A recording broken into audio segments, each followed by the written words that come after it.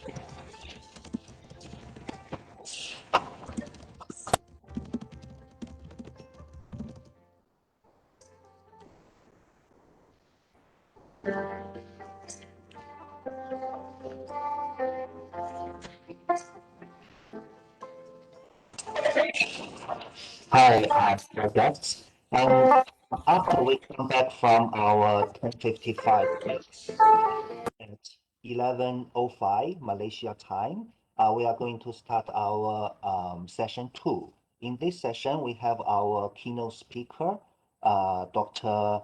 Uh, N. Phuong Bin from It's assistant professor, School of Economics and Management, University of Hyogo, Japan. And we have five presenters in section two. They are Dr. Molly Hojit, senior lecturer, Faculty of Business Economics and Accountancy, UMS.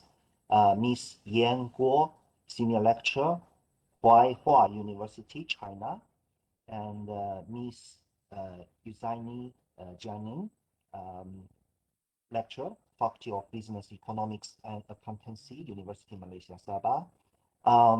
Mr. Kamaru Miza Mazuki, lecturer, Faculty of Business Economics and Accountancy, University Malaysia Sabah, and Miss Mary Trancy Pawan, lecturer, Faculty of Business Economics and Accountancy, University Malaysia Sabah. I would like to invite you to checking the connection and the presenting connection with our technician, Dr. Bo Han. Thank you.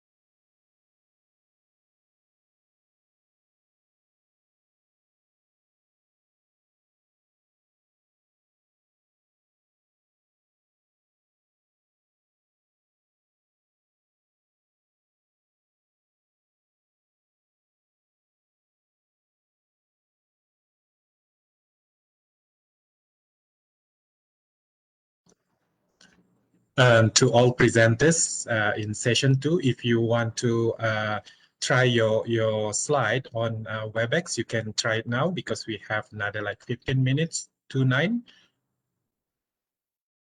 You can share your slide on the screen. Yeah, thank you.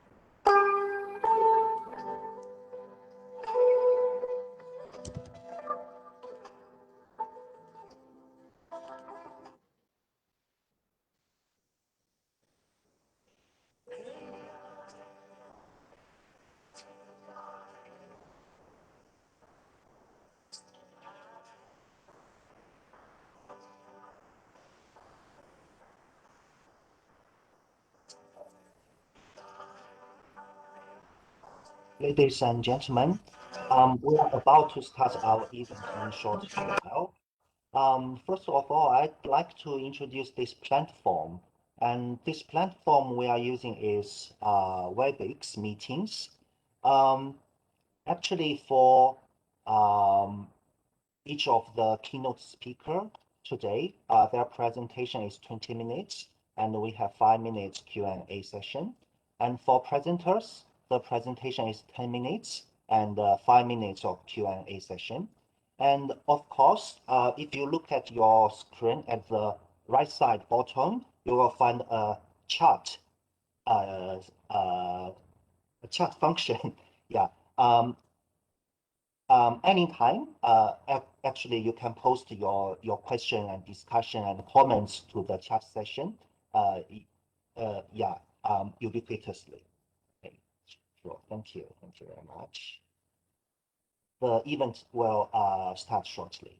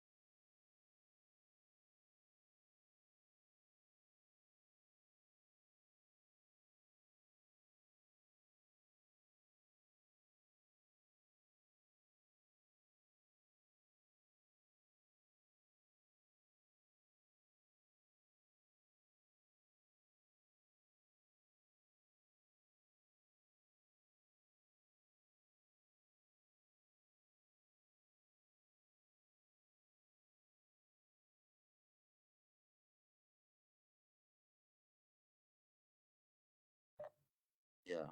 Okay. Thank you.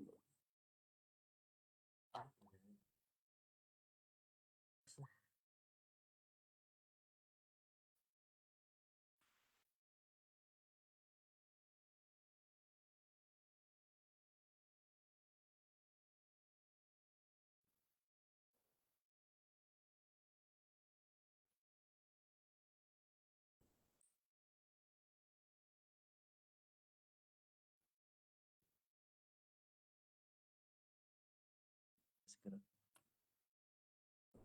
wah, ini baru mau install biar ya kan.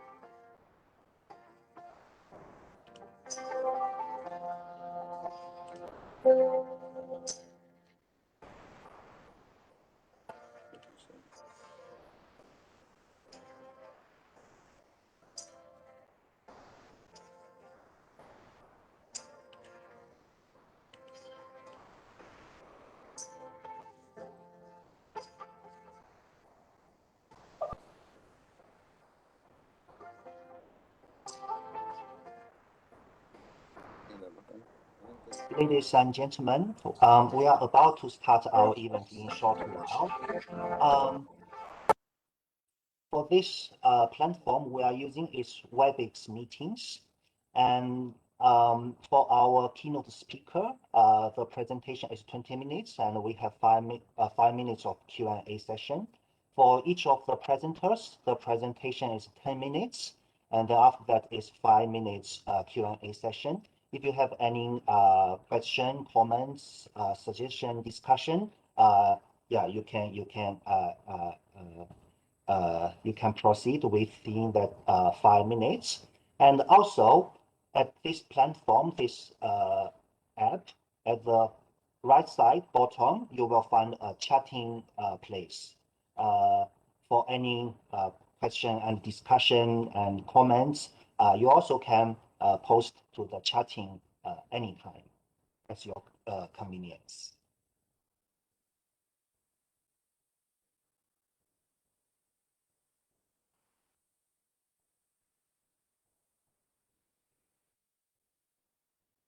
Dr. Andy, can you hear me? Dr. Andy or Dr. Pinggiran Hassana? Can you hear me? Yes, Dr. I can hear you. Okay, thank you Yes, very much. Thank you very much. Okay, distinguished guests, ladies and gentlemen, a very warm welcome to all of you to International Seminar on Sustainable Rural Tourism Development, Opportunities and Strategies for Sustainable Rural Tourism. In this seminar, we have our honorable guests from Japan, Nepal, Philippines, Thailand, China, and Malaysia. My name is Liu Hao from Shandong Jiaotong University, China. It is my pleasure to be your MC this morning. Without any further ado, we would like to invite Associate Professor Dr. Awanku Hassana Pengirambagu, Chairman, International Seminar on Sustainable Rural Tourism Development, to deliver a welcoming speech. Okay. Dr. Hassana. All right. Thank you very much, Dr. Liu Hao. And I would like to welcome to Professor Dr. Kashim Haji Mansoor to our seminar, and Dr. Rosalie Asid, who's going to be doing the closing after this as well. And especially, I would like to welcome to our keynote speaker, which is Professor Jennifer, and also Dr. Bin, and the invited speakers as well. There's 10 of them, so there's a lot. And also, most especially, welcome to our participants today. So just to for information, we actually started the seminar in 2019. This is just a group of us from tourism and from hotel management who is doing research on rural tourism. And we have been doing a lot of research on rural tourism in many aspects and many dimensions. So we ended up with doing seminar on this, and this year we tried to get a bit more international perspective on our topic for your research. So we actually make it international.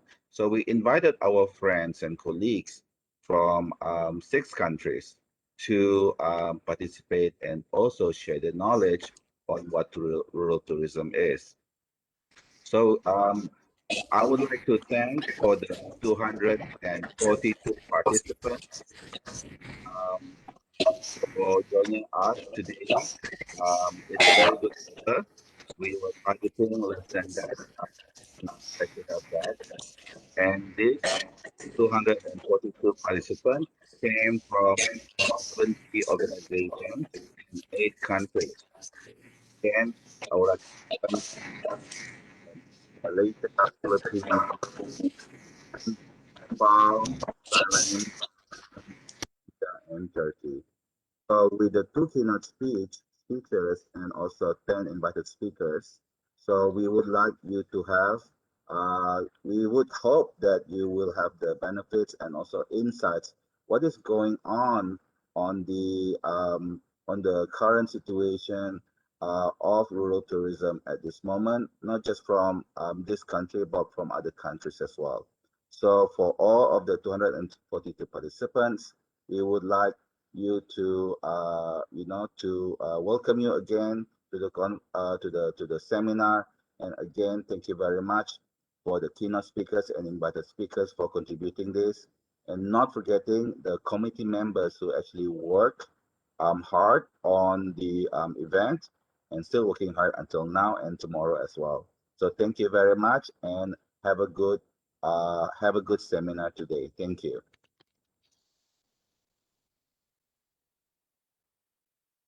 Thanks for Dr. Hassana's delightful welcome speech.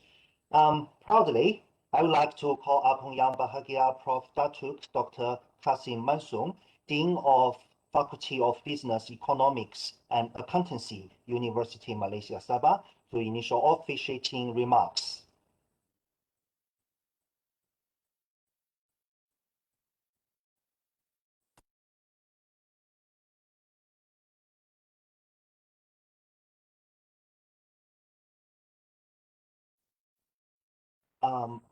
Prof. Kasim.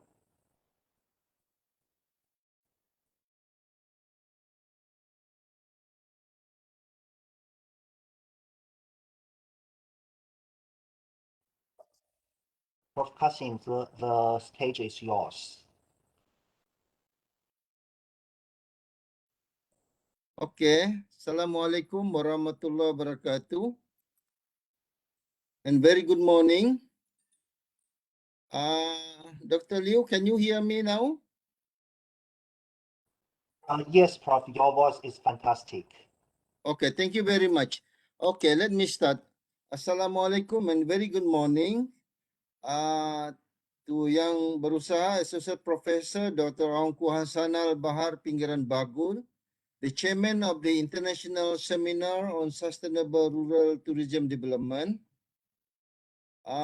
Yang berusaha Dr. Rozili Asid, Deputy Dean Research and Innovation, Faculty of Business, Economics and Accountancy. Respect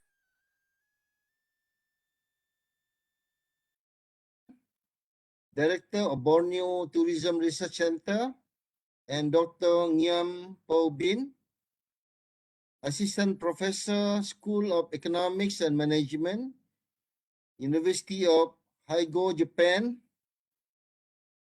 Presenters from all over the world, namely from Thailand, the Philippines, Japan, China, Nepal, and Malaysia.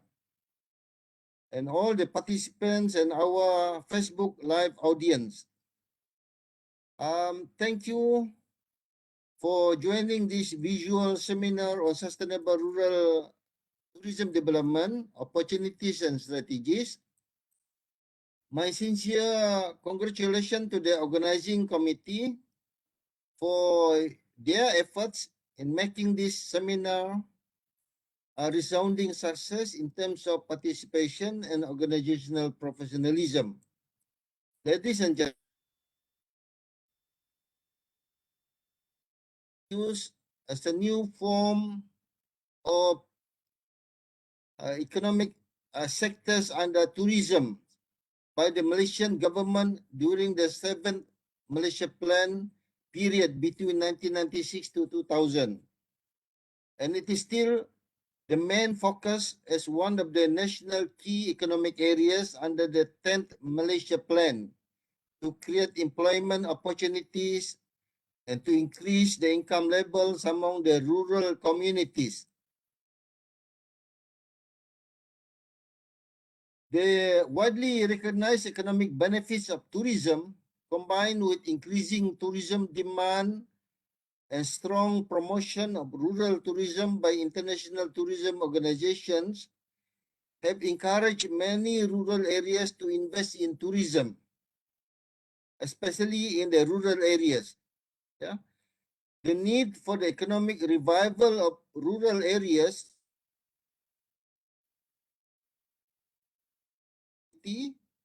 has created issues and challenges for tourism as a potential means of achieving these two political and economic goals simultaneously. This seminar theme is Opportunities and Strategies for Sustainable Rural Tourism. There is a large potential market for rural tourism, especially for foreign tourists, which has not yet developed, and at the same time, rural tourism needs to grow and sustain. Making this fragile natural environment sustainable is a challenge for the industry. Only by underpinning the sustainable environmental practices with responsible tourism development can the industry truly face its challenges. Hence, this seminar's theme is timely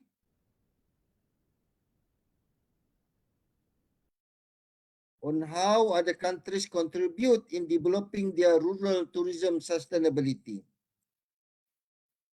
Ladies and gentlemen, in Malaysia, both Peninsula Malaysia in East Malaysia have the best ecotourism destination, especially in Sabah and Sarawak. Malaysia is blessed to have the UNESCO branded rural destinations such as Kinabalu Park in Sabah, Gunung Bulu National Park in Sarawak, and archaeological heritage of the Lengong Valley.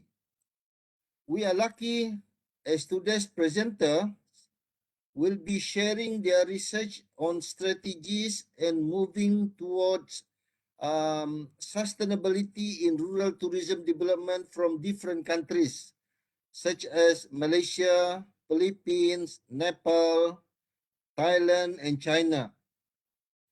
Few presenters will be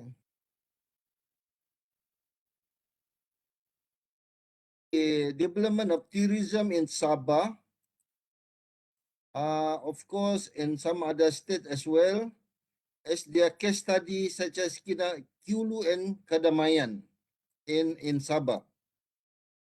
With all this attraction, the tourism industry is expected to experience rapid growth if and when boosted by local community support, regardless of whether the said local community is directly or indirectly involved. In reviewing the desired goals of tourism in rural areas, we also need to put in mind that tourism needs to be viable, but it should not harm the resources such as physical environment and social fabric of host community in order to ensure sustainable rural development. It is known that as natural environment and tourism are preservation and conservation, avoiding pollution and over-exploitation as a result of tourism will be the inevitable task of tourism planners and managers who need to manage rural resources for tourism and its implications for rural sustainability. Ladies and gentlemen, this seminar is an opportune time for all of us to make the first step towards the sharing and exchanging of knowledge, ideas, and experiences that can make the rural tourism development a success.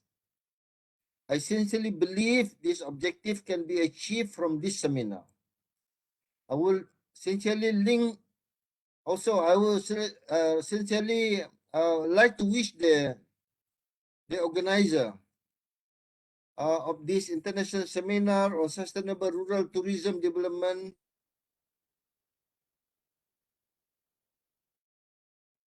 my special dedication to Professor Dr. Pinggiran Hassan Al-Bagul for his leadership in organizing this seminar. On that note, ladies and gentlemen, in the name of Allah, the most merciful and most gracious, I would like to take this pleasure in declaring the International Seminar on Sustainable Rural Development, Rural Tourism Development 2020-2021 officially open.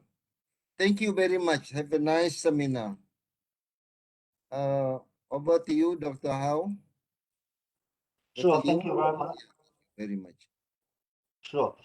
Thank you very much, Prof. Kasim, for sharing time with us. Distinguished guests, ladies and gentlemen, let's straight away move to our presentation session. It is my pleasure to introduce our first keynote speaker today, Professor Dr. Jennifer Chan Kim Lian. Her keynote speech today, the title will be a review of sustainable rural tourism development. Dr. Jennifer is Professor of Tourism and Hospitality, Faculty of Business, Economics and Accountancy, and Director of the Borneo Tourism Research Center, University Malaysia, Saba.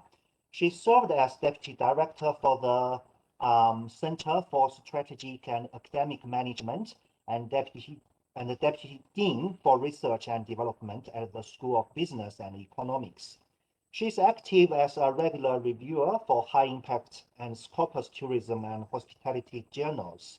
Currently, she is a national panel auditor for the Tourism and Hospitality Program accreditation appointed by the Malaysian Qualifications Agency, Technical and Commercial Assessment Panel, Ministry of Science and Technology, Malaysia. At the international level, she also holds numerous positions. Let's welcome Prof. Jennifer.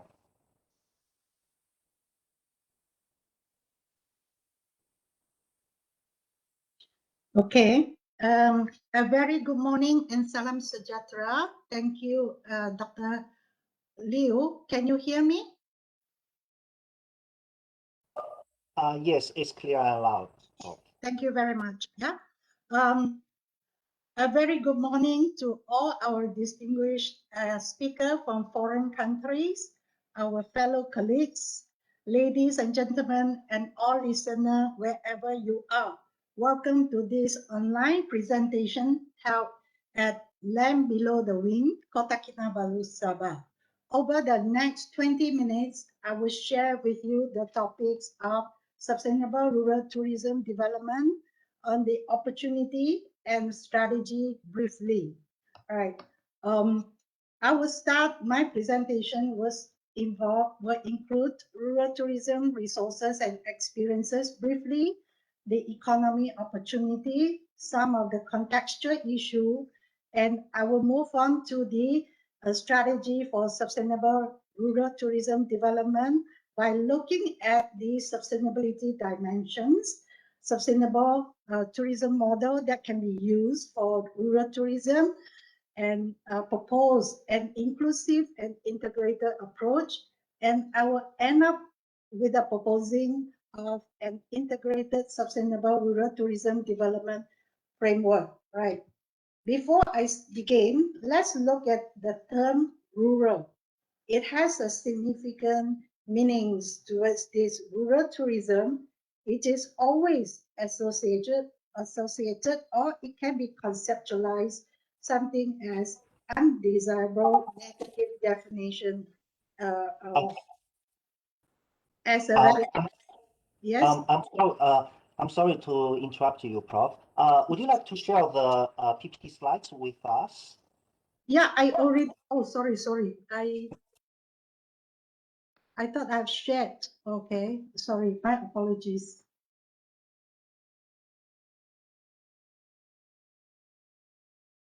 Sure, we got it, Prof. Okay, can you get it? Yeah.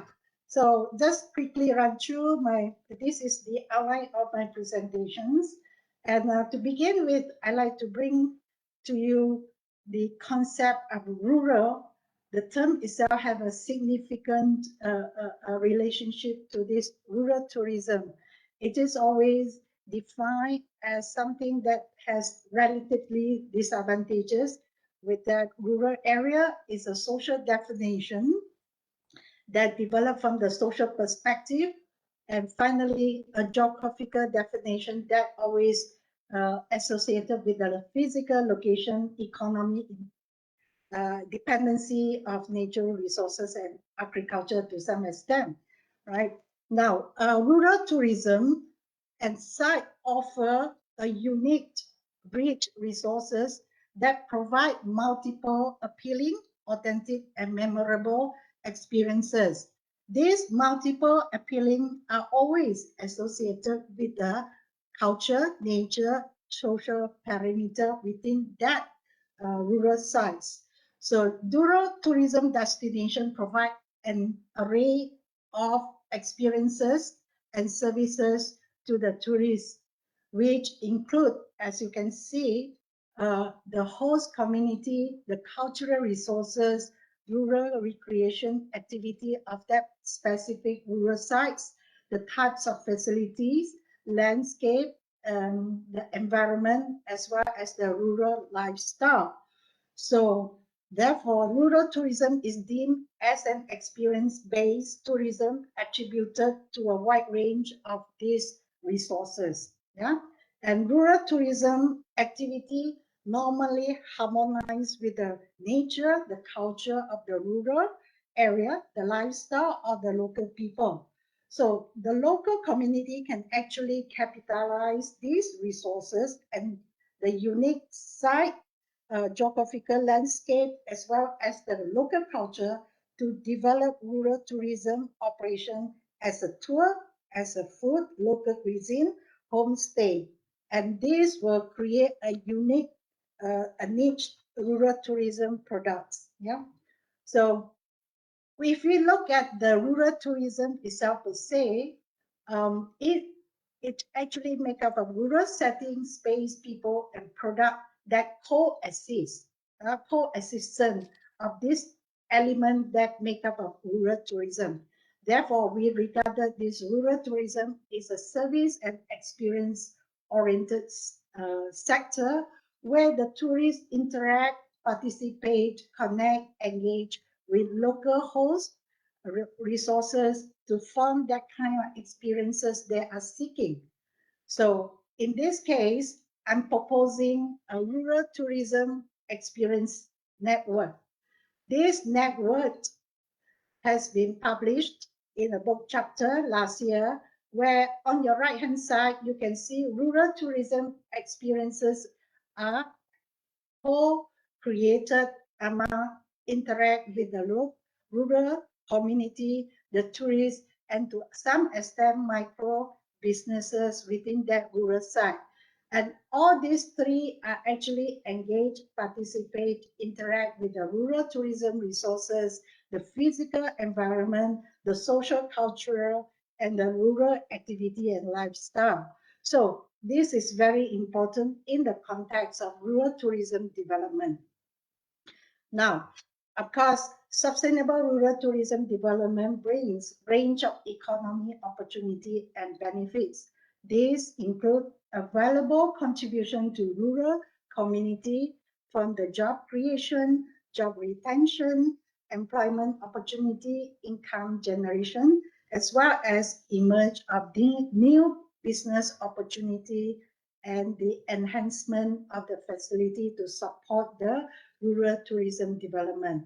Second, it offers an alternative conservation and preservation ways to protect nature, culture, heritage resources, as well as environmental protection. It also offers excellent recreations, activity, and learning opportunity for the rural tourists. And finally, it actually revitalizes the rural areas and enhance the local residents' quality of life. Moving on, I'd like to share with you some of the pertinent contextual issues that being faced by the rural tourism development. Generally, accessibility, attraction, and amenity are key issues to some of the rural tourism development, especially accessibility through land, water, and air. Simply, these rural areas are always located in far away from the main town.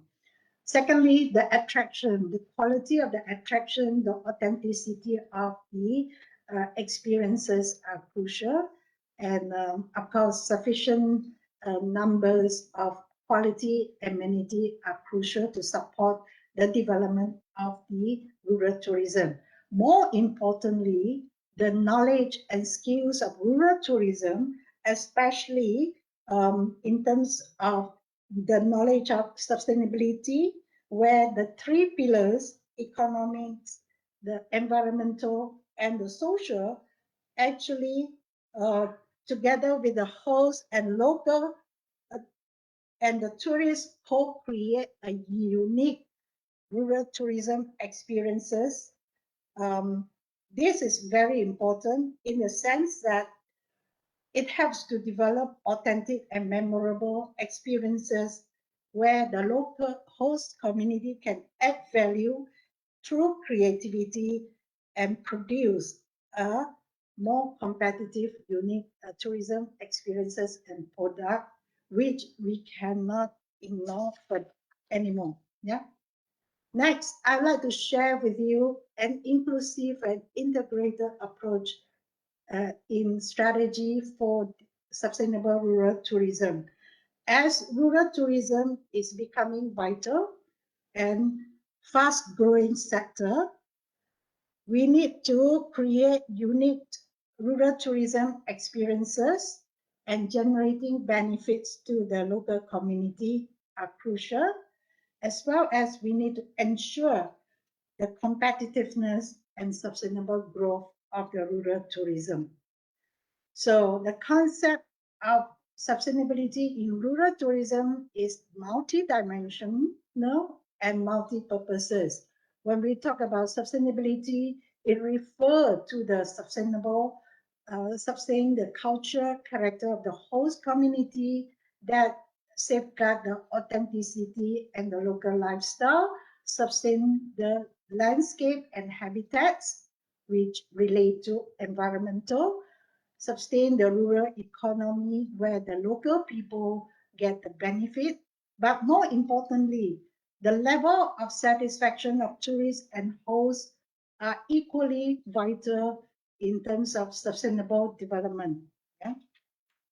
I'd like to share with you a comprehensive and integrated approach for the sustainable development for rural tourism, which consists of three important aspects. Of course, the first one will be sustainable pillar that include economy, social, culture, and environment.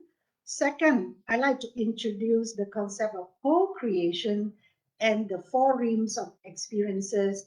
Simply, rural tourism is an experience-based tourism sector where sustainability needs to relate to this co-creation and experiences, where the four realms of experiences are very crucial how we can manage and stage the experiences.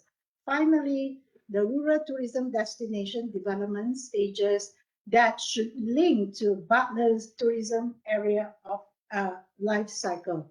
To begin with, right, a deeper understanding of three destination sustainability dimension, that is economy, ecological, and social cultural dimension, are crucial with regards to sustainable development. Economy dimension imply briefly the economy viability of the sustainable ways of doing business and way of life. Ecological imply putting emphasis on the importance of environment, the attitude towards environment, promoting the ecological values in the business and reducing negative impact and pollution in the environment. And finally, the social cultural dimension implies authenticity of family relations, culture, living, and spiritual, right, of that. Moving on, in terms of sustainable strategy, I like to introduce that this strategy must be inclusive and balanced among the three sustainable pillars. That means the environment within the social. We are talking about balance of the usage of environmental resources and its effect on the social community. The balance between the economic growth and the development of on the economy and social values, and the balance within the usage of environmental resources and the economic benefits. Yeah. Second, I'd like to introduce the sustainable rural tourism models based on the 5 dimensions of sustainable tourism concept modified from Serhazo that can be applied to rural tourism sustainable development. The author captured the interconnection of the 3 pillars, as you can see from the inner part of the triangular. Then the relationship within the outer layer, where you can see, in this case, government and the business sector, where it highlights nature-based tourism. In this case, we can substitute as a rural tourism.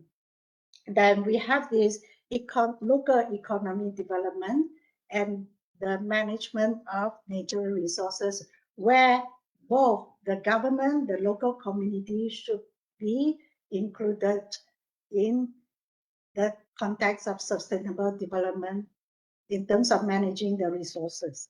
Yeah. So the second element, which is crucial, is co-creating rural tourist experiences, right? As we know that the tourist experiences are actually derived from these 3 pillars, right? Simultaneously co-created, that form a unique, authentic experiences.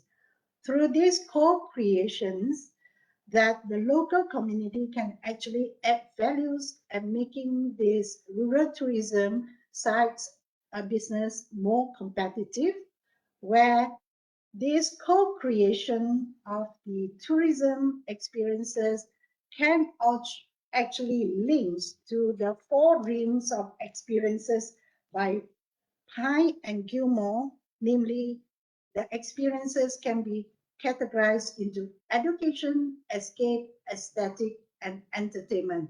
These 4 rings of experiences are perfect ways of describing rural tourism. Yeah.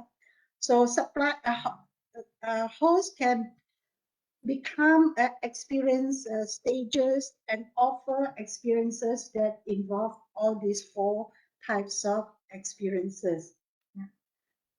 Example I like to share with you that I have actually applied the 4 rings of Pye and Gilmore's concept into ecotourism experiences, and I strongly suggest this can be applicable to the rural tourism development.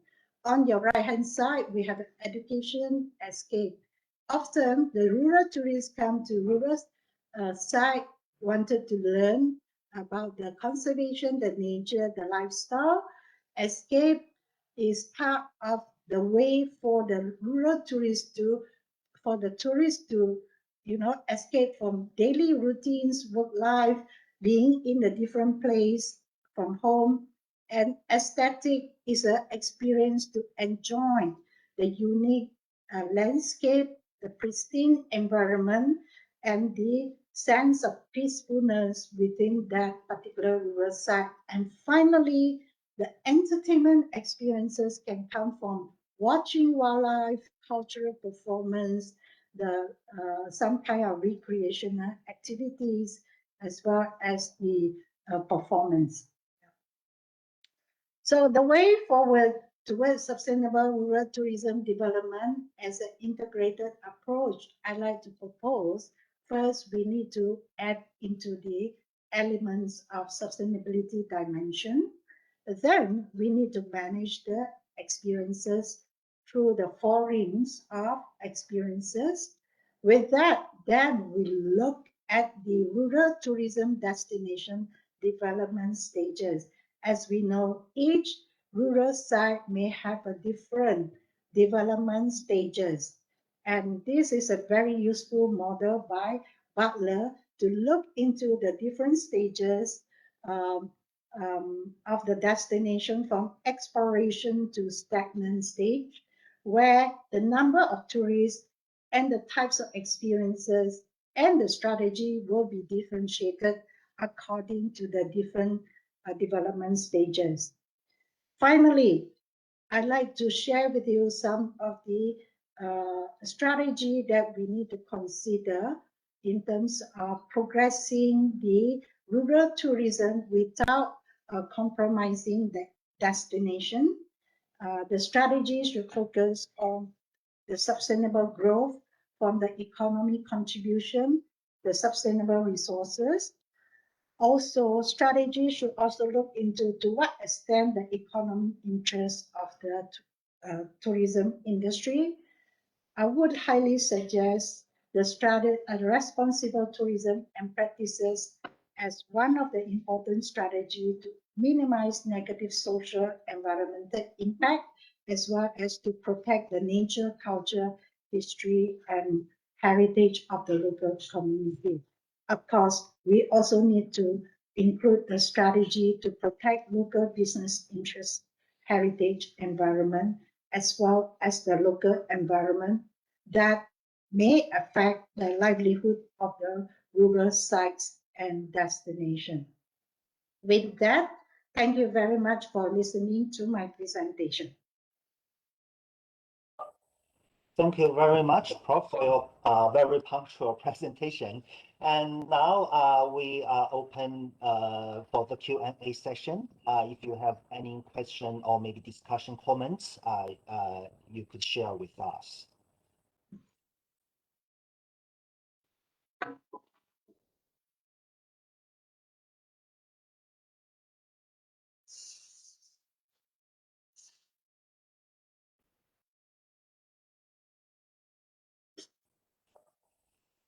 Okay.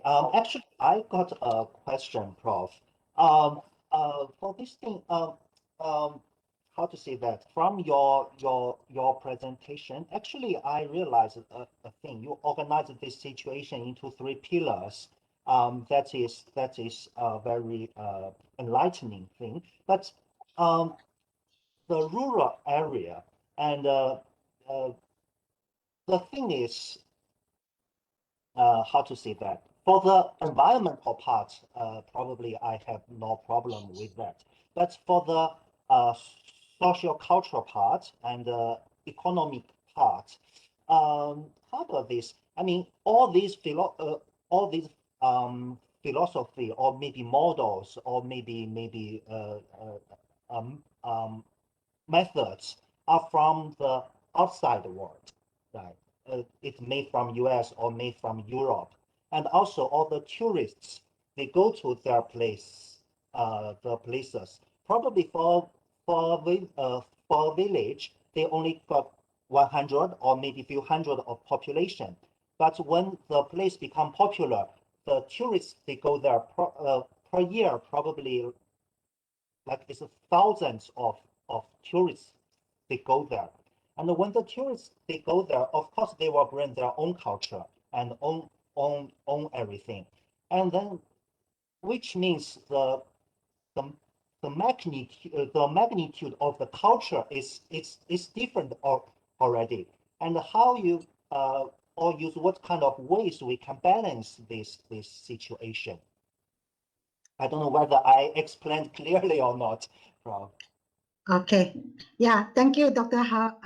Liu. It's very debated questions and conflicts that has been often raised in the literature review as well as research base.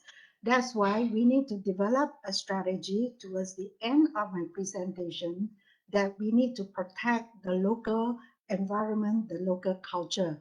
By taking into the balance itself is not achievable, is not logical, is not acceptable by the local community or the business practitioner or the tourists, because the tourists tend to bring their own culture to that particular rural sites.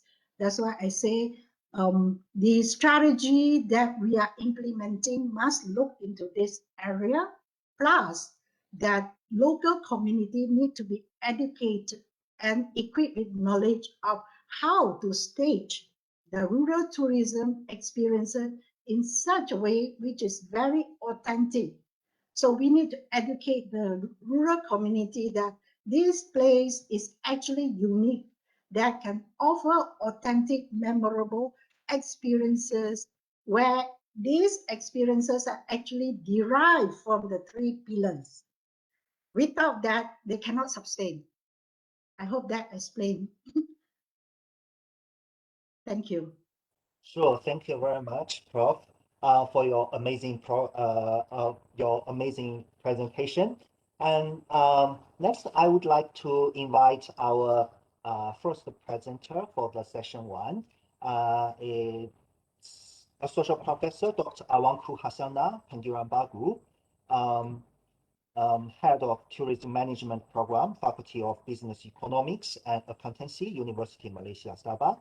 The paper title is Strategies for Tourism and Sustainability for Rural Area in Sabah. Hi, Dr. Hassan. All right, thank you very much, Dr. Liu. Let me just share my PowerPoint.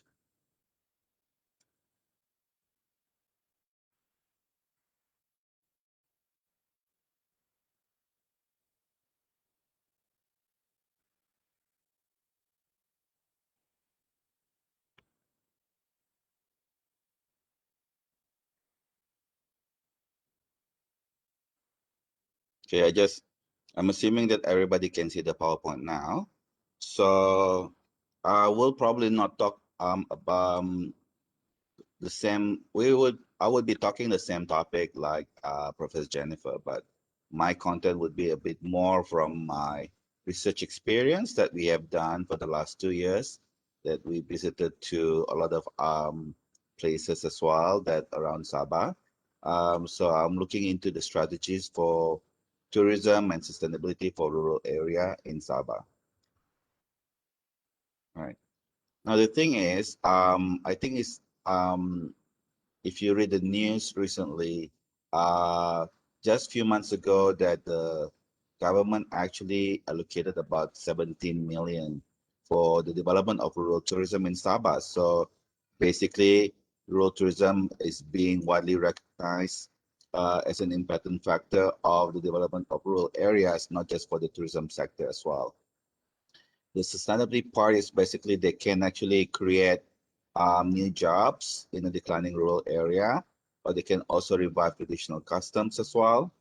Okay, and we also have a bit different or a bit more demanding tourists that actually seek more sustainable kind of a tourism and also seek more real experiences. So the thing is about the new tourists now, or the tourists at this moment, that they're going for places that actually have a very unique and specific experiences, and very much of a authentic one as well, and which the lifestyle the one that they promoted would be a local or maybe traditional as well. I mean, one of my favorite example would be the Bovangazo Rungus Longhouse. So actually, the main attraction is actually to learn how they live in the old times, where they live in a longhouses that's made from bamboo, and also they also dress like the one in the photo here as well, with the traditional dress and so on. So in fact, just to do the authenticity thing, they don't have electricity in the longhouse as well. And of course, rural tourism also is always going to be linked to tradition. But again, while it is very much, people want to preserve what it is as before, but there's always this influence of globalizations and there's modernization. So the rural tourism has to deal with evolvement, so they will evolve as well. But then the thing is, you can evolve in a way that the tourists still feel that, it is actually still very ethnic. It's still very traditional, and it is still very much of a, again, an authentic experience. So one of the things that I think before we start on looking into the strategy that we have done, we have identified from our fieldwork, So I like this kind of definitions on rural tourism by Nagaraju and Chandrasekhara because it's actually basically kind of like on point with our research. So this is again, rural tourism is any form of tourism that showcases rural life, art, culture, and heritage in that locations. And also, I think this is the most important thing as well. It has to benefit local community, whether it's economically or socially. And of course, you have to have that host and guest interactions. So for the host and guest to have more meaningful or more enriching tourism experience. Right. So again, if you have, there's a lot of typology out there, but this is the one that I like on the type of rural tourism. So there's agritourism, which actually is very much kind of popular in Sabah as well. We have Sabah tea, and we have desa, ethnic tourism, ecotourism, which is actually a big part of Sabah rural tourism, creative tourism, and culinary tourism. Now, one of the main findings that we do when we go around collecting data, it's we look into there's a lot of creativity around or creativity that actually has been used as a strategy for rural tourism. Um, Especially now because of the COVID-19. So a lot of the rural tourism organizations or businesses, they do actually have to get what do you call that? They have to reinvent themselves so that they actually can get the local market because there's no more foreign market at this moment. Okay, and then of course being creative as well, you can get actually very much of being more competitive than other locations as well. And I think that in Sabah, Kota Belud, and also Kundasang has been doing this very, very well. So for example, so being creative, basically looking into the nature-based and low impact. You know, you have a river in your village, but you make it more like a fun kind of activities or leisure or recreation for the local people. And this has popped up a lot, especially during the COVID-19 or pandemic era until now. Okay, so the left one would be like camping and stargazing. Camping is very low impact activities, very sustainable. And then the next one would be just using the river at the backyard as an activity as well. And then again, there are some also rural tourism businesses that sell unique experience. Unique experience means that before this we can travel overseas, and now we can't travel overseas because of the pandemic. So if you want to experience some kind of overseas experience, you can go to these places. For example, like on the left one is the Mongolian yurt that is in Kundasang. And also you can have this Japanese experience in Hidden Hill, Kundasang as well. And then of course, one of the things that, when all these rural tourism businesses, they started to think outside the box, really not a brick and mortar, setup for their businesses, but also something like a pop-up, like a glamping activity. So this one is actually one of the popular one in Kundasang, which is a Umia glamp. They're using the dome that's usually used in Scandinavia to look for the starry skies and also the aurora borealis. And also another glamping as well on the coastal area, more like a camping. Again, they branded themselves as a pop-up luxurious beach resort. So this is Cabana Retreat in Kota Belud. So all of these things are very, very creative, very, very much of a, what do you call that? As a response in getting, in getting them more noticeable and more cater to the new type of tourists that actually have a more kind of a demand in terms of the experience.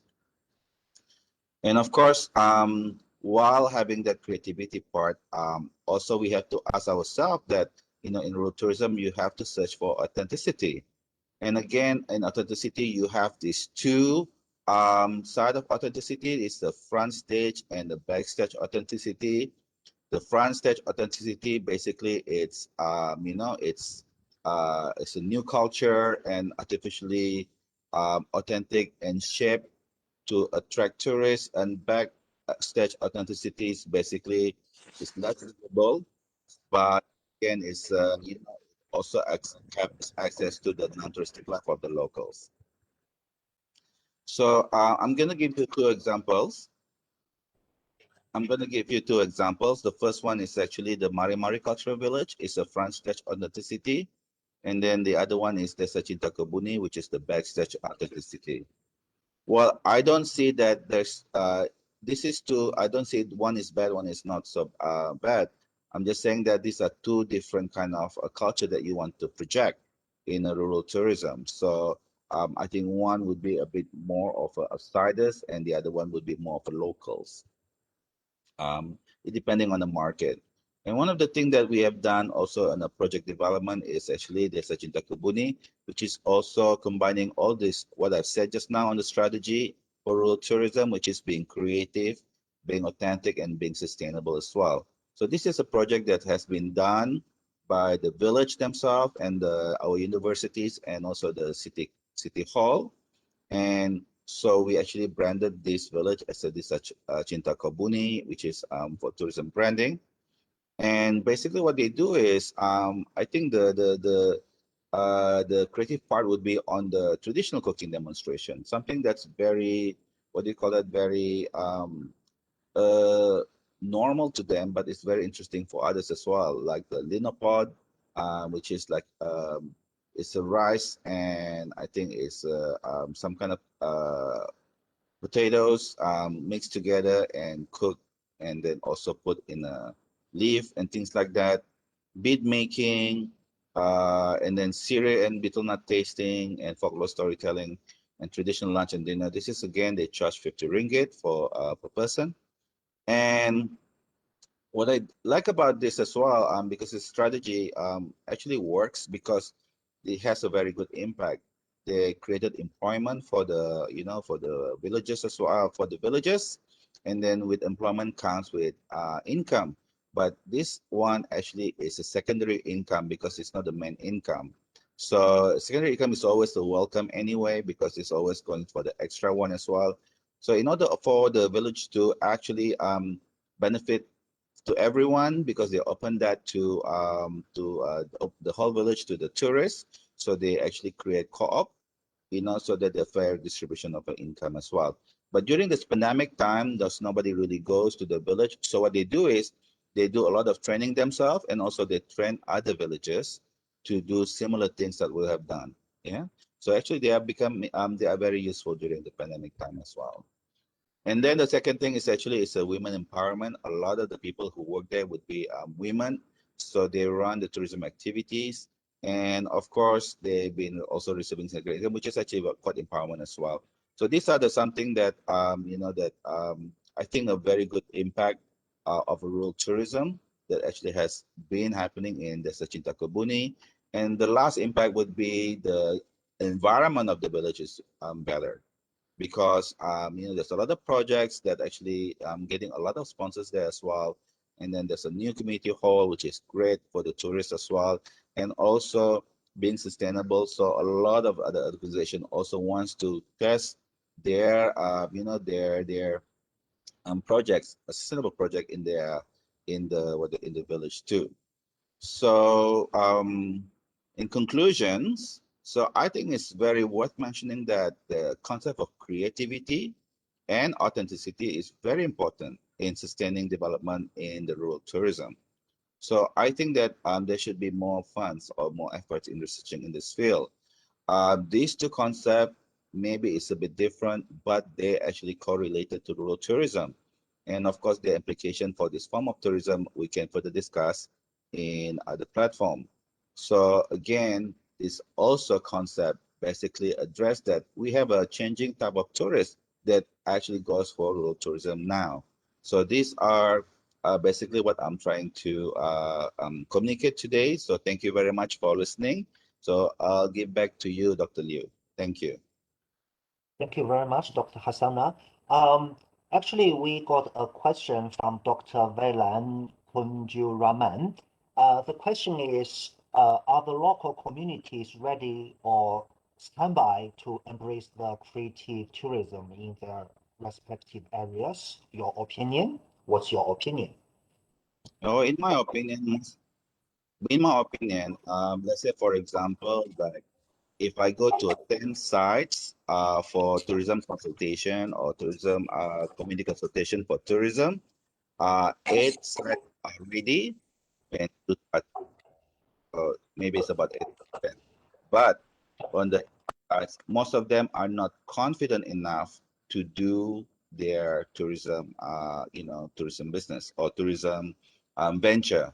So what we have to do is actually to convince them, or to basically to make sure that they actually are confident enough to do it. Otherwise, they will not do it. So how are we going to do that? Basically, we're doing a lot of capacity building. So we do a lot of community consultations. We do product development seminar, and we do all the specific like food preparation and so on. All these courses just to build the the community capacity building. And we also bring our students there, just kind of like, okay, so we bring in visitors, how you handle them and things like that. So once they have a run through, and I think they should be okay. So most of the time, 80% of the community, they are ready. But the 20% that's not ready, it's most of the time, it's not about the confidence only, but also the tourism assets that they have in their village. So that's my answer. Sure, thank you. Thank you very much, Dr. Hassana, for your presentation. And our next presenter is Professor Dr.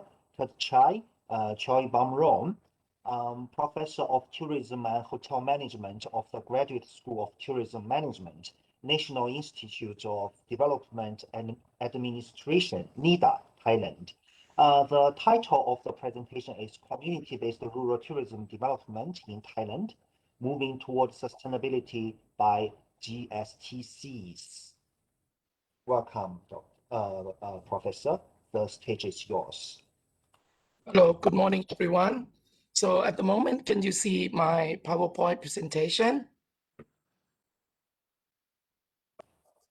We haven't seen that yet. Okay, wait a minute.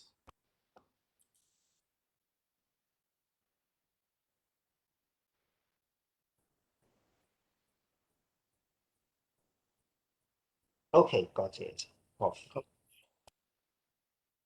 Okay, good morning, everyone. So today it is a great privilege to share information with you about rural tourism development. And my topic will be focusing on community-based rural tourism development in Thailand, moving towards sustainability by GSTCD. So at the moment, I just want to tell everyone that, we have a tool that is global sustainable tourism criteria for tourism destination development, right? So for my outlines of the outlines of my presentation, I would share the information with you about the tourism situation in Thailand in general, and try to state the reason why, at the moment, rural tourism development in Thailand is very popular. And at the same time, I would focus on GSTCD, which can be considered as a tool for rural tourism development. And expectedly, it would lead rural tourism development or tourism destination in Thailand to be sustainable. And then I may show one direct responsible organization responsible for rural tourism development in Thailand, and their achievements. And lastly, I would share, the lesson learned from rural tourism development in Thailand. So, when I firstly was invited to be the presenter in this international conference, I went back to read my previous book when I was associate professor. The name of the book is Community-Based Rural Tourism Development in Asia. So my main presentation would be very close to what I have written last year. So I'm from Graduate School of Tourism Management, right? What I would like to tell you, Graduate School of Tourism Management, particularly the degree of Doctor of Philosophy, we were certified by TED Qual. So I really believe, GSTM is quite a new college or school in Asia. So back to my presentation. The reason why rural tourism in Thailand is very popular, it is because, if you take a look at the number of the tourists visiting to Thailand before COVID, the number was approximately 40 million tourists in the year 2019. So that's why, that caused a lot of negative impacts to the tourism destination. So if you take a look at the concentration of the tourists among the popular destinations in Thailand, it is found out that, only 10 to 12 provinces in Thailand are visited only, while Thailand has 77 provinces. So in terms of tourist number, Thailand is ranked number 9 or number 10 of the world, while the income is ranked number 4. But if we take a look at travel and tourism competitiveness index, right, Thailand is ranked around number 37. So it means that Thailand is a little bit, having limited capacities in managing the tourism industry. So at the moment, we try to think a lot how to disseminate, how to make, other destinations are visited by the tourists.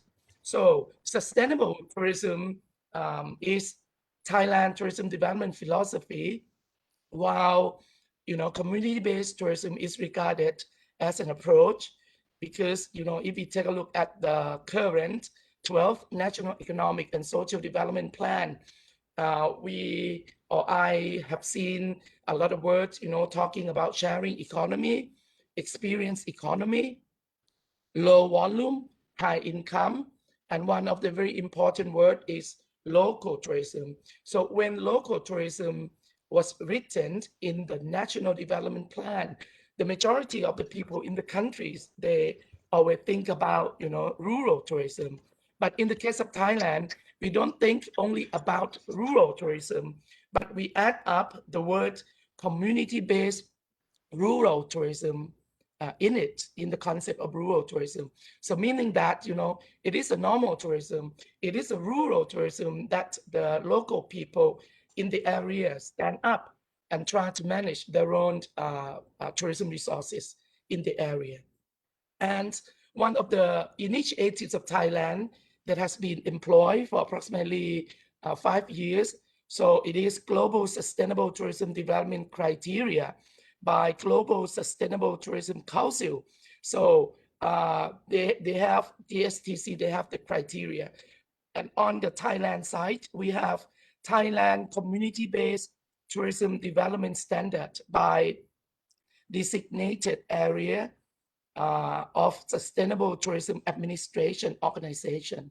So meaning that at the moment, Thailand has a direct responsible organization for moving rural tourism plus community-based rural tourism to be sustainable in Thailand.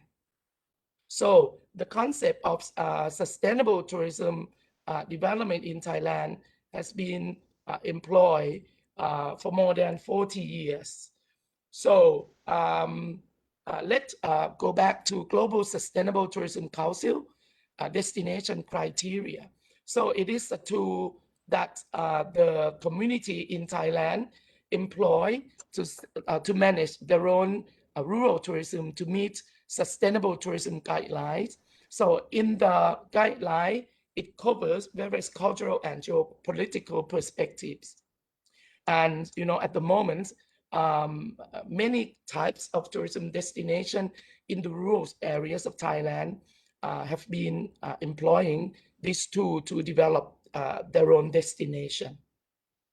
So may I take this opportunity to introduce you about GSTCD, or Global Sustainable Tourism Criteria for Tourism Destination. The criteria focus on four aspects. The first one is sustainable management. The second one is socio-economic sustainabilities. And the third one is environmental sustainabilities. And the last one is cultural sustainabilities. And as I told you, in Thailand, there is one organization responsible for rural tourism development, but not just the rural tourism developments, but they put an emphasis on the approach to make it, to make rural tourism destination to be sustainable by employing community-based tourism. So what has just happened the last 5 or 6 years, GSTC, our Global Sustainable Tourism Council, has signed a partnership agreement with Thailand Designated Area for Sustainable Tourism Administration in the year 2015. So this agreement enables DASTA to implement GSTCD criteria as a framework for sustainable development of tourist destination.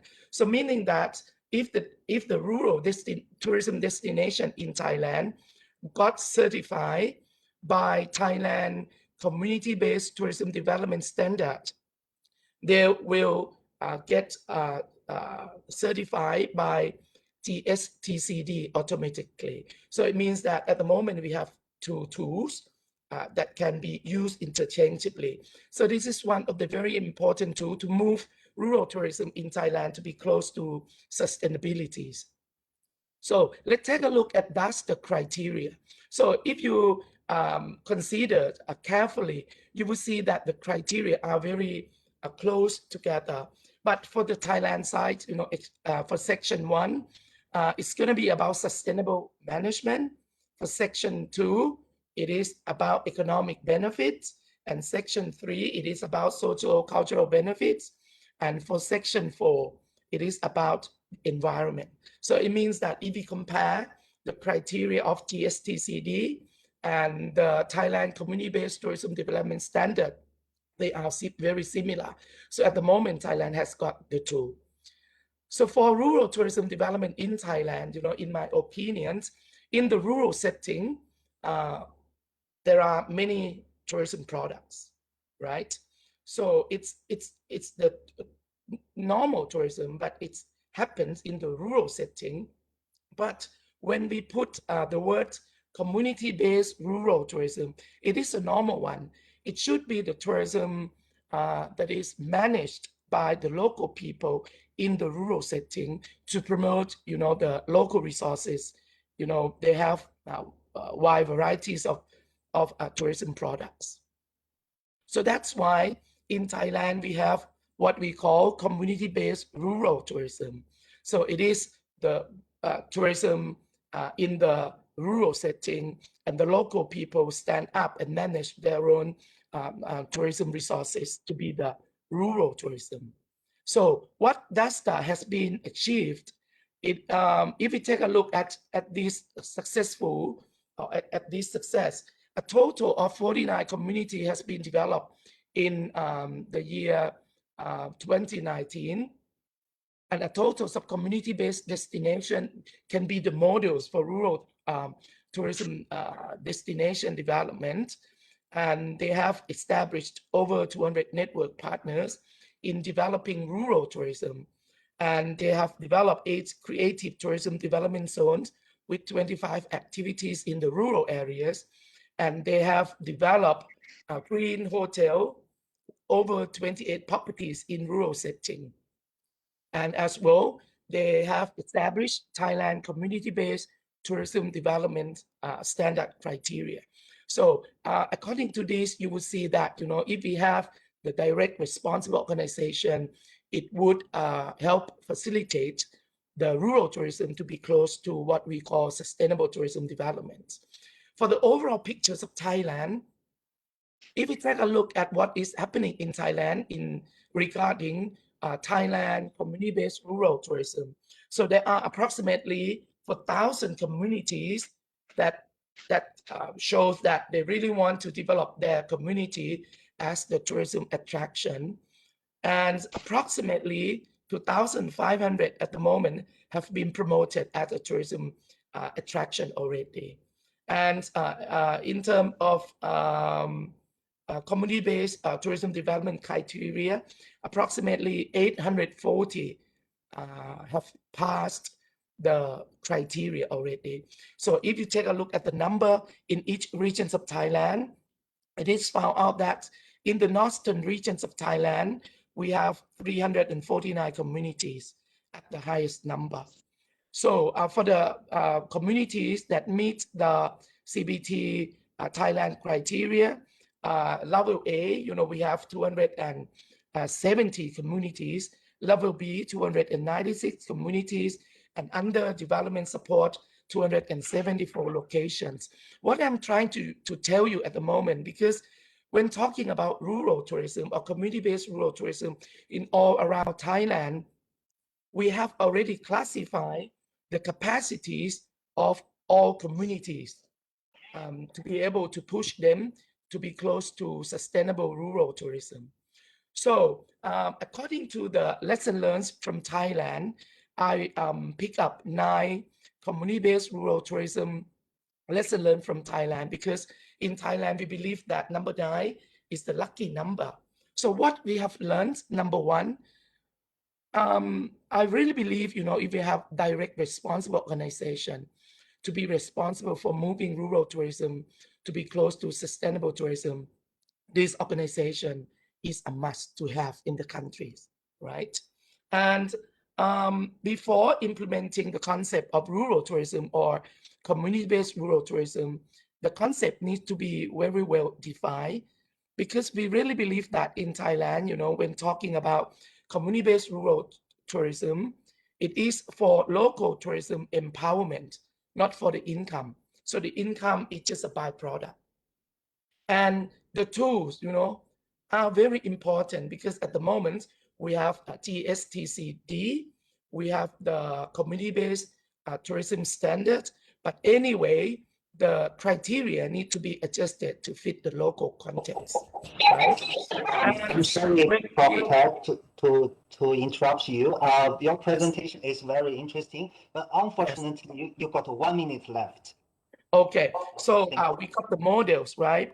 The model should be focused on the strong mechanism first, right? So we should have the strong working group. And when we talk about the real product of CBRT, the local people can be regarded as the core product. And when we make a decision to pick up any communities, we should pick up the self-reliant communities to be developed for rural tourism destinations.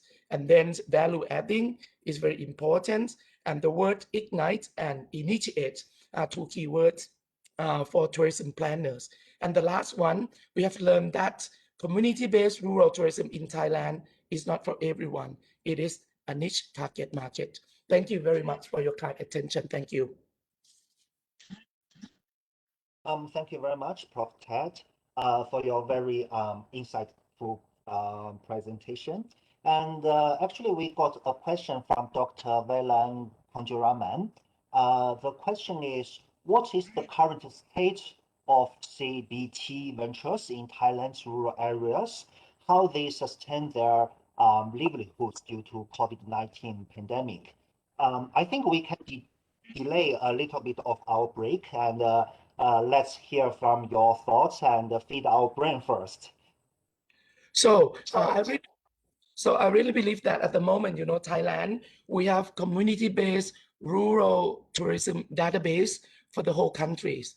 And meaning that, in order to develop the rural tourism destination, we have the direct research center undertaking the research on this, and we have the organization direct responsible on this.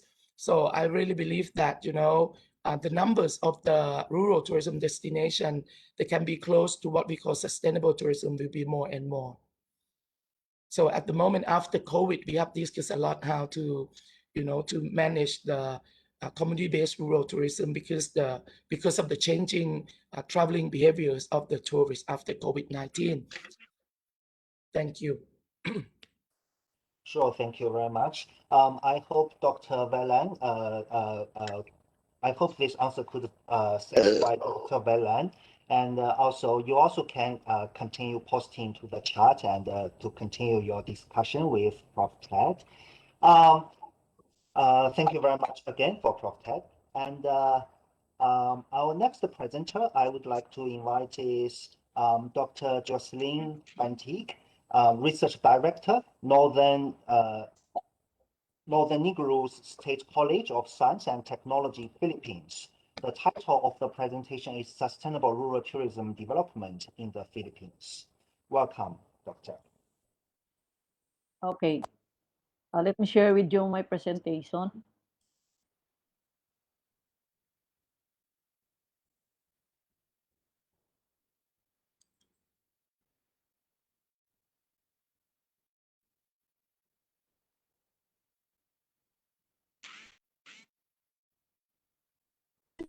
Visible now.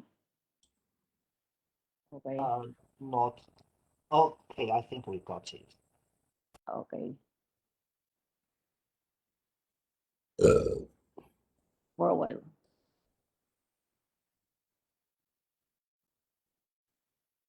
Okay, good morning, everyone. So let me share with you my topic on sustainable rural tourism development in the Philippines. So giving you the background where the Philippines is located.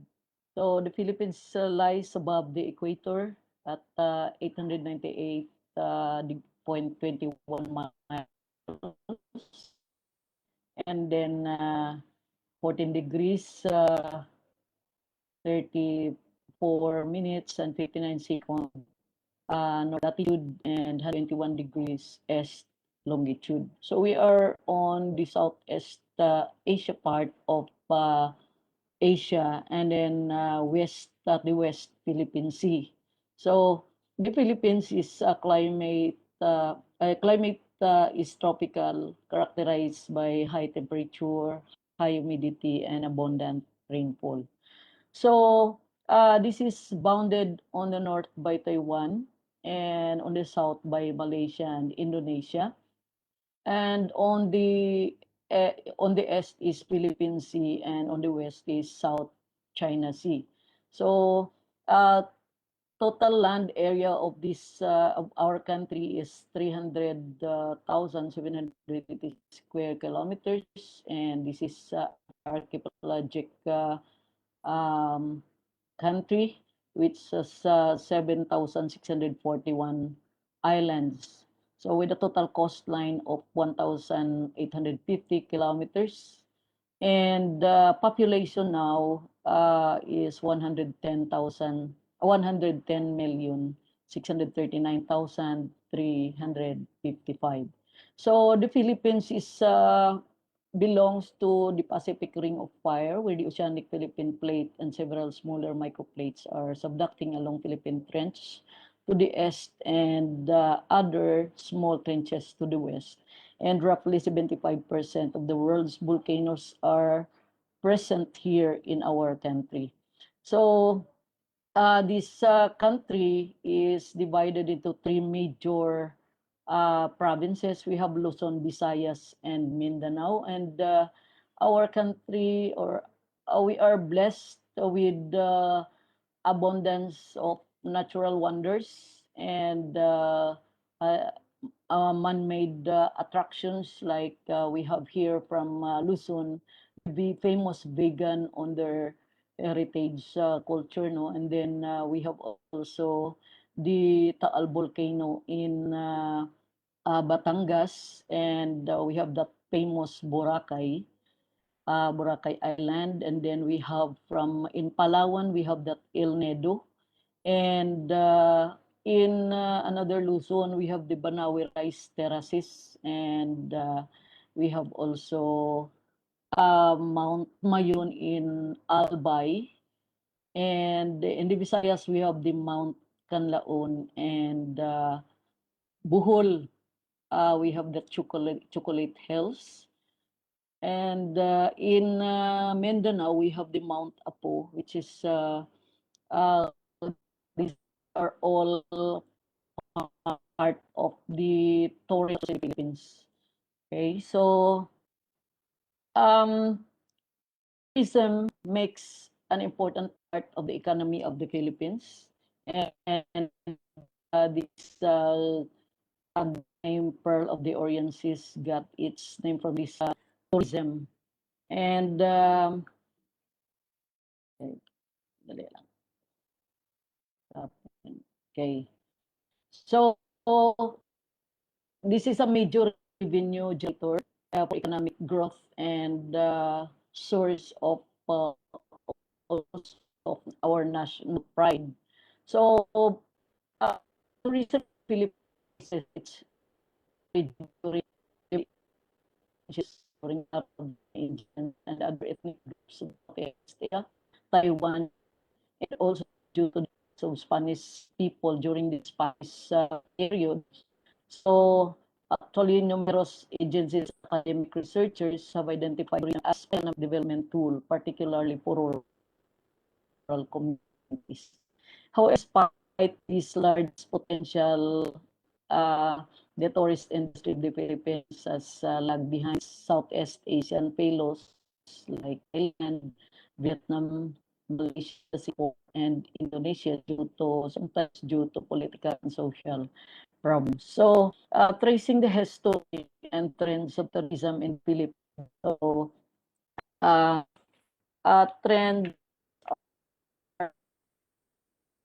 are somewhat erratic. It characterized by up and downs, no? By we have actually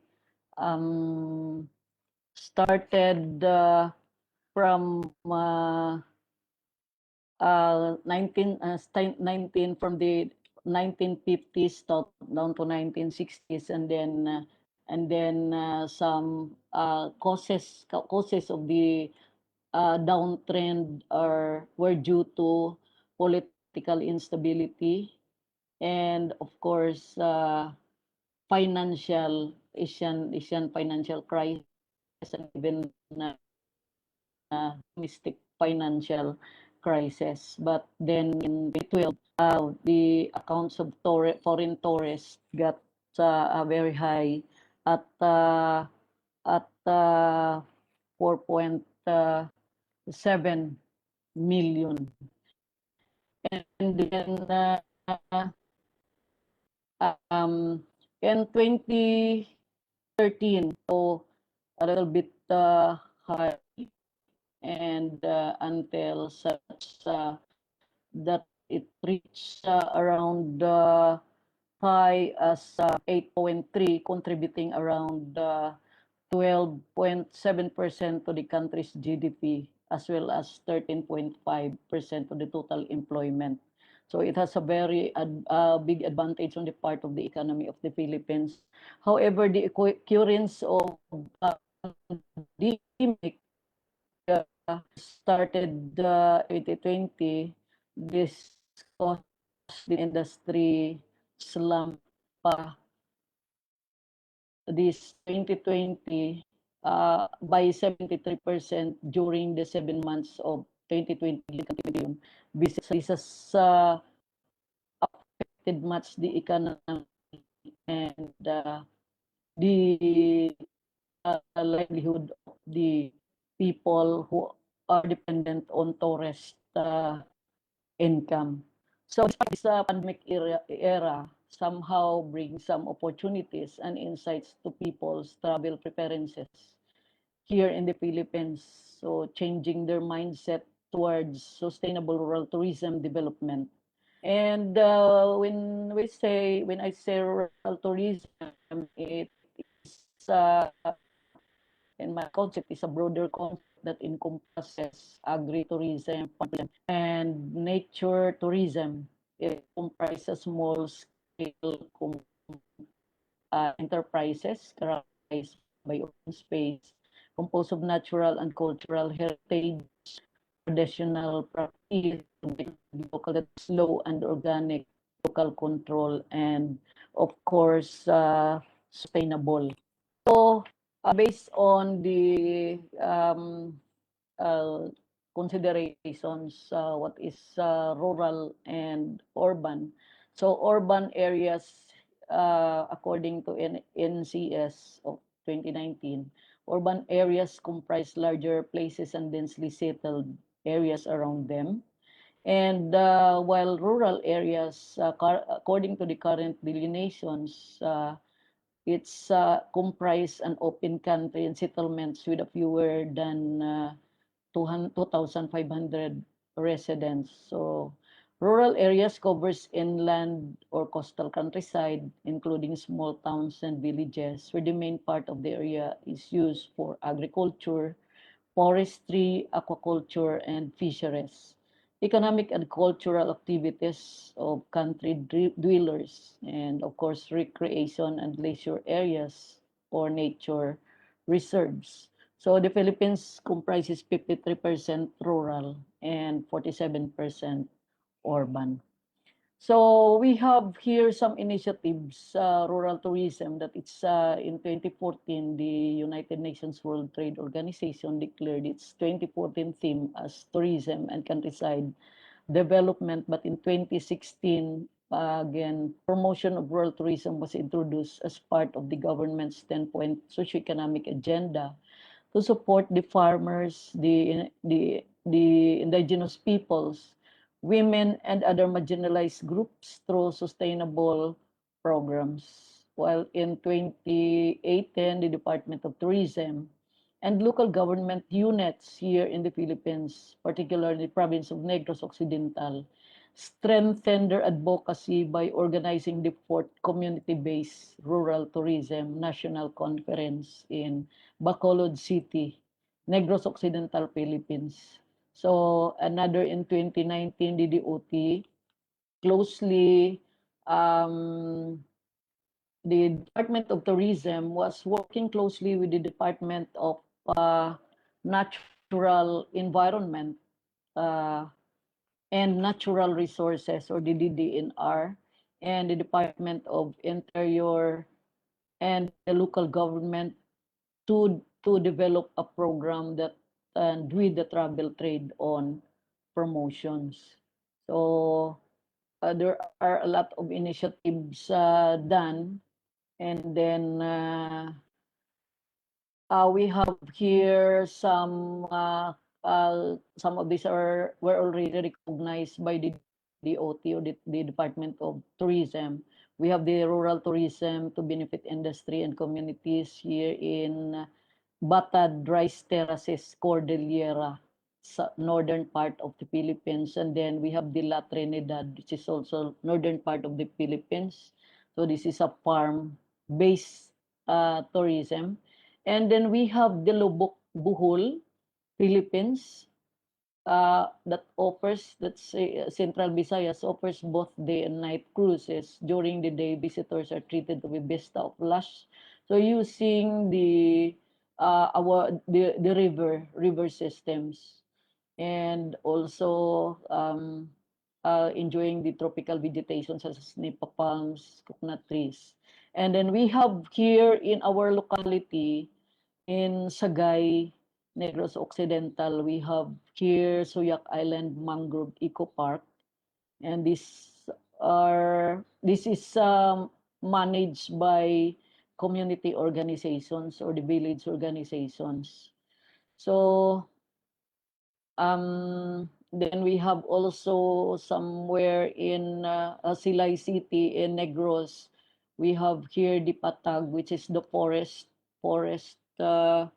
areas, no? And then Negros Oriental also to that showing the cultural dances for tourists. So numerous initiatives were done. Even the government use the non-governmental organizations and private organizations come hand in hand, work hand in hand to improve and sustain the rural tourism in the Philippines. So I have here the picture, the at the middle we have the governor of the Negros Occidental Philippines, no, spearheaded the promotion on this farm tourism activities, which bring back jobs and livelihood rural areas. So most of the ministries granted some funds from the local government unit for cooperatives of the Department of cooperatives of NAR, or the Department of Grand Reform beneficiaries, and also some in the coastal side are fisher folks.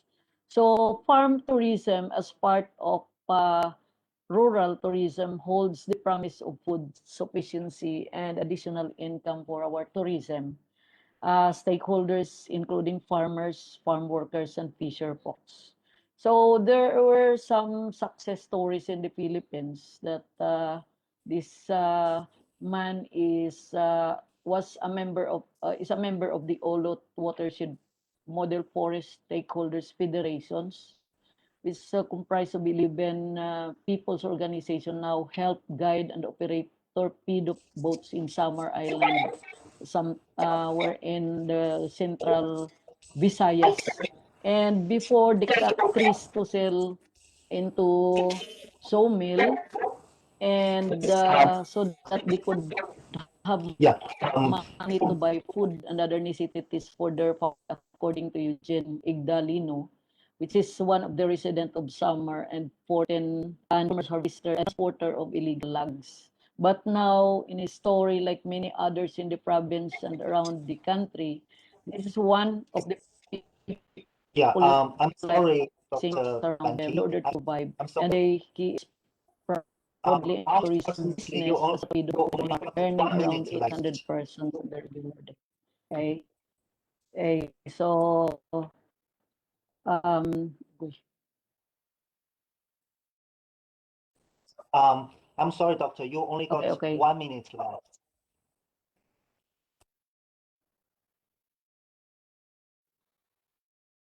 Okay. Okay. So we have here the Suyak Island Mangrove Eco Park.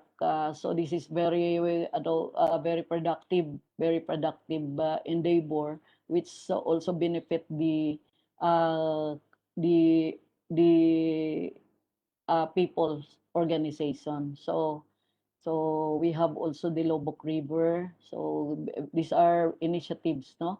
Sustainable tourism development is growing. That is encompasses agritourism, farm tourism, and community part in the growth of industry, inclusive growth that involves women, children, and indigenous people. This is a great opportunity and challenges are everywhere in the Philippine rural areas, having it rich biodiversity and availability of indigenous knowledge and resources as sustainable culinary enterprise, arts, and craft in the development of souvenir items. So however, its journey would take a long way because it's advocacy campaign, empowerment, and embracement through science-based information support and recognition of policymakers, planners, and the Department of Tourism. So thank you very much. Right. Thank you very much, Dr. Banti. Actually, after this, I hope you also can interact with us in the chat. So if you got any question or discussion, you always can post to the chat. Okay. Then our Okay, sir. Thank you so much. Sure, thank you. Then our next presenter is Dr. Noor Fazlinda Fadil, Head of Entrepreneurship Program, University Malaysia Sabah. The title of her presentation is Rural Tourism and Livelihood Change, a study on local community in Cadamayan. Hi, Doctor. The floor is yours. Yes, thank you, Dr. Hao. Okay, Dr. Borhan, can I share my slide? Okay, thank you. Okay.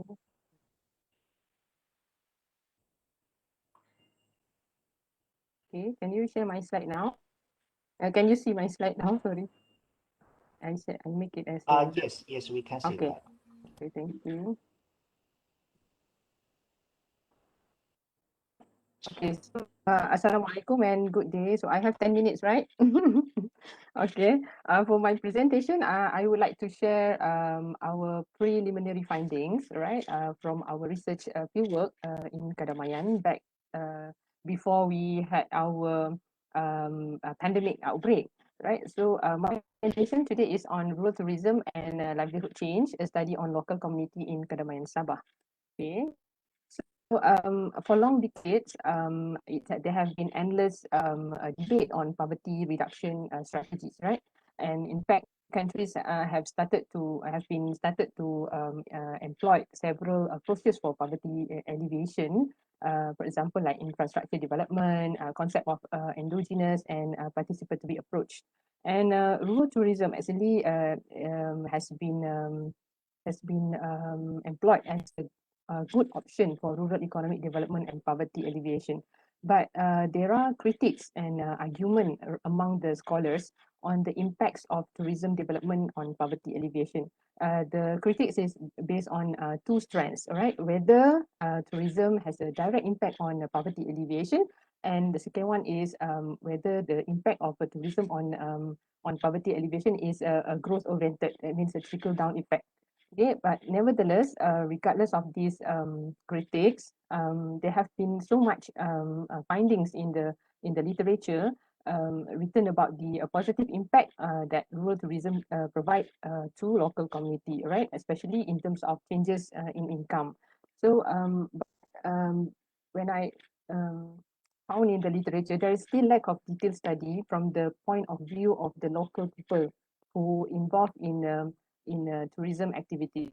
Okay, so livelihood here means is a source of income for living. What are the source of income that local people have for their living?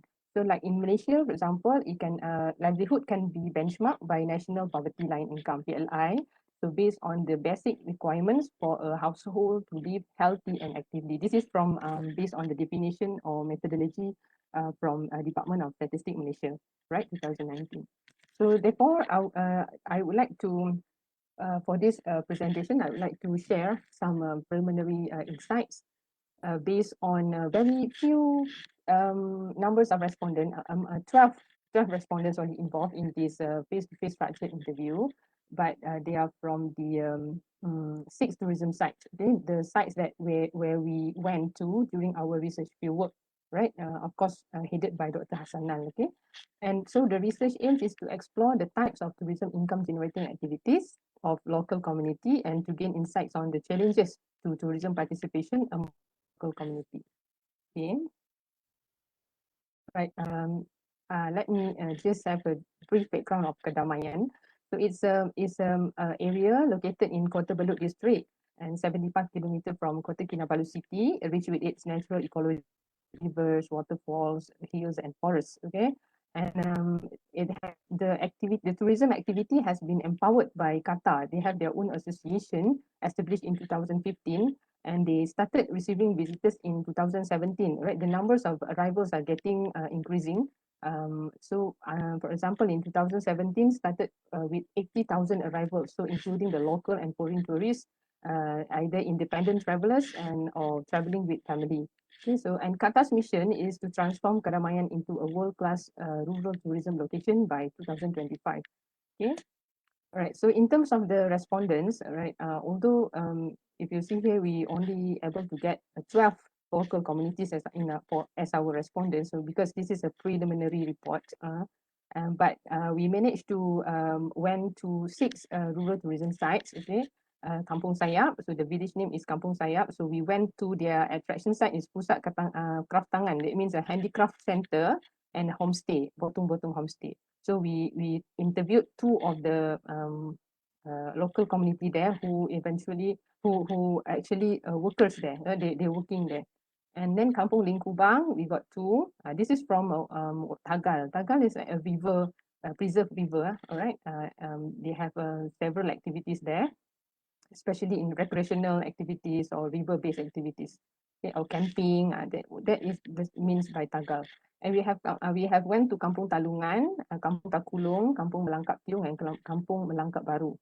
So these are total population. But if you see here, we only managed to get 2, 3, or 1 of the local communities to be interviewed. But this is our preliminary report, right? We due to pandemic outbreak, so we cannot continue the activities of our field work, but in the future, inshallah, we should be able to do so. Okay, continue our field work. Right, so all of them are dusun, and then mainly are middle age, right? The 12 respondents, and mainly have finished secondary school. Average have 4 to 5 persons in their family, most of them. Okay, and this is their main source of income. Farming, small business, right? They operate a small business, government worker, private worker, and part-time or multiple odd jobs, right? In terms of income, their average income, they have, most of them have 1,000 to 500 and below, right? 9 of them. Okay. All right. When asked the respondents about impact of tourism business on local community livelihood, and when I say livelihood, that means in terms of changes in income, right? Most of them, I can say that based on the income that they provide, the income level that they provide to us, they still have below PLI, poverty line income. That means RM 2208 based on the methodology of Department of Statistics Malaysia. But when we ask them about their economic status, they mention that they are moderate, not poor, right? They are not poor to them. So this is in line to me when I look at the optimal food intake Asia of RM 1038 monthly. So maybe when they say moderate, mean they have enough food to eat, right? So they are still in line with the optimal food intake. Right, in terms of level of involvement in tourism activities, when we asked all the 12 respondents, 7 of them, right, operate a small business, like especially on preparing the food for the tourists and for the traveler, and 4 of them is workers in the tourism sites, and 1 of them do the odd job or part time, right, especially like caretaker of the area, okay, or give food to their fish, right? When their fish pond, for example. So, and then in terms of benefits of tourism from community point of view, when we ask them whether tourism increase their income, yeah, mainly of them said yes, 66.0%, right? But when social standard and infrastructure, right? Whether tourism have impact on development of better infrastructure, not bad. So half of them, I mean 6 of them agree that tourism provide a better social standard and infrastructure. Okay, so in terms of income from tourism activities, all right, if you see here about among the 12 respondents, right, not even 1 of them have had more than 100 ringgit per month lah, income from the activities, from the tourism activities, right? In fact, mainly or more than half percent of them, I mean 7 of them, I think, they have 500 ringgit and below. The income from, for example, like from making handicraft, from preparing food. That is the main income level that they receive from tourism activities. Okay. All right. Sources of income from tourism activities, as I mentioned just now, mainly they involve in undertaking small businesses and full-time workers in the tourism sites, as well as part-time workers. Okay, these are examples of work job that they involve with, all right, relating to tourism activities. For example, small business, souvenirs and craft, right? They have their own restaurant, small restaurant, like in Malaysia, we call it warung, okay, small warung, homestay owner, transportation rental. Full-time workers, they have a guest registration staff, guardman, tour guide, field coordinator, and part-time workers at tourism site, cleaning, right, caretaker, and meals preparation. Okay. Right, in terms of role of tourism in livelihood change, when we ask them whether from their point of view, whether tourism is ready to change their community livelihood, right? So 12 of them, all right, mainly, I mean, more of yes, right? The blue one is yes. That means they agree that tourism can alleviate poverty, can improve quality of life, as well as can improve their household income. But interestingly, we found that in terms of improved quality of life, there's still a quite number of them are quite ambivalent. So ambivalent here means they're not sure or maybe, right, that tourism can improve their quality of life as well as can alleviate poverty. In fact, for poverty alleviation, the role of tourism from their point of view, still few of them still stated no. They to them there's not tourism cannot change their cannot alleviate poverty, not able to alleviate poverty at all. So only 8.3, about 1 over 12%. Okay. So we can, when we ask them whether the tourism development important to community, so very important, right? Almost 60%, and still few of them quite ambivalent. Okay. All right. In terms of when we ask them, those are quite ambivalent with the feeling with the why tourism cannot might not able to give impact in terms of livelihood change. So these are the challenges that they provide to us. These in terms of open-ended question from the fieldwork, right? So okay, forgive me for the grammatical error, because this is directly from the respondents. Okay, right. The first one is to work in tourism sector. Okay, when we ask them what are the challenges for them to work in tourism sector, why don't they work in tourism sector? So they said not my passion, so they don't like to work in the tourism sector. I'm not good in communication with people. I don't want to pay cooperative fee. So some of them active in involved in a corporation, right? Association. So they need to pay. I think this is a fee. Yeah. So they don't want to pay a fee. Maybe they don't have much money or income to put aside to involve in a cooperative. So they better don't pay, and so that's why they not work in the tourism sector. Okay, the second one is to sell product directly to tourists. Okay, what makes they cannot not able to sell their product directly to tourists? Let's say they have their own handicraft, they know how to make handicraft, but why don't they sell directly to tourists? So because no demand. I'm not sure about this. And rely on cooperative. They just wait until the association or cooperative ask them to do it, then they do. So the intermediaries here is cooperative, for example. Then I have other works to do. So they are very, very busy. So they don't have time to sell product or to make new product, okay, from tourism activities. And I don't know how to promote. So this is more to skill, right? Marketing skill.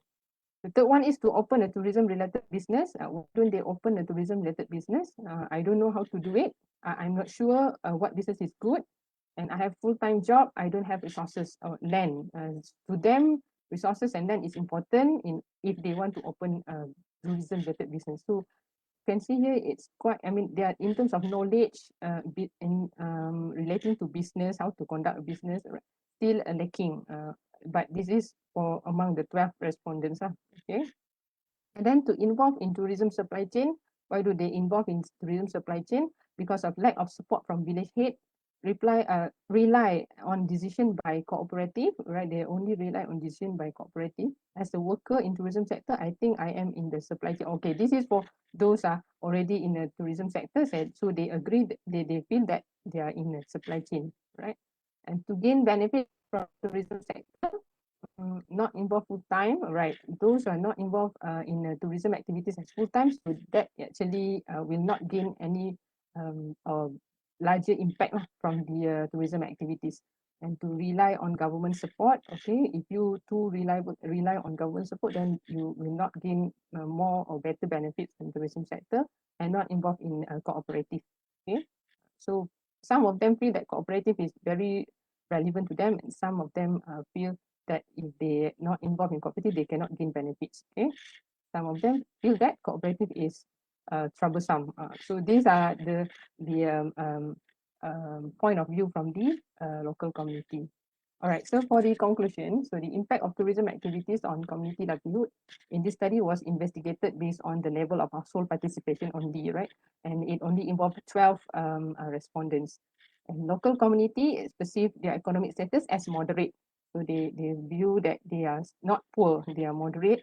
And 2/3 of them agreed there is an increase in their household income after joining tourism, though they receive average 1,000 and less from tourism activities. So although their income is less than 1,000 ringgit per month from the tourism activities, but for them, this has increased their household income actually before they involve in tourism activities. Okay. An absence of new business activities. So there's still an absence of business activities in Cadamayan, for example, like photography services, right? They can charge the traveler or the tourist, okay? Local dishes, traditional fishing, farming, cultural and heritage activities, batik and craft making. And the findings provide insight that although they perceive tourism as important to local community livelihood, they are still ambivalent, right? That tourism can alleviate poverty. So which mainly caused by lack of knowledge in business and interpersonal skill, especially the marketing skill. Therefore, it is crucial for tourism operator, head of village and cooperative head to provide relevant building on tourism business and to ensure total involvement of other actors in tourism supply chain like NGOs, universities, volunteers and government. So this is in line with trickle-down theory, lah, right? The TLG, right? That means tourism will be better, have better impact if it is based on the tourism-led growth strategy TLG. Okay, so that's all from me. So this is us during our fieldwork, all right, in Malangkap Tiong. That's all. Sure, thank you very much, Dr. Noor. If you Yeah. have, yeah, sure. If you have any Wait, question or discussion, you can post it to the chat, and Dr. Noor, please interact with us in the chat as well. Next, I would like to invite Mr. Yojinjua Kayasa, from the country coordinator of Development Fund Norway. The title of his presentation is Sustainable Rural Tourism Development in Nepal. And yeah, I think yeah, Dr. Yoji, Mr. Yoji, the floor is yours.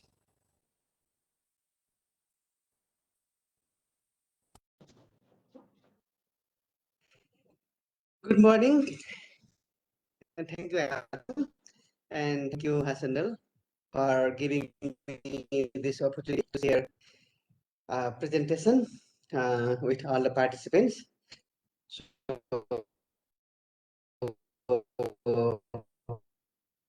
I will start.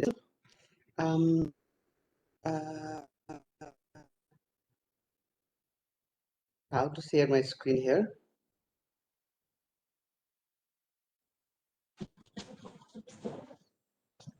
Can you see my screen? Yeah,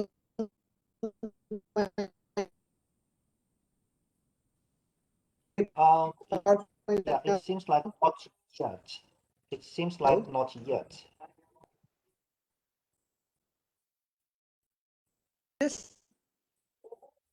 I couldn't find the screen.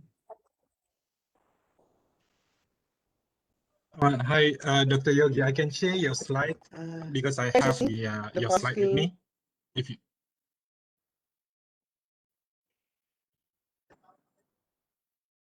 I want to share my screen, but I couldn't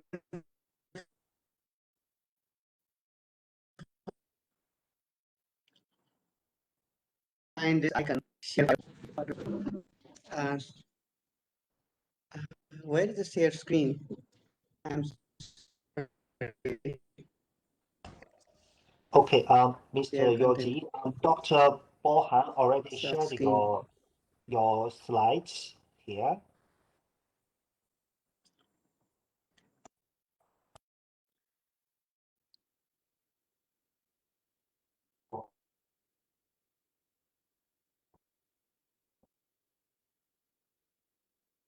And share screen here.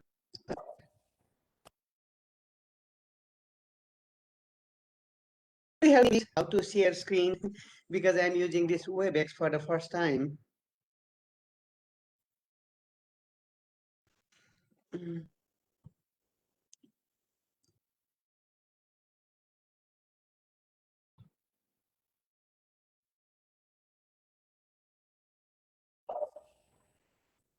Oops.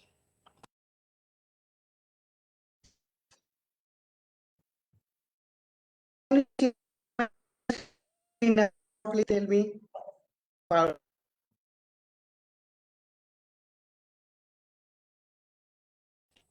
Mr. Ji, Dr. Bohan Yes. already shared the screen in the group. Yeah, sure. Please. Okay, thank you. I want to share mine, but I couldn't. So thank you. Yeah, namaste to everybody. I am Yogi Kaster. I am working as a country coordinator for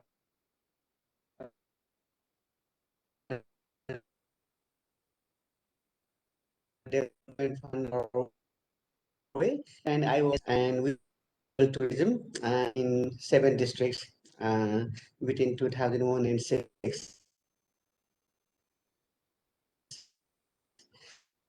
So um, next slide, please. Oh,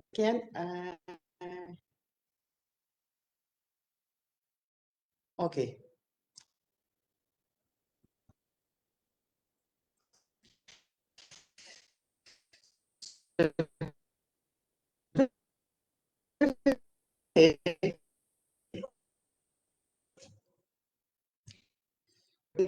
Sustainable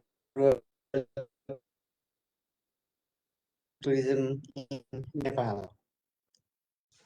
So next slide.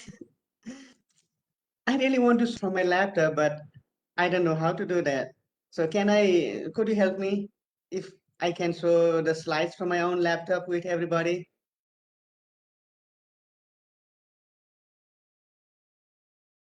I want to share my screen.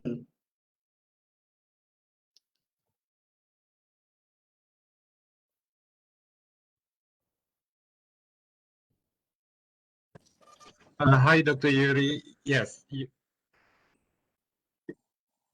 Okay. Yeah, I think we So can see your can you slide see my screen now? now. Okay. Thank Hold you. on a I'll second start. because It's okay now? I cannot see Okay. anything on my screen.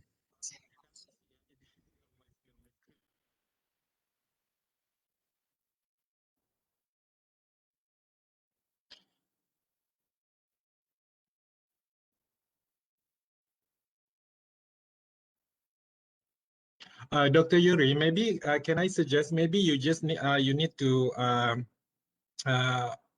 off your video because maybe this is because of the internet connection.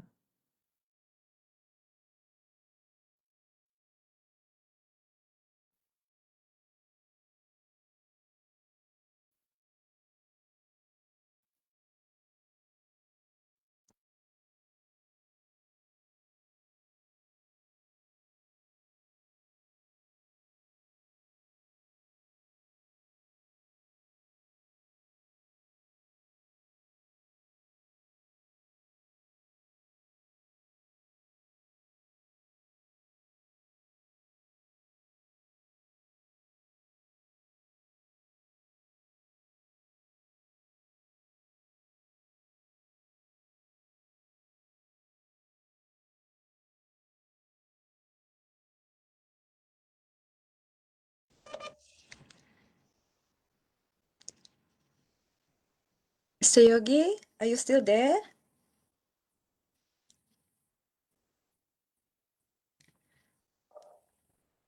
Dr. Yogi. I think we lost him. Dr. Liu Hao? Yeah, I think it's the line. The line got some issue.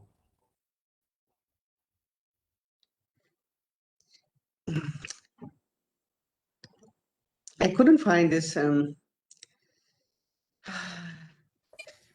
Could you change to the other presenter while I would work on this instead of wasting the time? Hi, Mr. Yogi. We have some issue with the connection. So is it possible if you Yes. close your video so that the bandwidth can be, lesser for you? And Yeah, maybe that's a Dr. good idea. Yeah, Okay, I and will. maybe Dr. Borhan can help you to share. So you just say next slide. So he will help you on that. Is it okay? Okay, thank you. Thank you, Mr. Yogi. Okay. Okay, could you show the Dr. Haitham? Could you show? Yeah. Okay, next slide, please.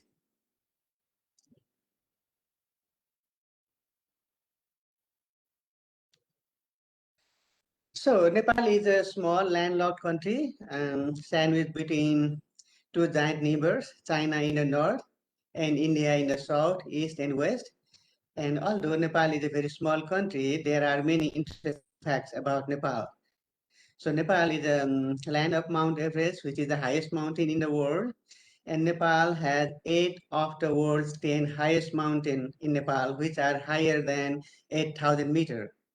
And Lord Buddha, who initiated Buddhism in the world, was born in Nepal. And the deepest gorge, Kali Gandaki, also lies in Nepal, which is between the Annapurna mountain and Dhaulagiri mountain. Both are higher than 8,000 meters. And then Nepal is the only country in the world which has a very unique flag. All the countries has rectangular flag, but Nepal is the only country which has two triangles as one below another. So there is a living goddess Kumari, who is a living goddess, which comes from the Buddhist family. All Hindus and Buddhists consider her and worship her as a living goddess. Although Nepal is a very small country with 29 million people and 128,000 kilometers, we have 120 different ethnic groups with 90 spoken languages. Next.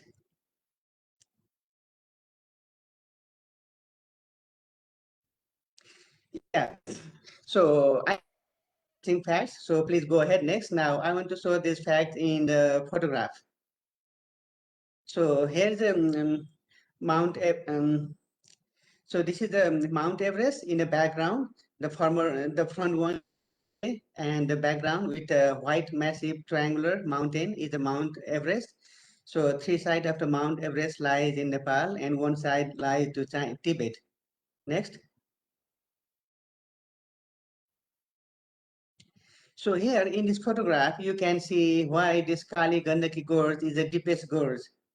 So between the horizontal distance of 30 kilometers, Annapurna mountain in the right side and Dhaulagiri mountain in the left side, the horizontal distance is only 30 kilometers and the vertical distance is 7 kilometers, making this the world's deepest gorge in the world.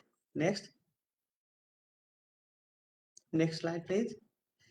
So this is the place, the white white building in the background is the exact location, the birthmark of Lord Buddha.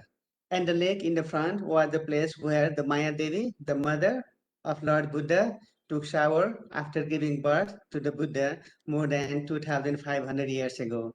So this is the exact birthplace of Lord Buddha in southern part of Nepal. Next. So this is a little girl who comes from the Buddhist family in Kathmandu Valley. Although she comes from Buddhist family, but all the Hindus and the Buddhists consider her as a living goddess, and she will remain as a living goddess until she reaches to the puberty. Next. Next slide, please.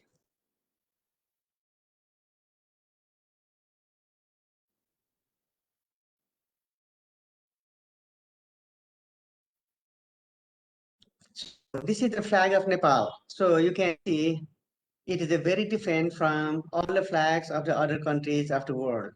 So it's a two triangle with a red background and the blue in the margin. moon in the upper triangle, and sun in the lower triangle. So this is a very unique flag and only flag in the world which is not rectangular. Next slide, please.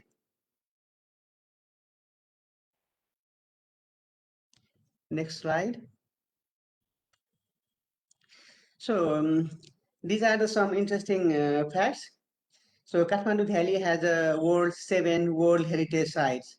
In a small area, there are so many World Heritage Sites, and sorry that I couldn't show you in the photograph because this is animated. So the white dome on the top left is a Bodhanath temple in Kathmandu, and the one with a 2-story is a pagoda style Hindu temple from Bhaktapur. Next slide, please. Next slide.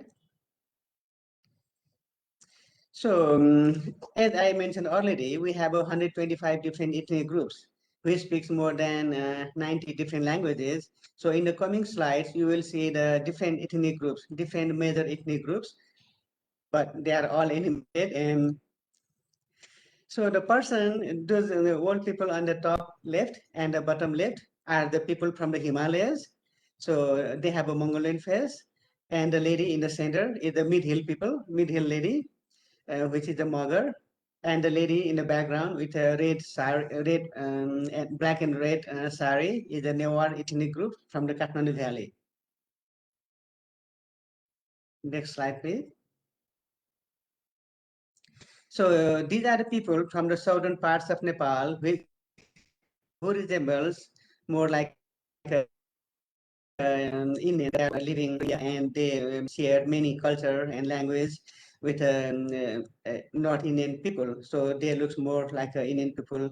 And the woman who you can see in the picture are the Tharos. And sorry that I couldn't show you other photograph in the background because it is in the PDF, and I couldn't share my PowerPoint and couldn't show you other different ethnic groups to show you how diverse the ethnic groups in Nepal are. Next slide, please. So I would like to share some different landscapes, but I couldn't. So this is the mid-hill, which is in the front, but little in the background, you can see the Himalayas, mid-hills, and the Tarai. Next slide, please. So I would like to share some interesting facts about Nepal.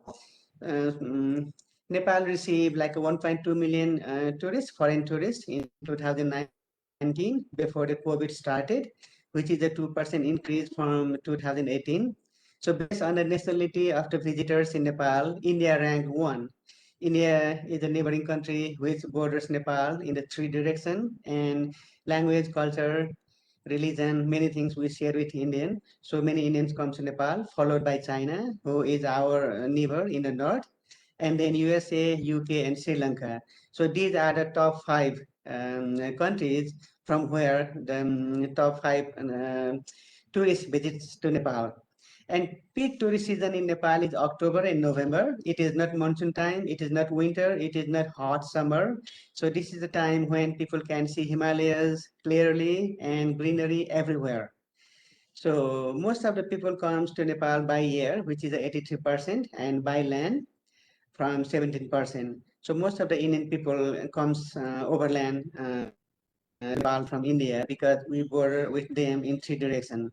And average stay of tourists in Nepal is 12.7 days. And per day expenditure by the foreign tourists in Nepal is $48 per visitor per day. Next slide, please.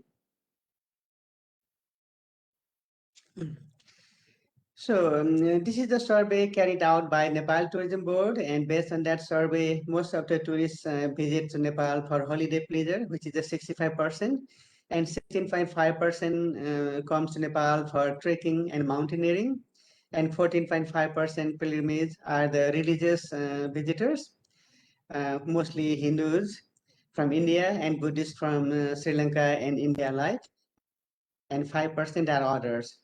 So 16.5% visitors come to Nepal to trek in different areas, in different Himalayan mountains like Annapurna, Langtang, Mount Everest, Mount Dhaulagiri, these areas, and visit national parks. And number of airlines in Nepal, we have 19 airlines, including heli service to rescue injured trekkers and mountaineers from the Himalayas. And we have only one international airport, and two international airports are under construction and will be completed within the end of this year. And we have a 32 domestic airports because Nepal is a mountainous country, so that's why we have so many different, so many domestic airports.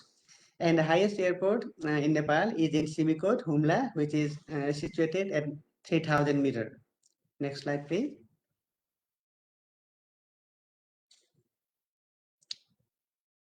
Next slide, please. So these are some key or official organizations related with tourism in Nepal. So the main government body is the Ministry of Culture, Tourism and Civil Aviation, which is responsible for promoting and drafting policies, rules and regulations regarding tourism promotion in Nepal, and under which we'll have a Department of Tourism, and under the Department of Tourism, we have a Nepal Tourism Board, which is sole semi-government bodies established to promote tourism abroad and within the Nepal. And other one is Nepal Academy of Tourism and Hotel Management. This Nepal Academy of Tourism and Hotel Management has many different courses on hotel management and tourism related professions like trekking guide, travel guide, mountaineering, hotel related. So they have many courses to produce the human resources required in different sector of tourism in Nepal.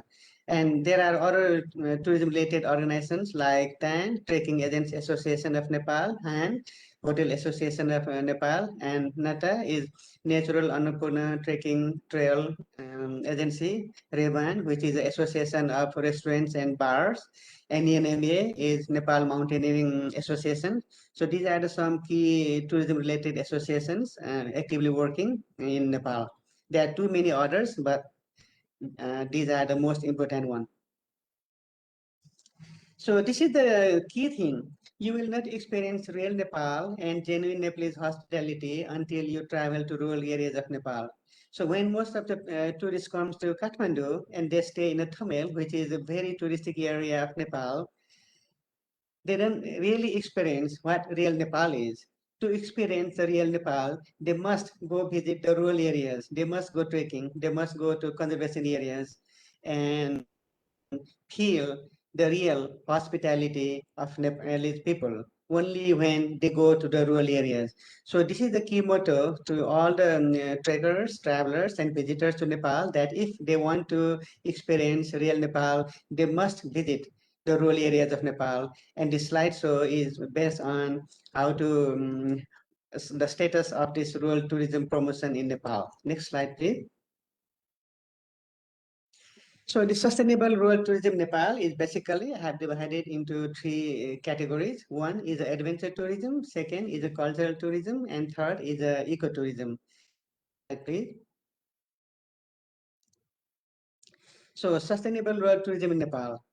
The one is adventure tourism, which encompasses trekking and mountaineering, and homestay tourism, which is gaining popularity, and more homestays are opening in rural areas.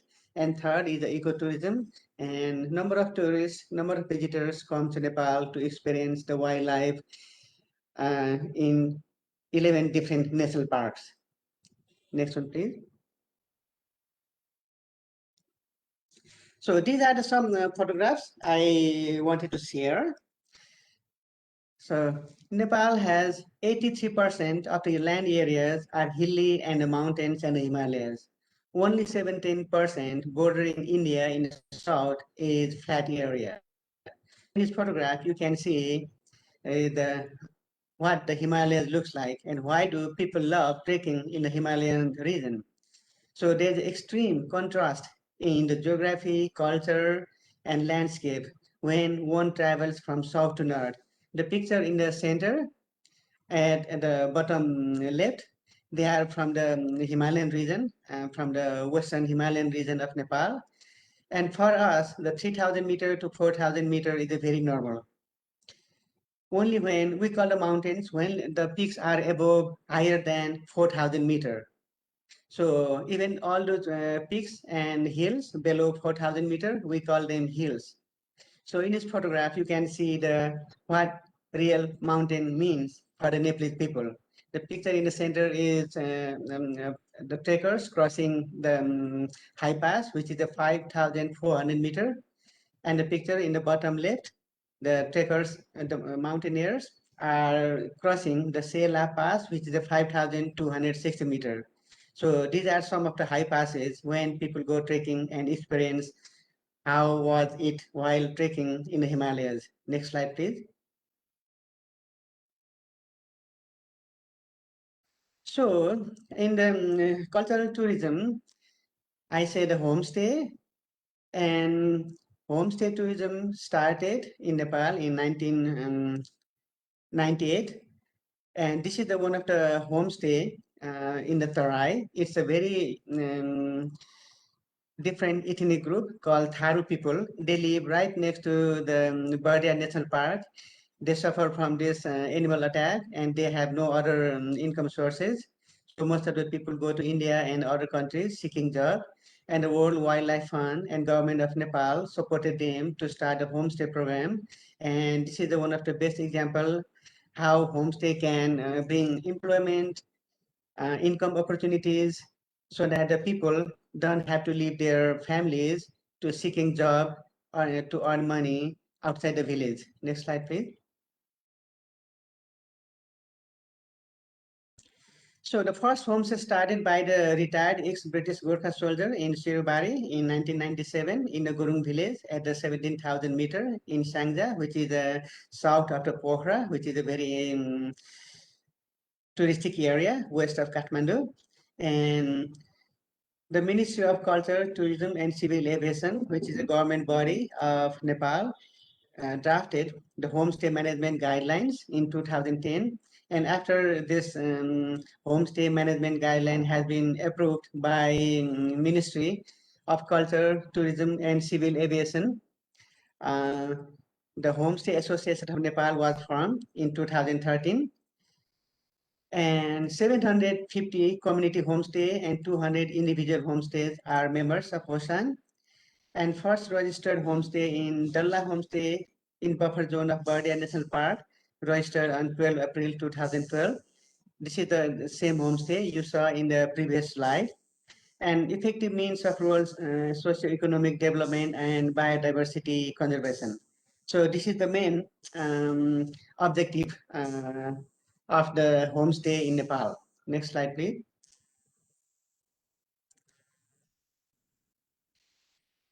So although homestay are gaining popularity, but it hasn't reached to the foreign visitors. So most of the visitors to the homestay in Nepal are the domestic, the Nepalese people. They account for 97%, and only 3% of the foreigners are visiting the homestay. And average spending in homestays for one night today is 1,000 rupees to 5,000 rupees per day. And the main product of homestays are culture-based, nature-based, and MICE events. Next slide, please. Dr. Mr. Yogi, you got 1 minute left. Thank you very much. Okay, thank you. So here, through the photographs, I would like to show you some activities carried out by the homestay, different homestay in Nepal. So the first slide shows the homestay guide taking the foreign tourists entering the nature hike in the buffer zone. There are slides in the background which shows some activities carried out by the homestay. So next slide, please.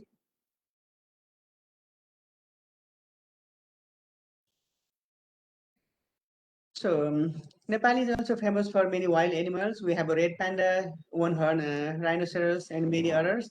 And many people come to Nepal to visit the national parks and the conservation areas. So these are the picture in the background is the Chiton National Park, and the other one is the Safe Foxuna National Park. Next slide, please.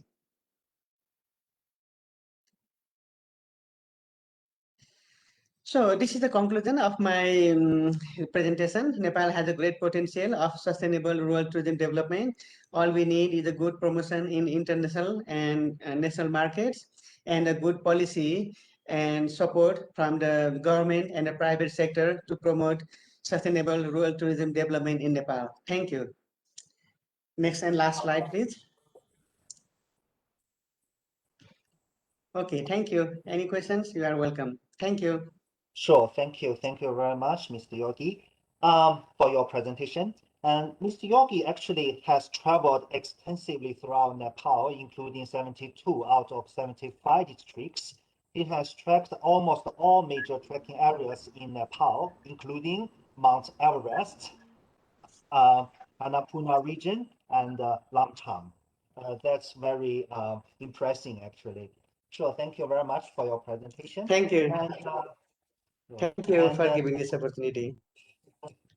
and next is supposed to be our break. How about my boss, Dr. Andy, the break arrangement, 10 minutes or Dr. Andy? Yeah. Hi, I think we just proceed because of the time. Is it okay, Dr. Lee Hao? We pass it to Dr. Oscar. Okay, sure. Then I will pass this session to my colleague, Dr. Oscar. He's the MC for the moderator for the next session. Thank you, Dr. Lee Hao. Right. Thank you so much, Dr. Lee Hao. Can you guys hear me? Andy, can you hear me? Is it clear, Doctor? Loud and clear. All right. Thank you. Okay, so this is the second session of the International Seminar on Sustainable Rural Tourism Development, which is organized by the Faculty of Business, Economics and Accountancy, UMS, and the Borneo Tourism Research Center of the university as well. So for the second part of the seminar, there will be 6 papers, including 1 keynote speaker to present and share their research. Yep. So this session will run through until 1 o'clock in the afternoon. So I hope you guys can bear with us. Yep.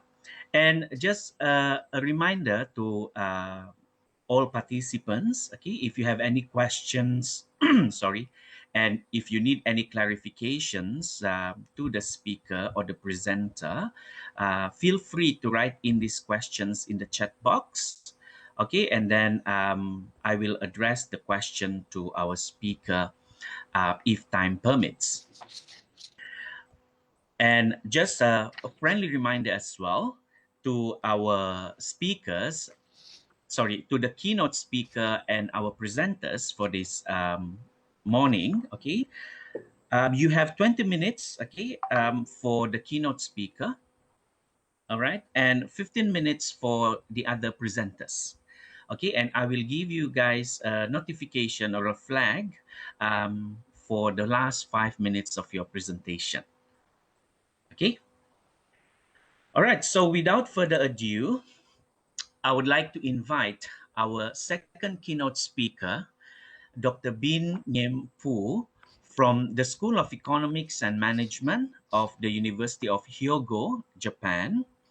Dr. Bin is currently an assistant professor at the School of Economics and Management of University of Hyogo, Japan, and his research interest focuses on understanding of customers' perception and evaluations of the characteristics or images of products, services, and services, organizations, and places. Yep, he adopts the approaches of applied psychology theories to the implementation of marketing and management activities. So for today's seminar, Dr. Bin will be presenting a research entitled Leisure in and for Rural Areas. So I would like to invite Dr. Bin for the second keynote speech. Thank you, Dr. Oscar Tusin, for your introduction. And now I'm going to share my slides with you. Please tell me if you can see the slides or not.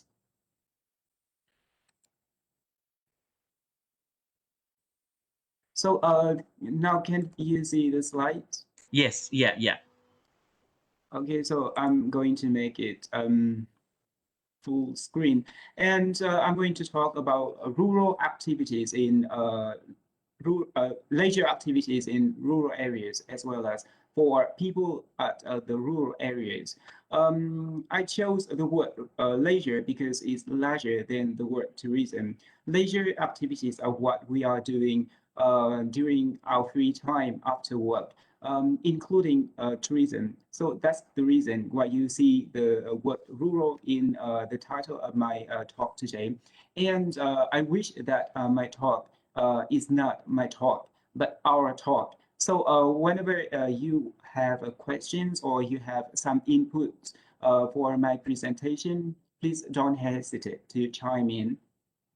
And I really appreciate that because now we have researchers from 6 countries in the Asia Pacific region, and your knowledge and experiences will make this talk more interesting and more insightful. So please don't hesitate to chime in whenever you need or want.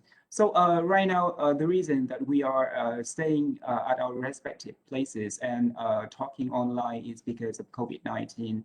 And we don't need any more explanations about the current situations of COVID-19 and how it has affecting the tourism industry in particular and the world economy in general at the moment.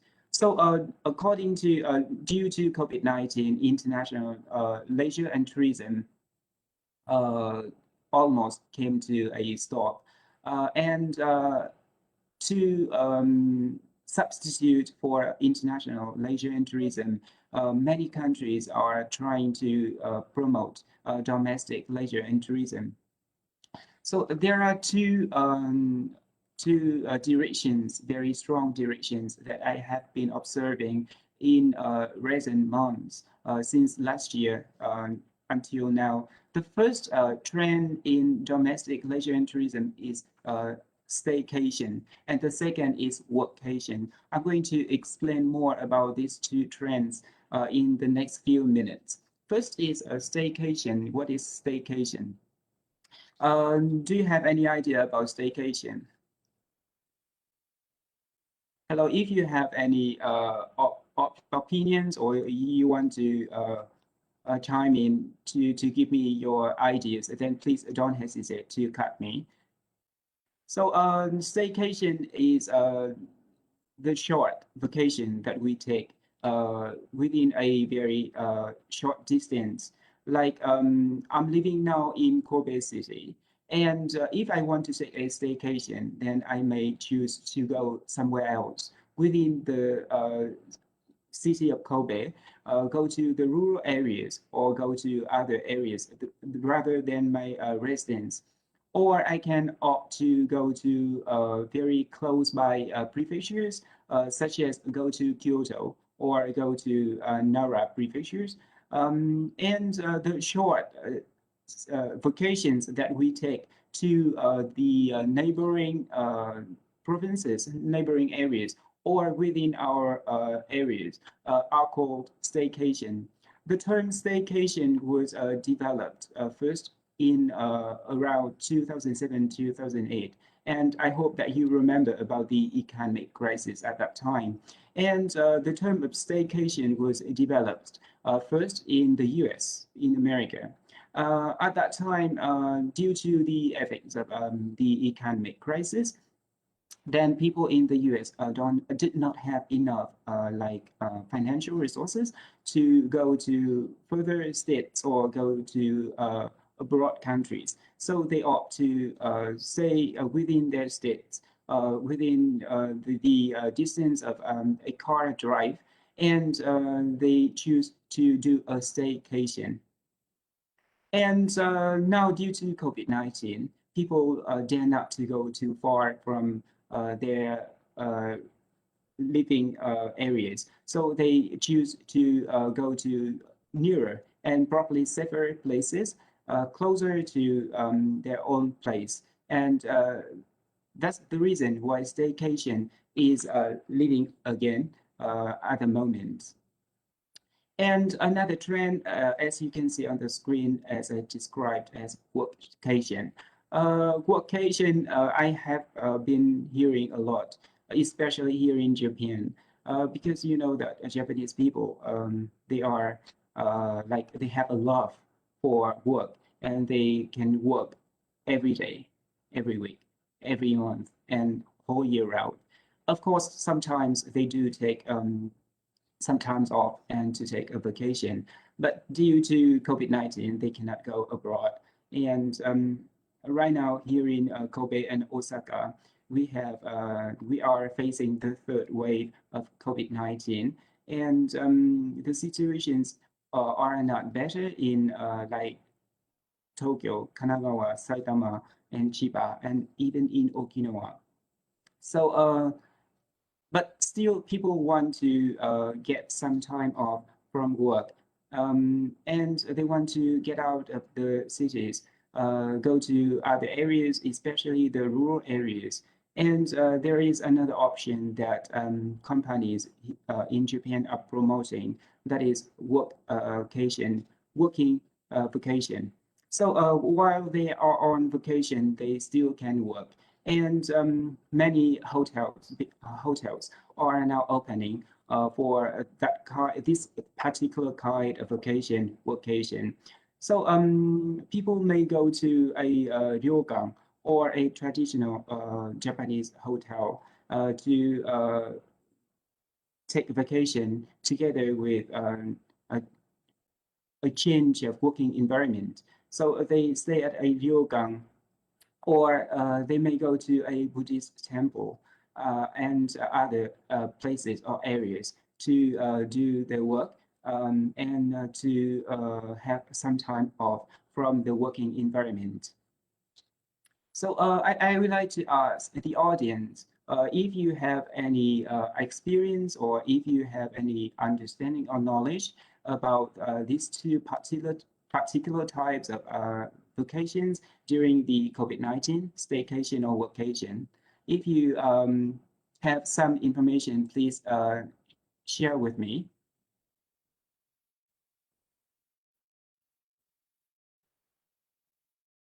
Hello? Yep. Would you mind to share with me your opinions or your ideas? Dr. Bin, Dr. Valen here. I mean, in the chat, yeah. I mean, this is Oscar. Okay.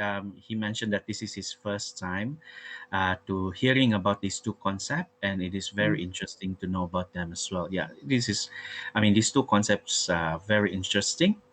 Yep. How about the rest of our participants? I mean, do you guys want to share or about your opinion or your experience with staycation and workation? You can actually turn on your mic and then just share your your opinion or your experience with these two domestic tourism concept. Yeah.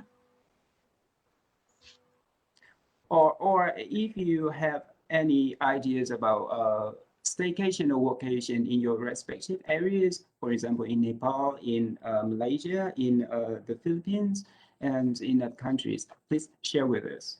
I think that we have Dr. Liu Hao from China, and earlier this year, I heard about a very model hotel in Shanghai that people in Shanghai chose to visit during the New Year's break, because they were advised to stay at home in Shanghai during the New Year's. So if Dr. Liu Hao, you have any information about that, please share with us.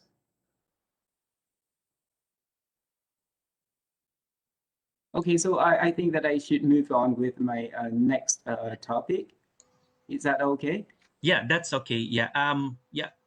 Social Professor Dr. Hassanal mentioned in the chat box. I'll just read it out. Yeah.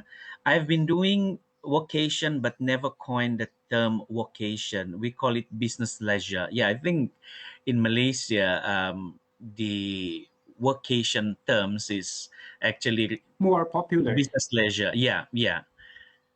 So because I mentioned earlier yeah. that here in Japan, people love work and they prefer working to living their not ordinary life. So the workcation term was coined for the Japanese market only. That's why maybe Dr. Hassanan hasn't heard about that. But maybe we can find some time to talk about this new concept here in Japan. So thank you very much for sharing your opinion, Dr. Hassanan, and thank you, Dr. Oscar. Yeah. And next, I'd like to talk about another trend that the migration to rural areas of people in urban areas. Also due to the impacts of COVID-19, many people, especially here in Japan, they feel that living in the city is not interesting, is not appealing anymore, because the more crowded the cities are, the more like dangerous life there can be, especially during the COVID-19 era. We can see the waves of COVID-19 infections in big cities in Japan, such as in Tokyo, in Kobe, in Osaka, and we can figure out why many people in these cities want to move to the rural areas in the same country.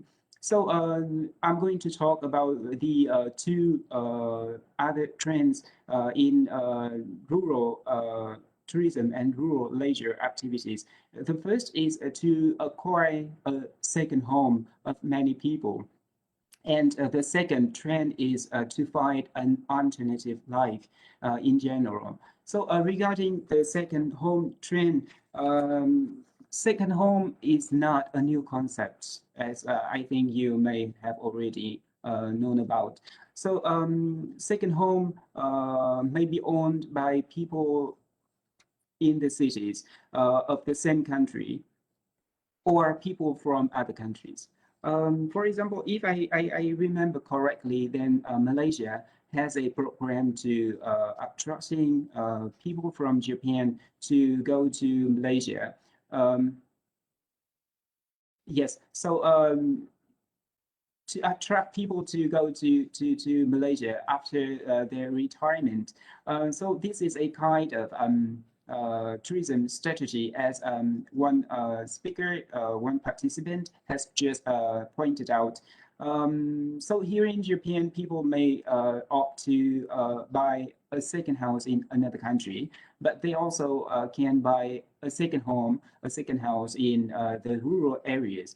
And maybe you don't know, but in Japan, we have a problem with the empty houses. There are a lot of empty houses, houses where no people are living in at the moment. And these houses mostly are in the rural areas. So now there is a market for empty houses. And people from around Japan, especially younger generations, and even some foreigners are trying to buy empty houses to make their own home or to make their second homes. So here in Kobe, in my city right now, we have a website. We built a website to introduce second homes, empty homes, for people who want to buy a new living area for themselves. So second home here in Japan may be very expensive, but during the COVID-19 and due to the effect of the economic bubble, maybe 20, 30 years ago, the price of the housing may be very cheap at certain areas, especially in the rural areas. That's why people are trying to buy another house in the rural area, so they can enjoy another life more leisurely, more peacefully, and they don't have to faced with the hassles and hassles of getting early to work, getting into crowded trains in the morning and in the afternoon, and don't have to work from 9 in the morning until 9 in the evening, 12 hours a day. If they try to have an alternative life in the rural areas using the empty houses there, then their life will get easier and more like they will have more happiness and satisfaction. And regarding these topics, I'd like to ask the audience again about your opinions or your knowledge about second homes or alternative life in your respective countries, if you can share with me or with the other audience.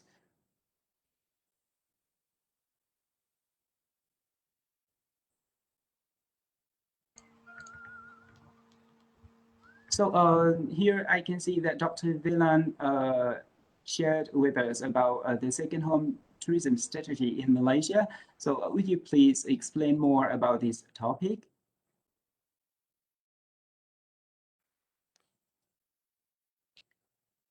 Dr. Villan, are you there?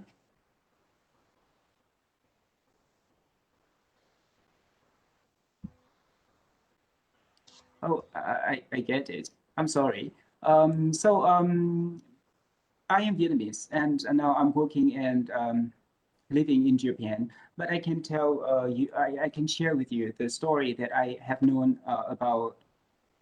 I have known about the situation in Vietnam.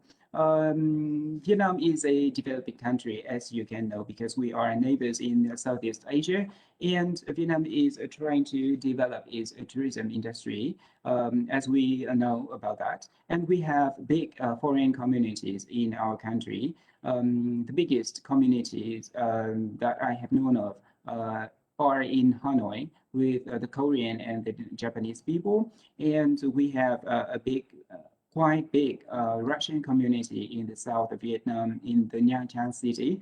So right now we don't have a legal official, an official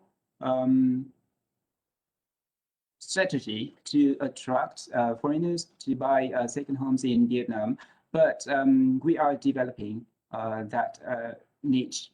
So another topic, the last topic that I want to talk about today is leisure activities for people in rural areas. We know that people want to go to rural areas to take leisure and tourism activities, but we often ignore the leisure and tourism activities of people in the rural area. This is, you can see on the screen, the results of a research on the rural on the leisure activities of rural people in Hanoi, Vietnam, that I and my research group conducted. I think we collected the data in 2018 or 2019. And as you can see, we examined the frequency, the self-satisfaction, and the comparative satisfaction of people in the rural areas of Hanoi with the leisure activities that they are doing. And a surprise result that we observed is that only using the internet could significantly affect the life satisfaction of rural people. This outcome suggested that options for leisure and tourism for local people at the rural areas are very limited. And we need to care about this particular need of the people in the rural areas, not only in the real life, but also in academic attempts. So I think that my time allocation has just finished. So I'm going to stop sharing my slides and to return to the main session. Thank you very much. Thank you so much, Dr. Bin, for that interesting presentation. Indeed, we learned two new terms today, with your session, which is staycation and workation, and that is very interesting.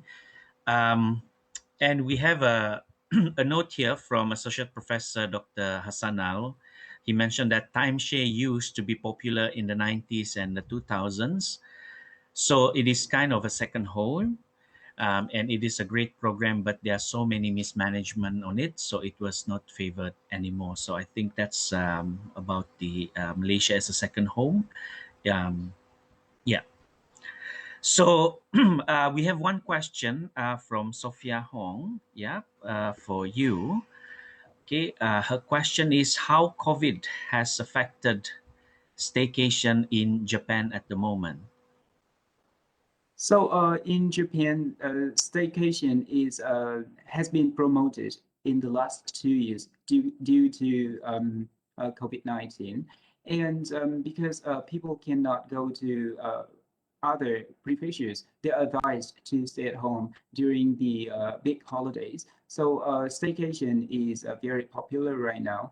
People travel within their prefecture or to their closer prefectures. For example, people in Tokyo area, they can go to the Hakone. Hakone is a famous onsen resort near the Fuji mountain. And Hakone is not very far from Tokyo. So Hakone may be a good destination for people who want to take a staycation. And as I mentioned earlier in my talk, that I'm living in Kobe, and the neighboring prefectures include Osaka, Kyoto, and Nara. They all are famous tourist destinations here in Japan, in this the Kansai region of Japan. So we can choose to go to these destinations, a one-day program, and then we can get there in the morning and go back to our respective places in the afternoon, or we just spend a few days, but the distance must be very short. So the vacation can be considered as staycation, as close to your home as possible. Right. So that's my answer to Sophia Hong's question. I hope that that is okay. Yeah, thank you so much, Dr. Bin, and thank you again for responding to the question and the presentation just now. So for the next presenter, I would like to invite Dr. Mori Kogit. Okay, Dr. Mori is a senior lecturer in the Faculty of Business, Economics and Accountancy, University Malaysia Sabah, and he will be presenting a topic about poor tourism in the land below the wind, new evidence from empirical testing. Dr. Mori, please. Okay, thank you, Dr. Oscar, for the introduction. Okay, I'll share my open slide.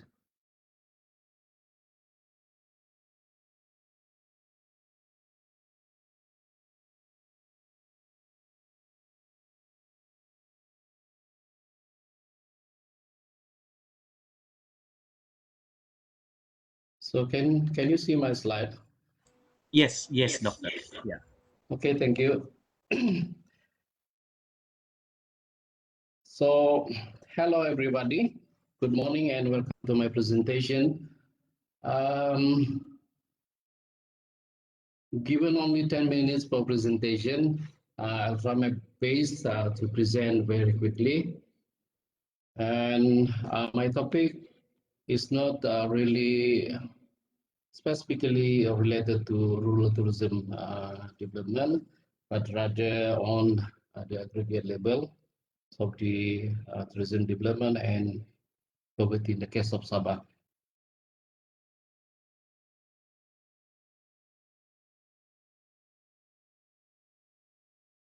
Okay, so this is the contents of my topics here, from introduction to conclusion. Okay, so let's start with the introduction. As you are aware, the tourism is regarded as a significant contributor to the economic development of a country, especially in less developed and developing countries. And there has been increasingly significant role of the tourism sector in the development process, making it possible for as a tool for poverty reduction. And from the theoretical and cross-sectional point of view, most of the studies touch upon the in the theoretical and cross-sectional on the tourism literatures. But the empirical development of the proper tourism theory is still very limited and inadequate. And what is more interesting, despite being criticized, and only a very few empirical studies that do available that focusing on the longitudinal and panel data analysis. The finding seems to still support the PPT theory. However, these findings from the past empirical studies raise the questions of whether this empirical support can be generalized into the whole wide context of the PPT theory. Okay, now let's take a look on the poverty statistics. So for this study, the poverty indicators is represented represented by the relative poverty and household gross income. So in the study, we use relative poverty and household gross income as a proxy to poverty indicator. So now, as you can see from the slide, from the graph shows decreasing trend for poverty, relative poverty, while increasing trend for the household gross income here. Okay, so as you notice from the graph, the most common problem with macroeconomics data, especially data for poverty and the household gross income, but this particular data is only available or collected once in 2 or 3 years. So same goes to the household gross income. Okay, then for tourism statistic, in the study we use tourist arrival as a proxy. We can use the tourist receipt as a proxy to tourism statistic as well, but unfortunately the data is not available. Okay, so if you can see from the chart, in general, the graph shows increasing trend from year 2000 to 2019. So the blue color represent the total tourist arrival, the red color, the domestic Malaysian tourists, and the green color represent the foreign tourists. Okay, now in tourism literature, especially on the PPT theory, there are numbers of definition for PPT, but here I listed only 3 definition for PPT. First, according to Harrison in 2008, he defined the tourism which brings net benefits to the poor. The second by Shapley and Naidu in 2010 defined tourism as a vehicle of poverty reduction. And the last one, Gascon in 2015, he defined PPT as a development methodology that aims to use tourism as a tool for poverty reduction. So basically, in general, all these empirical literatures on the PPT theory, yeah, they define the PPT as tourism as a tool for poverty reduction.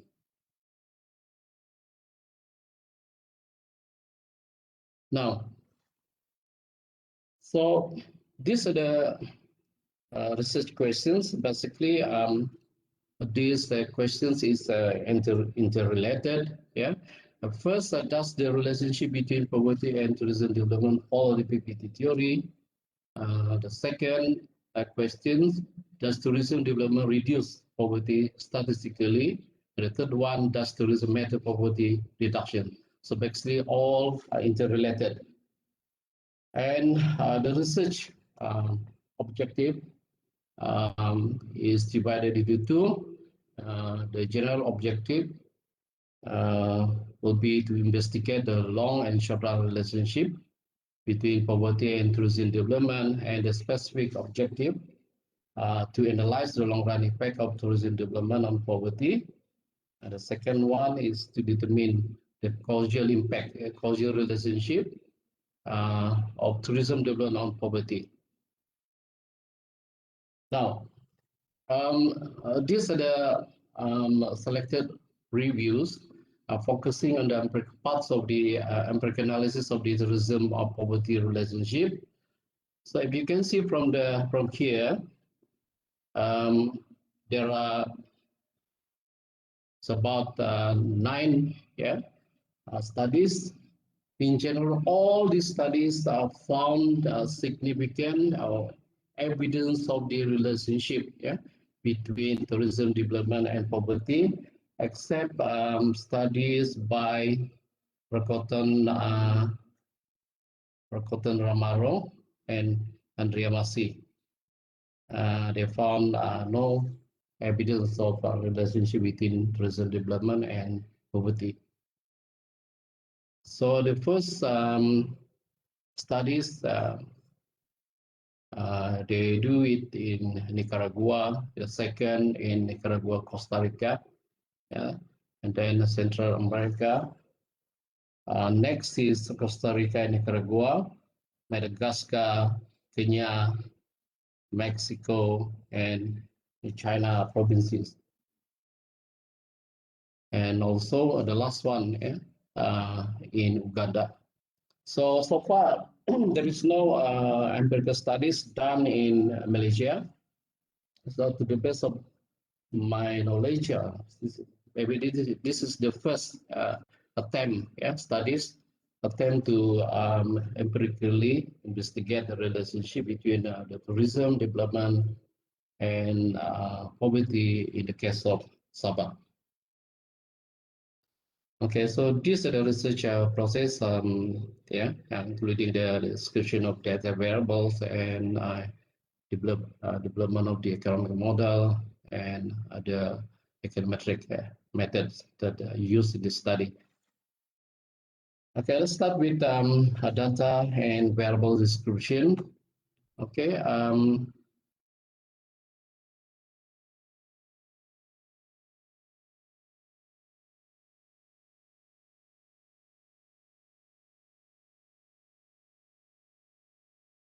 Okay, now for data type and time period, we use quarterly time series from 2003 to 2019, both poverty and also the tourism development. As for dependent variables, the poverty is proxied by the related poverty and also the household gross income.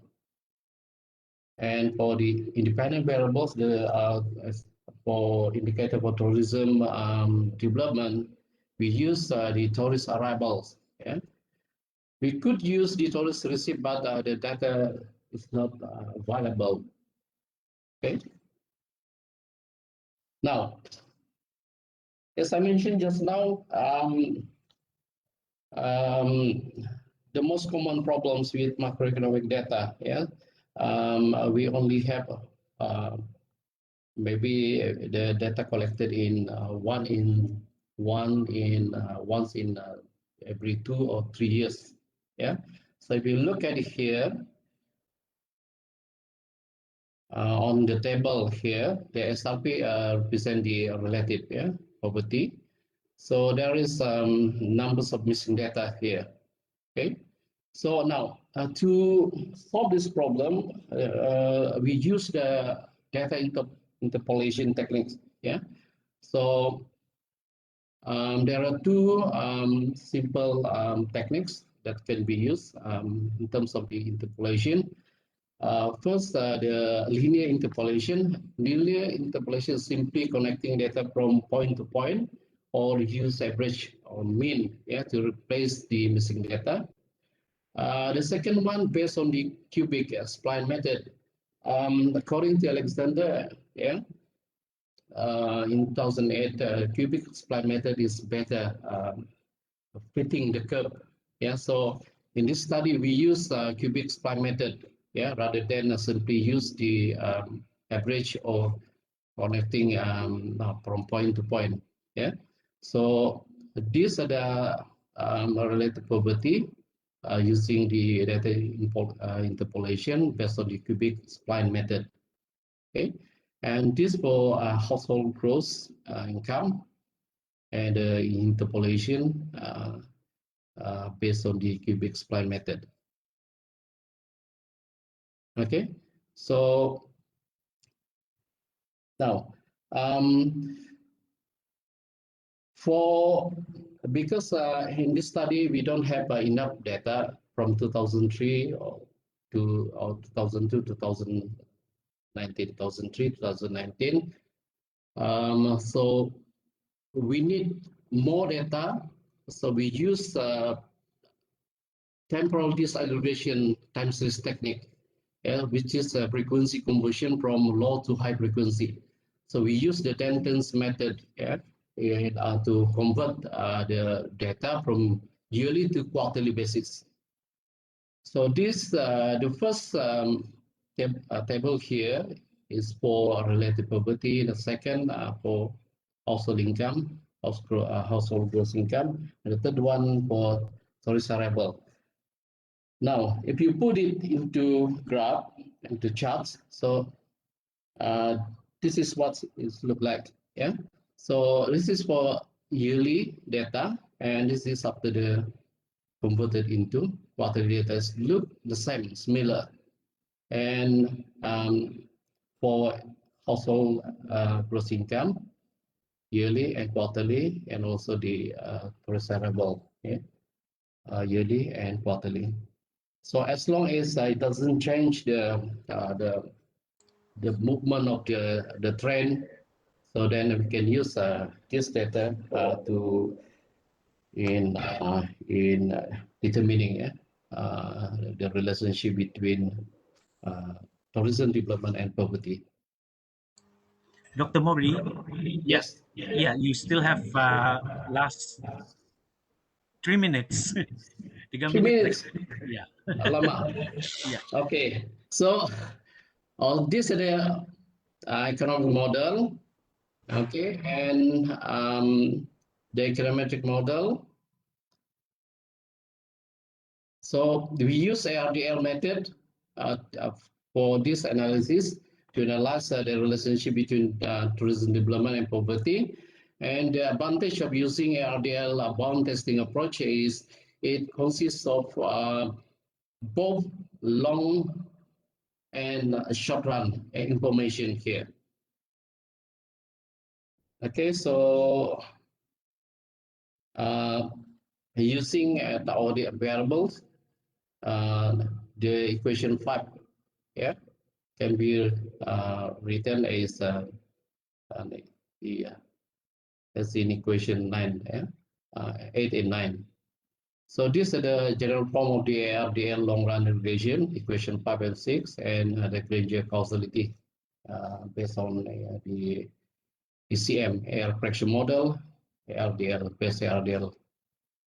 So this is the result.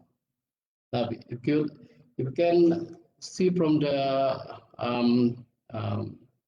tables. Yeah, the LDL model selection is based on the source information criterion and the diagnostic test. The selected model and the best model selected, and the bound test of the co-integration.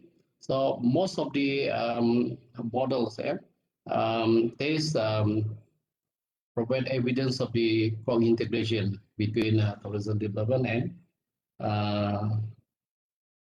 poverty.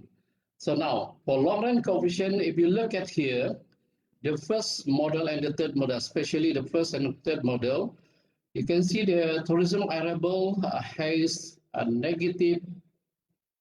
significant negative impact on the poverty. So meaning 1% increase in the tourist arrival will decrease the relative poverty by 0.22%. And in model 3, a 1% increase in household gross, in model 3, 1% increase in the total tourist arrival will increase the household gross income by 0.65%. So these result findings support the PPT theory, meaning the tourism development benefited to the poor, yeah, to the poverty, yeah. So based on the Granger causality test, overall, if you can see from the table, TTA, the tourist arrival, does a Granger cause the relative poverty, yeah, and also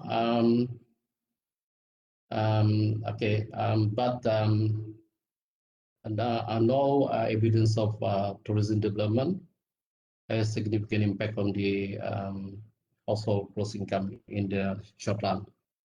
So this is a summary of the empirical result. In the long run, there is evidence of significant relationship between poverty and tourism in Sabah. Tourism development has a significant negative impact on relative poverty.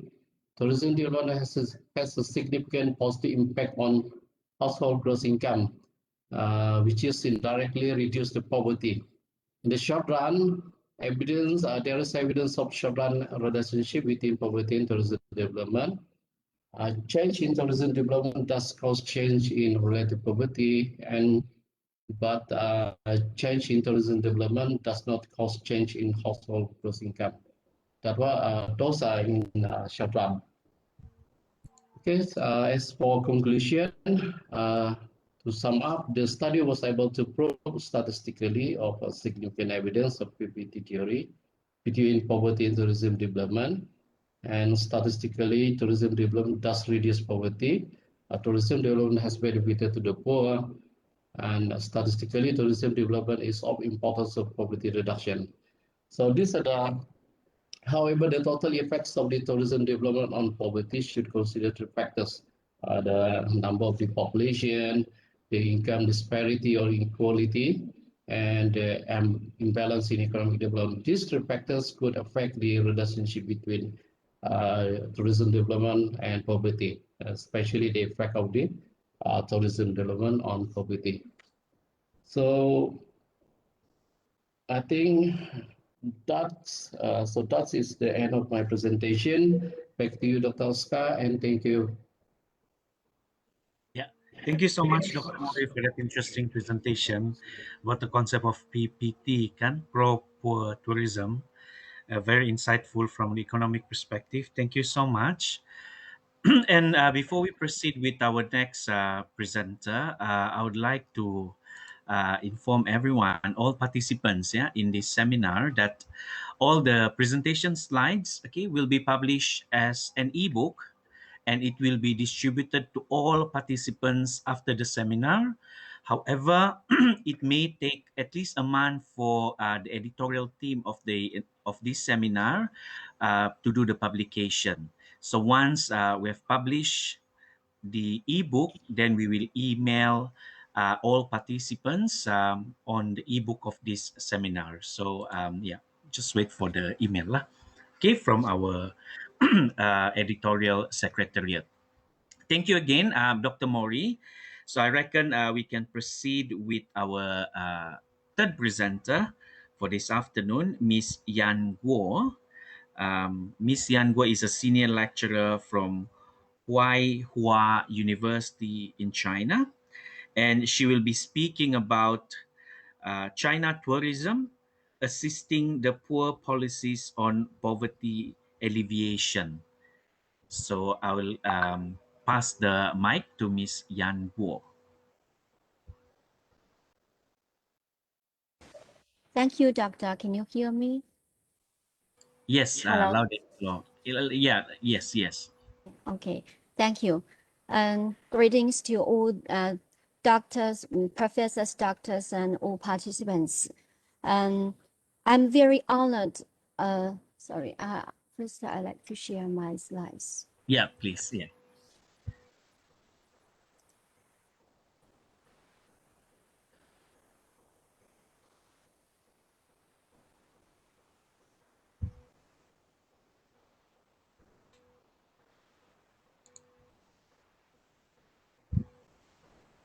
Okay, can you see my slides now? Yes. Yeah. Okay. So I'm very honored to discuss with you on the topic of how Chinese tourism assisting the poor policies, strengthening the tourism poverty link. My presentation consists of 5 parts: introduction, literature review, methodology, results and analysis, conclusions, and recommendations. So let's look at so the introduction involves the 6 points: tourism's contribution to poverty alleviation, typical concepts related to tourism poverty link, Chinese poor tourism concept, debate on tourism poverty link, Chinese tourism's role in poverty alleviation, and how tourism assisting the poor policies make tourism as major poverty alleviation means in China. Yeah, Miss Yan, can you please put your presentation slide? I mean, your PowerPoint slide in a presentation mode. If you can do it, I think that's at the bottom of the PowerPoint. There is a presentation slide. Yes. You didn't see that. You cannot see the slides here. Yeah, but it is not in a presentation mode. Oh. Yeah. Oh.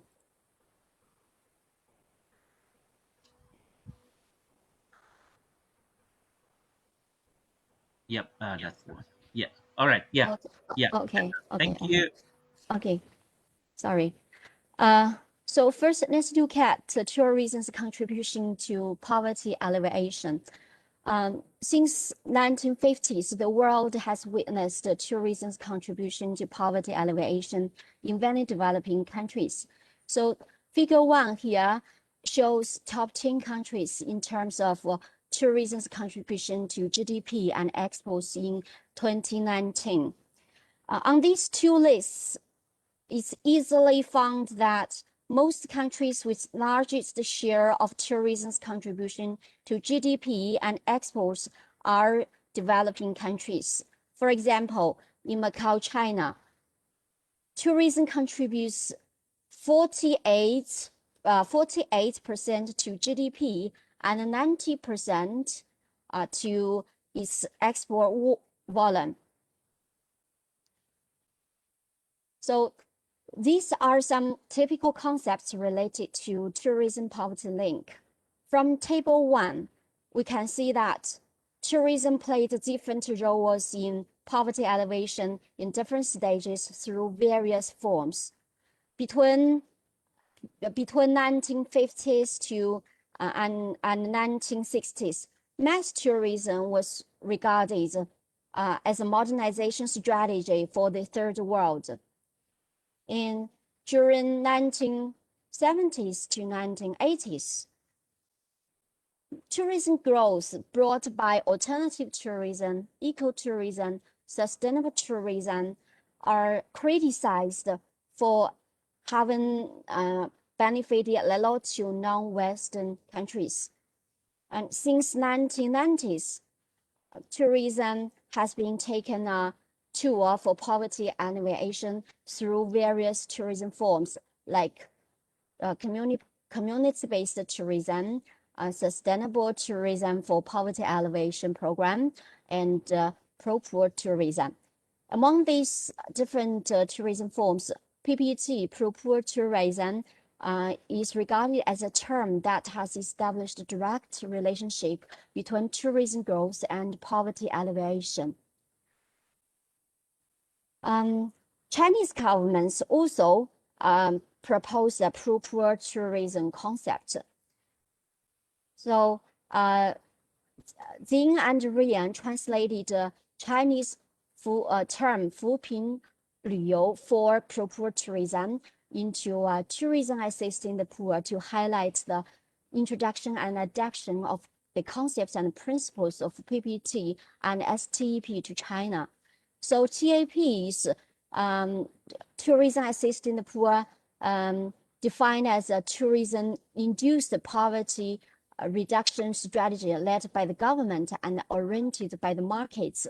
So it aims to lift the poor out of poverty by transforming the unique and abundant tourism resources in poverty-stricken rural areas into marketable tourist products and services. It targets the creation of benefits for the local communities, especially in particular the local poor, and contributes to the local poverty reduction while sustaining regional economic development and environmental conservation. So in this research, TAPP, Tourism Assisting the Poor policy, is used as a Chinese characteristic PPT policy concept to refer to policies for any tourism poverty alleviation strategy or program initiated by the Chinese government under the market-oriented mechanism with the sustainable poverty alleviation as the central task. Actually, in the academic world, there is a long-lasting debate on tourism poverty link. On one hand, some scholars such as Stevens, Hughes, Harrison, Skipany, Turan, and following Adney, they recognize tourism as a vigorous economic booster for government's poverty alleviation strategies, especially in some Asian and African countries. While other scholars argued that tourism growth neither narrow income inequality nor reduce the poor population in 13 tourism-dependent countries. The poor farmers, local farmers in Western Uganda are less involved in local tourism value chain than local intermediary suppliers, which undermines tourism as a pro-poor tour. So the debate focuses on whether tourism benefits have gone to the poorest among the international academic community. And Stevens even doubted if tourism can be a key driver to eliminate poverty in all forms throughout the world as required by SDG 1. Despite these debates, tourism in China has played an important role in the national initiative in eliminating extreme poverty. Actually, China's TAP achievements are created under the guidance of TAPP, TAPPS, the Tourism Assisting the Poor policies. So, but how TAPPS make tourism a major poverty means in China? Policy instruments, the linkage between policy formulation and implementation are made to achieve policy targets provides a proper perspective to understand TAPP's role in strengthening tourism poverty link in China. On the other hand, the understanding of instrument and mix dynamics over time needs to be deepened through more empirical studies. This study aims to fill in the lack of international academic communities' understanding of Chinese TAPP's role in guaranteeing tourism's contribution to poverty alleviation and generates fresh insights into the dynamics of policy instrument and mix. So let's look at the before we move to the investigation of Chinese TAPP's work through policy instruments, it's necessary to review the literature on government's PPT policies and policy instruments. Government's PPT policies, actually, we know that one of the factors that influence tourism's contribution to poverty alleviation is government's role in directing tourism's growth for poverty alleviation through PPT policies. Scholars mainly discussed the goals, content, impacts of government's PPT-related policies. Government's PPT policies in most countries follow neoliberal approach, making poverty alleviation secondary to tourism growth. But some countries like China prioritize poverty alleviation in the PPT policies. Studies analyzed the PPT methods or forms adopted in the PPT policies, which have yielded positive effects or have a potential to poverty alleviation. However, there lacks literature exploring what PPT policy instruments are used to achieve PPT policy targets in China's TAP context. This study aims to fill in this gap to help the international scholars understand how Chinese TAPPs have gradually pushed tourism to play a vital role in eliminating poverty since the 1980s. Well, policy instruments.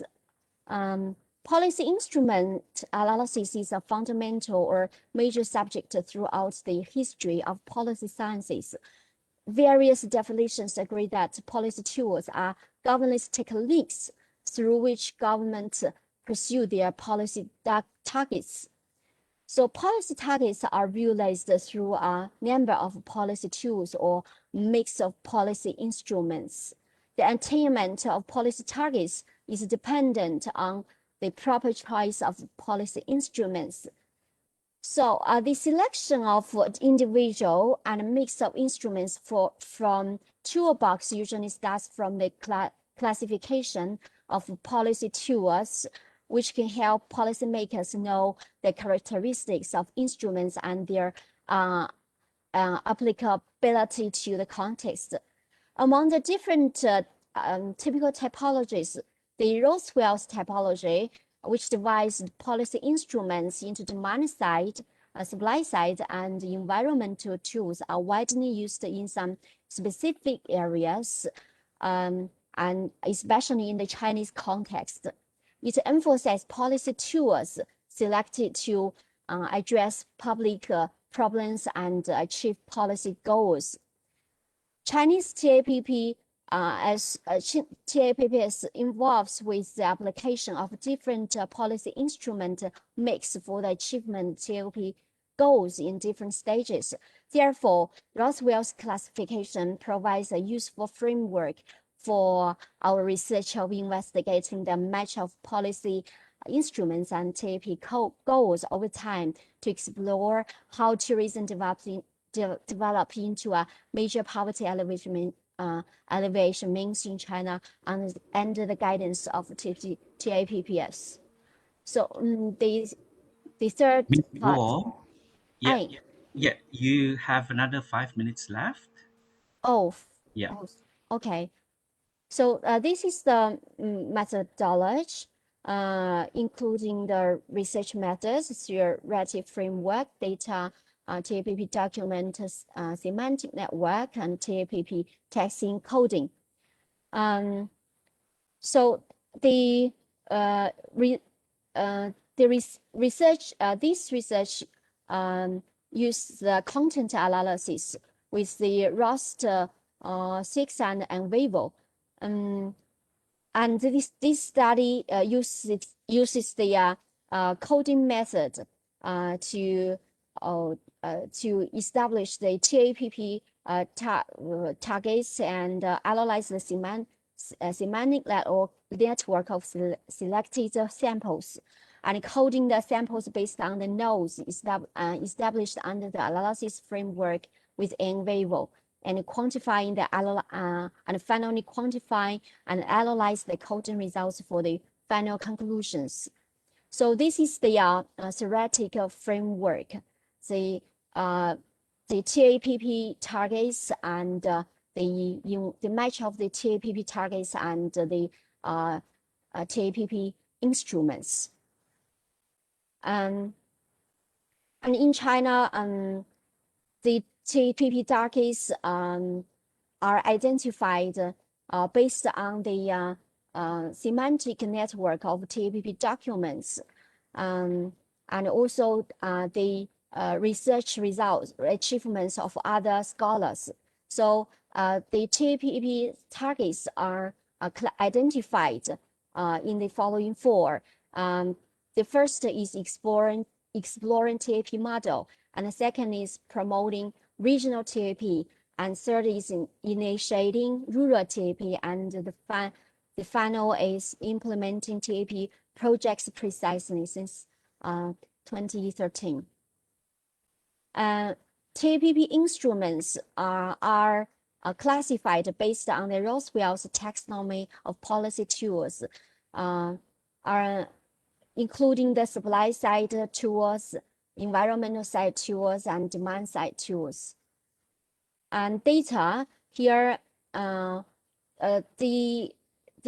China's TAP experienced 4 stages. So this study select the policy texts issued by the central government from the official websites with the keywords of poverty alleviation, tourism assisting poverty alleviation, rural tourism, leisure agriculture targeted poverty alleviation.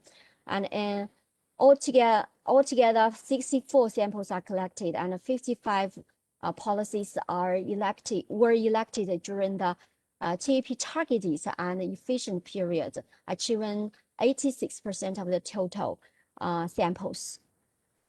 So this is the TAPP document semantic network. From this network, we can see that tourism is the word with the highest frequency, and the links with rural areas, tourism, and poverty relief are relatively high.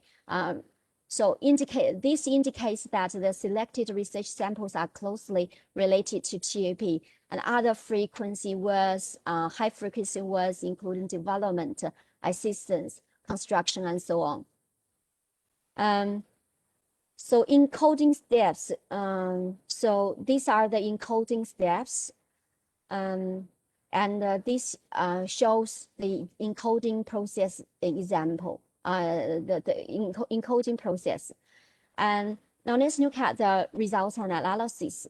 So from in the in vivo, the overall distribution of the categories in 4 TAP stages is shown in figure 6. So in vivo, 1,020 codes are classified according to the framework of policy tools and frequency of distribution of each type. So the major findings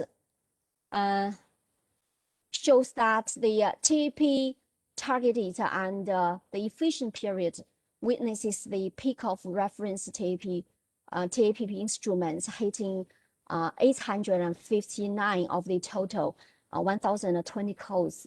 And And in the first three stages, the reference points of policy instruments increase gradually. And the increase of the TAPP documents and policy instrument reference points presents the trajectory of tourism moving from the edge to the center of the Chinese anti-poverty strategy. And the TAPP tool mix consists of environmental, supply side policies, besides the less proportion of demand side policies. And the use of policy instruments of policy targets in different TAP stages, we can see that more environmental tools for new TAP model in 1984 to 1996. And in 1997 to 2004, tourism's role in promoting employment and economic development was fully recognized by the government by establishing TAP pilot zones, especially in the underdeveloped areas in central and western China. And in 2005 and 2012, TAP targeted shifted from regional areas to rural areas to carry out the important historical task of building a new socialist countryside proposed by the Chinese central government. So the balanced use of supply side and environmental TAPP tools are aimed to improve weak foundation of rural tourism. And in 2013 to 2020, TAP projects are the core pulling force of the TAPP mix, with the three major types of tools working together to further promote poverty elevation through rural tourism. Miss Guo, yeah, sorry. Yeah, okay, yeah. Can you conclude? Yeah, because we are off schedule at the moment. Sorry. Thank you. Okay. So this is the conclusion. The overall contribution of the three types of policy tools should be balanced, and financial and legal, regulatory, and public service and project development are the most used policy sub-tools. And second, the TAPP instrument makes varies to meet TAP targets in different TAP stages. And the evolution of major TAPP targets from promoting regional economic development to promoting rural endogenous poverty elevation is consistent with the phased goals of tourism development strategies and poverty elevation strategies. So these are the recommendations. First, supply side tools should attach importance to the integration of TAP-related industries. And secondly, based on the experience of China's combats against tourism-threatening pandemics such as COVID-19, demand-side tools should stress the construction of defense system against uncertain risks. And thirdly, environmental tools should emphasize the optimization of multi-participation mechanism for TAP. That's all for my presentation. Thank you. Yeah, thank you so much, Ms. Yan Guo, for the presentation on the China tourism, assisting the poor policies on poverty alleviation. So if you guys have any questions, you can actually write your questions in the chat box, and then we will address the questions to the presenter later. Yeah. So for the next paper to be presented, I would like to invite Mr. Yuzaini Janin, a lecturer from the Faculty of Business, Economics and Accountancy, UMS, with a paper entitled Delving into the Prerequisites for Involvement in Tourism Business, Perspective from Rural District of Kulu, Saba. Mr. Yuzaini, please. All right, thank you very much, our moderator, Dr. Oscar, And thank you, everybody. I've been enjoying listening to all your presentations since this morning. Perspective from Philippines, from Nepal, China. So it has been an enlightening knowledge to me. All right, here I am. I'm going to show you. I'm going to share with you. In fact, my presentation. Let me bring up the PowerPoint first. My presentation with you.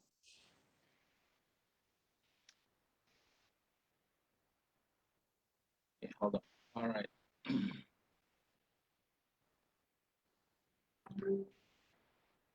Okay. Yeah, Dr. Moderator, can I get a confirmation that you can view this slide? Yes. All right. Yes, Thank you. yes, Mr. Yuzai. Yeah. All right. Thank you very much. So, yeah, it's been a privilege. Yeah, thank you also to our committee who's trying very hard to make us present efficiently. So, congrats to them. Okay. My presentation is related to a study that we are currently ongoing. Actually, this study is actually an ongoing. Our leader is Associate Dr. Hassanal, and most of my team members are here presenting. Okay, this is the study which we are still currently put on hold because of the pandemic, but we hope to carry out the data collection again soon. Okay, it's related to poverty, it's related to tourism, and it's related to a particular place, which we call it a small town in Sabah, which we call Kulu. Okay, my name is Yuzaini from the Faculty of Business, Economics, and Accountancy. All right. Okay, the title of our project, funded by UMS, so it's the Sustainable Tourism Development for Poverty Elevation. Yeah. And then we have two sites, the one that you can see pinned there in yellow, Kulu and Cadamayan. Just to give you a perspective where they are, actually these are all hilly mountain. The one that's here, actually the Mount Kinabalu, and then here all the airports, Kota Kinabalu.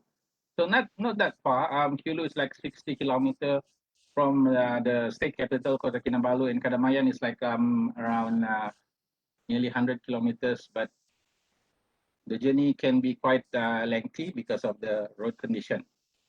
Okay, that is the site of what we are doing right now. It's ongoing. So what I'm presenting is more or less what we have found before the pandemic start, where everything put on hold. So hopefully it can give some insight into what we are doing right now. Okay. So I'm going to specifically focus on Kulu. I think my friend Mr. Kamarol also will be also giving perspective on Cadamayan as well. Okay, this Kulu is a small town, 60 km from KK, and 647 square kilometers. And based on the statistic, they have 105 villages. Okay, this is just an approximate point of the town, but it can stretch as further as the one uphill over here. So these are all hilly mountains, and the population of over 50,000, and majority of being Kadazan Dusun ethnicity. Okay, all right. We have 3 research questions in our project. So this is content of my presentation is related to one of them, which is what are the opportunities and constraints for the rural poor in rural destination in Sabah to achieve the aims of poverty elevation? Of course, I think everyone here are well informed about poverty up until now. I'm not going to dwell into that, but my intention is to see actually what are the prerequisites. When you talk about prerequisite, I'm presenting findings on what needs to be in place in order for this poverty elevation to be in place actually, particularly related to this tourism destination. It is certainly not factories. It was certainly not commercial buildings, hotels, high-rise, those things. So it won't certainly be that. It would be certainly the opposite of it. So I'm going to present later. This is sharing on what need to be put in place, looking at what Kulu has achieved all this while, what they have developed, and what they have come to be. Okay. And then we have some additional, I will share some additional context of what we have extended some models. It's not a model, it's more or less of a concept. So we are looking, I'm going to present related to this prerequisite. So, all right, people would say, why Kulu? Okay, by the way, Kulu, it's actually name of, it is named after name of a tree that can be found plentiful along the riverbank in that area. So Kulu and river, they have a long history, and then it's associated with the name as well. So lately, tourism in this place, this 60-kilometer away place from Kota Kinabalu, it started back in 1997. I did my whitewater rafting because it was really famous back then in 1995, 97. API tours, those tours operated that actually not exist anymore now.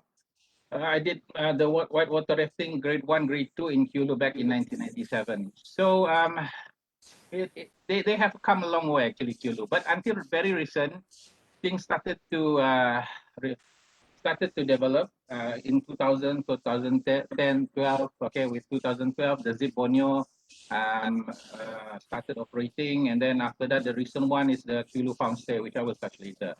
So why Kulu is that, you know, the tourist arrival in terms of statistically speaking, it has increased. These are all the screen capture that I see. I capture from the local news, highlighting back in 2017, 18, 2020, those 3 years where Kulu has made a very highlightful impact to the tourism scene here in Sabah. Okay, so like I said, whitewater rafting has been the main item. It has been it is what Kulu known for in the early days. Okay. Okay, let's look at the prerequisite. What do I'm talking about the prerequisite? It's related to this. I'm going to look at this from this perspective of 5 A's. I think you all know Dickman's 1989 from the introduction to tourism text, and then several other edition still introduce this 5 A's. But basically, these 5 A's is Kulu ticks them all. Actually, they have attraction, they have activities. Certainly, they are accessible. If you go to Google Earth, Google Map, you can see the infrastructure in terms of road as far as to the Kulu town is actually superb. Actually, accommodation, they have a lot of rural accommodation, particularly homestay. They don't have hotels. They do have that. They do have campsite. And then they do have amenities, okay? Amenities, all this electricity. Of course, when you talk about that 674 kilometers that I mentioned just now, of course, there are some might have yet to be reached by some of these amenities. Okay, but as far as our context is concerned, we are looking at the one that's easily accessible. Most of the tourism in Kulu, they emerge along the accessible road. Okay, they tick them out actually, Kulu. And then these are some of the activities, just to give you some context. They have Tagal, the fish spa, as they call it, where this is the most famous community-based project that a lot of community, not just Kulu, in other part of Sabah where they have fresh water, where they have this nice setting in the rural area. This is one that people over the city folks normally go to. And then they have this point, they have begun to accepting, not began, they have been offering this for quite a while now. Picnic area, camping, hiking, all these things actually have been in offer for quite a while. Like I said, Zip Borneo is actually a name of a tourism operator, but normally when people talk about Zip Borneo, they will associate it with all these high rope things, team building stuff. All right, and then they have farm stay, like this one here is the farm stay Kulu that we went, initiated by BEST. Like later, I'm gonna share what is BEST, and then this is basically the scenic surrounding offered by basically almost all of these farm and homestays. Okay, of course they have paddy field. Those are the typical landscape that you can see in that Kulu area. And then, of course, whitewater rafting. As you can see here, if you can zoom in, actually, it's not really a great one. Basically, it's like just a strolling around the river. We have another one which is much more grade 3 and 4. It's in Padas River, so that one is a much more raging water. Okay, these are actually the attraction that they have there actually. So that's why I take that the attraction. In this context, in our presentation, we are actually not extending, just proposing that actually we found that in order for a tourism destination such as Kulu, they have all those things sticks up. They need to have another two that we analyzed, which is quite obvious. The first one is administration, and the second A is ability. Administration in Sabah, it refers to this. Okay, we need to have all this Ministry of Tourism and Culture. At the federal level, we have Ministry of Culture and Environment in Sabah, where under it they have Sabah Tourism Board, and then other Sabah Tourism Board, actually they have initiated, they have a website, sabahruraltourism.com, where intentionally to promote specifically on rural Sabah rural tourism. And then they have Ministry of Rural Tourism Development itself, which has this Institute for Rural Advancement, where actively giving training, homestay. Normally they will give homestay courses. Some of my colleagues here, they are involved in this infra.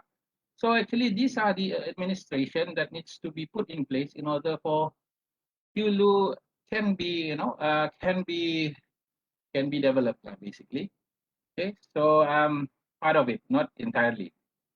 And then another one related to the administration, they need to have this association. In Kulu, of course, they have proven that along with like the other places in Sabah, they have a successful cooperative like in Kopel in Kinabatangan. Kulu Tourism Association, they do have that. They have been very active. Later, I'm going to show you, we have done a collaboration between us, among us, UMS. I think Prof. Jennifer was the leader for UMS because she was the director for the Borneo Research Institute when it was signed. And then we have Mukim Ulu, Ecotourism Solution and Technologies, MUKES they call it. So they have this association that giving them a nudge towards involvement. So these are the things that we say that administration is part of the ACE, extension of the ACE of Dixman 1989 in order for it to be relevant towards understanding tourism destination, poverty elevation, or job employment or creation. Yeah, this is just a site of Kulu Tourism Association. They have been very active. This is their Facebook screenshot. So they have been operating, they have been constantly promoting all their services. And then this is the Mukim Ulu MUKES society was formed, a building capacity. Okay. This is actually, I've took a screenshot. This is from a Facebook site. Our very prominent tourism operator, Mr. Albert Teo, has commented back 2 years ago there, breaking the cycle of poverty begins with creation of job opportunity. I do like this quote. So because he was quoting, he was commenting this post in one of the Facebook page for the MUKES. And then of course they have Kulu Farm Stay, and then they have BEST. BEST is Borneo Ecotourism Solution Technology Society. So part of this BEST, they are trying to elevating income, working with local communities. So these are the A's in terms of administration that we think when you talk about poverty elevation, rural tourism, Sabah setting, all these things need to be in place in order for this any initiative in order to elevate any income, be it a rural community or rural poverty. They need to have this administration. And then another one that we are proposing is they need to have ability. This ability is the second A is possession of the means of skill to do something. Of course, when you talk about rural poverty, we can associate it with limitation of education maybe, but they have skills, right? So, but they need to be shown that their skills is good for some way. Okay, they have talents or skills, so that ability. Because some of them might have education in that rural area. They have education nowadays, it's really accessible here in Sabah, where they can work in management. Some of them can work in operation. And then in terms of ability, are they able to have ownership of a small or micro-sized business? So this actually where infra just now I mentioned comes in, where they help to educate, to give training, capacity building for them to have an ownership, not just working with others. And then of course education level required. Of course, when you talk about rural, but most of their kids now, as we have a lot. We have a lot of like students from a rural area, particularly Kudukuru. They are reaching out. They are actually making good in terms of education nowadays because it is much more accessible to them. Particularly like you have UMS and UITM. Yeah. So in terms of position, this is where we are referring about the level. Their level of education, working level employment, not just in terms of operational, not just like the cleaners, not just like gardeners. They need to have like a career development prospect in order for them to progress in their socioeconomic ladder. For example, this is an example of what we did. I mentioned earlier about UMS. Okay, UMS involved in this training in Kulu and also Cadamayan actually back in 2018. MOU was signed where we, some of us, including me, myself, and some of my colleagues here, actually, we are involved in giving training, capacity building with some of these operators, selected operators under this association, both association Cadamayan and also Kulu Tourism Association. So this is what we mean by this ability. So although they don't have a formal education higher in terms of that, but they can actually progress towards this kind of method. But of course, they need to have some nudge intervention, third-party intervention in order for this to happen, and capacity building. All right, so my closing remark. As you can see here, all the space shuttle, okay, when they want to take off before Elon Musk, before space, all this space, they need to have a nudge. Okay, but basically what I shared just now, Kulu has actually more or less have everything in place. Good governance, they have all those necessary channels to be helped actually. Okay, but at least they need all, as I'm not sure whether other community, but they need to have a nudge. Nudge mean for you to be helped to push, or maybe to at some point you need to be released. But at the beginning, they need to have some nudge in a form of third-party intervention, somebody like maybe a local, for example, there they need to have some nudge over there. So that is what actually needed, a nudge. But at some point, this nudge need to be taken away because in order for them to work or progress independently, to work independently. And then what we found is like Tagal, all this community-based tourism, they need to have some kind of cohesiveness or cooperation. If they can't work in silos, opening stalls individually along the roadside, because it won't actually very sustainable. So cooperative has been proven in other places in Saba is the way to go. They need to have a form of cooperation among them, association, in order for them to move further and much more smarter, right? Not work harder.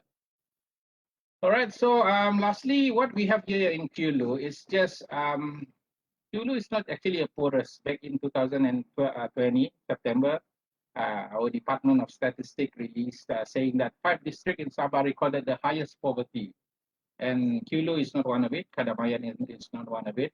Most of the things that you see here, Tongot, Pitas, Kota Merudu, Beluran, and Telupit, they are all in other parts of rural area in Sabah. But what I'm trying to get across here is perhaps maybe these places, they have their own tourism assets. I do know that some of them have tourism assets, but this is not the venue to talk about it now because we are running out of time, I know. But maybe in the future, it can be, Kulu can be a model for all these places to progress. I'm sure Kulu 10 or 15 years ago is at this stage of these 5 districts back in 2020. Maybe Kulu has been through that phase. So it can be a model for them to actually relate on in order for them to progress and develop in their own district. So that's why I said in the last sentence there, opportunity for Kulu as a model. So I put a question mark there. It depends whether it is compatible or not. So with that, I end my presentation and thank you very much. Again, I'm very glad to be and honored to be here and sharing this with all of you. Thank you very much. Back to you, Dr. Moderator. Yeah, thank you so much, Mr. Yuzai, for that insightful presentation. A quick question, yeah, from our Facebook audience, okay, addressed to you. The question is, are there technology applied for sustainable rural tourism development in the context of your research? In terms of technology, I would say technology, there are a lot of different technology. There are information technology, physical technology, biotechnology. But as far as what we have been through, in terms of technology-wise, like hard technology,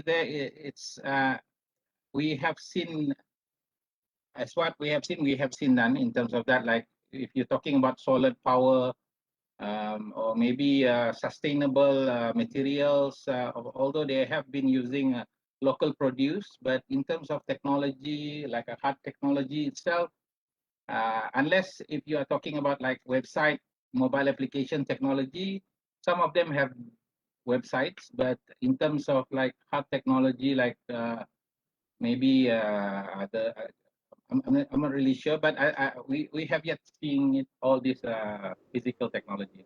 Yeah, just the basic one, yeah, they are currently using, yeah, especially in terms of, I mean, marketing through social media and stuff. Well, yes, correct. Yeah. Thank you so much again, Mr. Yuzaini, for Thank the you very much. presentation. Yep, thank you. So I will now invite our second last presenter for this afternoon. We are running out of time, but I think our conference organizer, the chair, allows us, okay, to continue.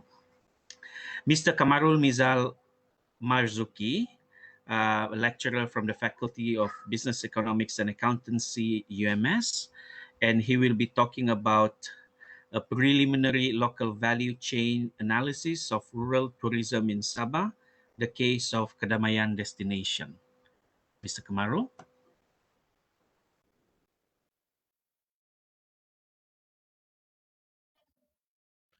All right. Assalamualaikum and very good afternoon to all of you. Right.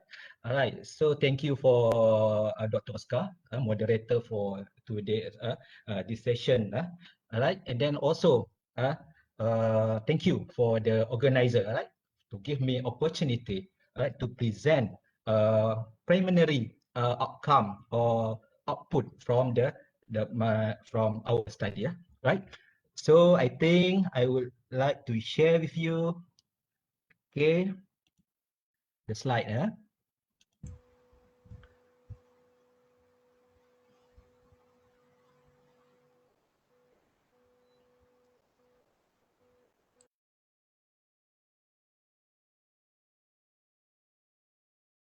Oh, sorry.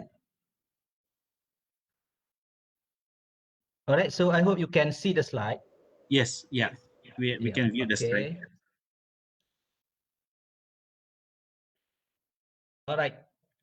All right, so the title for my presentation this afternoon is entitled A Preliminary Local Value Chain Analysis of Rural Tourism, right? In rural tourism, in the case in Sabah, the case of Cadamayan destination, right? So, all right, for introduction, I don't want to touch about what's the concept of rural tourism because it already discussed in the previous presentation, right? Especially by Prof. Jennifer, right? About the concept, the concept of rural tourism. All right. So for introduction, right? Tourism can be an effective means through the discussion from the literature review. We can see that we agree that tourism can be an effective means to elevate or to increase socio-economic opportunity, especially for rural community, right? As well as it also help, right, in increasing the attractiveness and vitality of rural areas. Because again, when we are discuss about rural development, especially Right, we can see, right, rural area is a lack of infrastructure, lack of migration also very high. Yeah, migration also very high. All right, and then there are many poor people in rural area. So from the discussions, or yeah, we can see that tourism in rural area actually can provide opportunity, to increase the infrastructure as well as to improve local economics conditions. All right, so creating new opportunity for jobs and economic activity from tourism require a holistic approach. We cannot study from the narrow perspective. Right? We need to explore and study through the what we call a holistic approach. We can consider a lot of elements that influence the tourism industry. So when we are preparing the proposal to get the grant, for example, right? So we are identify that tourism value chain, actually the best method or methodology, right? In order to identify the benefits from tourism to the local community, especially to the poor people in Cadamayan as well as in Kilo, right? And also promote public-private community partnership. Since rural tourism people, many study claim there's a lack of knowledge, the lack of leadership knowledge, and then the lack of funding, right, to develop a product. So that's why they need a partnership and then network. Okay, and then often tourism overall impact on the economy is expected by looking at the effect of tourism expenditure through direct, indirect, and induced spending, right, using a multiplier effect approach. This is an economic approach, right? If you look back, we are look back to the Dr. Fazlinda presentation, right? We can see that this is how we conventionally, or how the many study use this type of this method.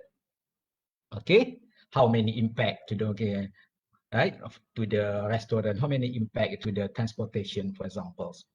All right, and then value chain analysis is a tool that permit a deeper look into economic flow.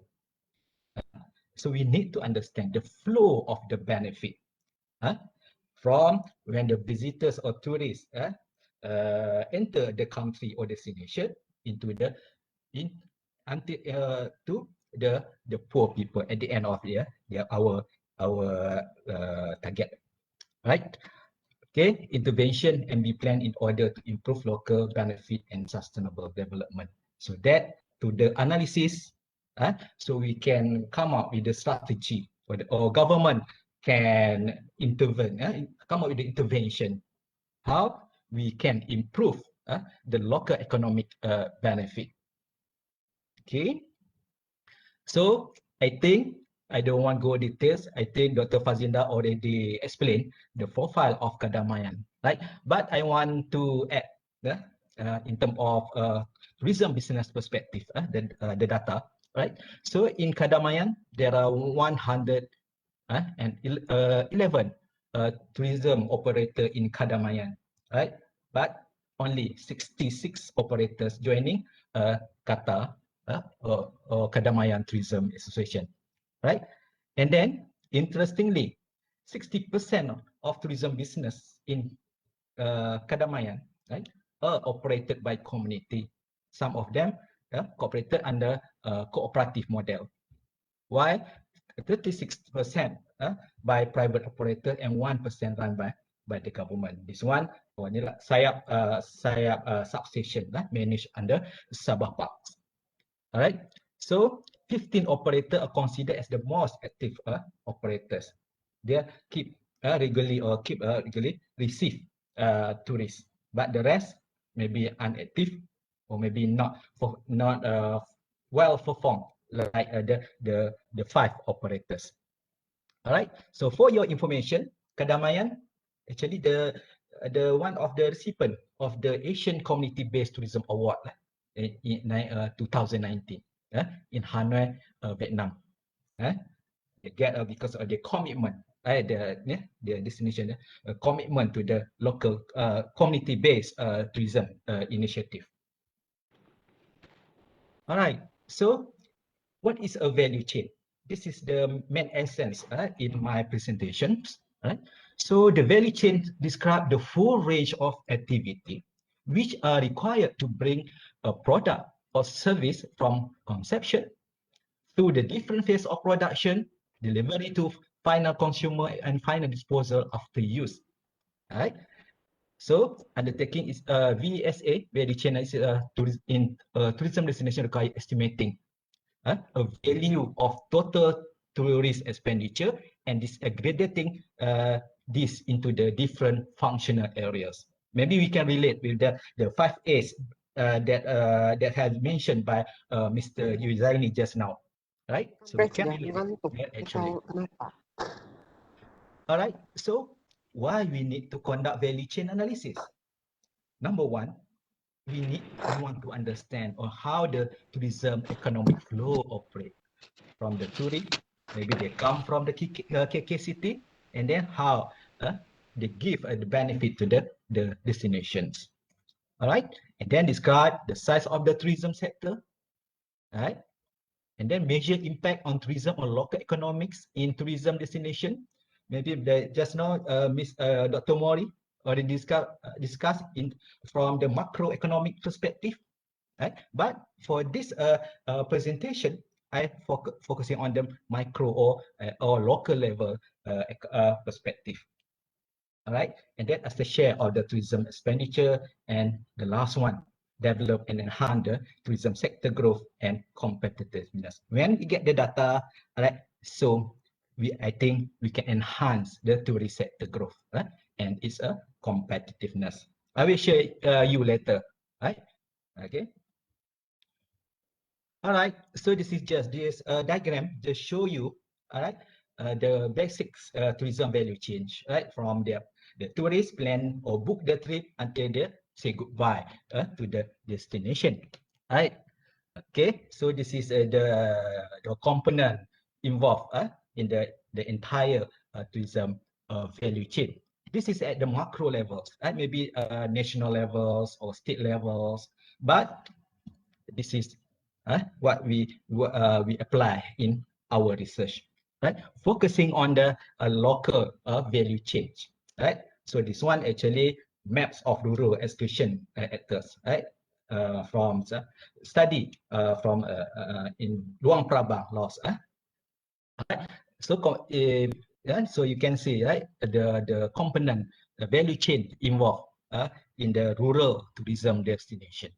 Right, they also have a restaurant, accommodation, local transportation. All right, so similar to the previous figures or diagram. Mr. Kamarul? Yeah. Yeah, you still have another 5 minutes left. Sorry. Okay, thank you.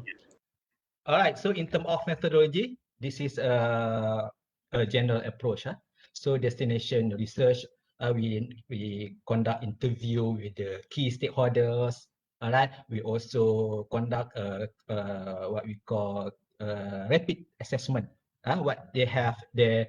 All right, and also we conduct survey with the tour operators, tourism business there, and their local community as well as tourists. But for my presentation or for my paper, I only use data from tourism business perspective, right? And then mapping the value chain analysis, all right, to order to determine individual component of value chain and establish linkages. And then the data, and then from the value chain and determine value chains and establish linkages, we can come up with a strategic recommendation, right? So we can improve or increase the competitiveness of the Cadamayan as a rural tourism destination in line with the mission, right? To become a rural international rural tourism destination with top class cleanliness by 2025. All right, so I think I skip this one. right? Because of the time constraint. All right, so this one I think we conduct a survey, create inventory, accessible market and performance, identify types, right? Identify sub change, conduct enterprise survey, right? Conduct visitor survey, aggregate result, and then the last one, draw conclusions. All right. So this is the value chain mapping. All right, based on data I got from the Qatar, right? In 2019, the total visitor is 200 and around 217,000 visitors, right? From the totals, 87% actually local or domestic tourists, and then the rest foreign, right? About 13% from the totals, 217 visitors in 2019. All right, so okay,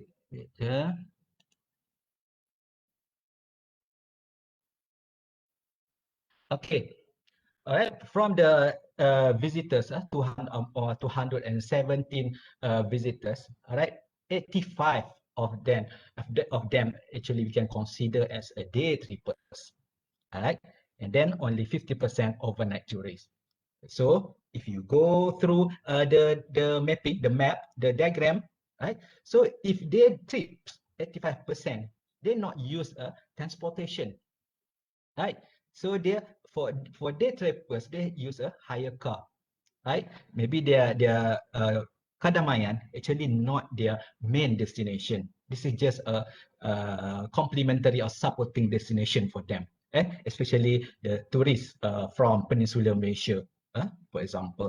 All right, so hire car, and then they use private car because majority of visitors, all right, actually from local Kota Kinabalu district. Oh, sorry, Kota Belud district itself, and then Kota Kinabalu. Right? So, and then no public transport available, proper public transport available in the destination. So, we lost in terms of revenue in terms of transportation. All right. So for overnight tourists, 50%. All right. Tour operators normally they use tour operators, transport, hire car, and then also private transport.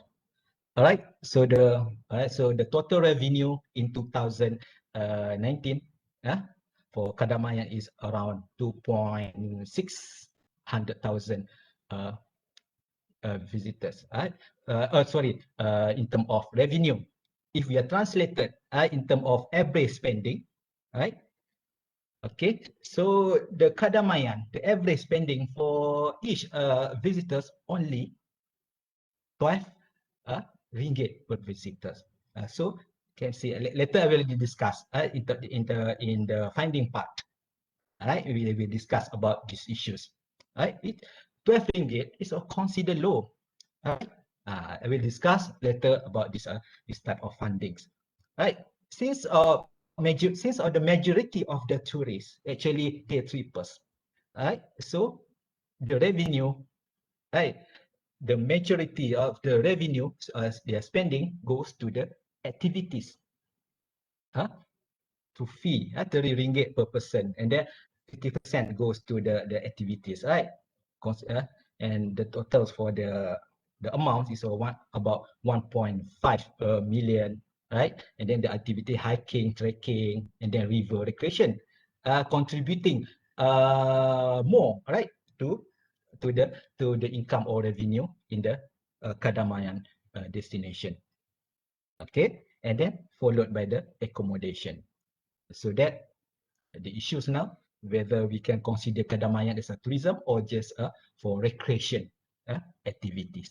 All right, so this is the question. All right, so maybe currently we can consider Cadamayan very popular with the recreationists, right? Not for tourists.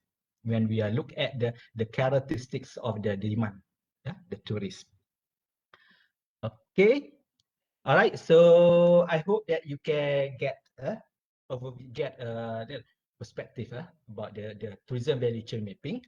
So I think I want to move to the the finding. All right. So based on the maps that I have shown you, all right, we can consider the Cadamayan actually a high value, but low revenue.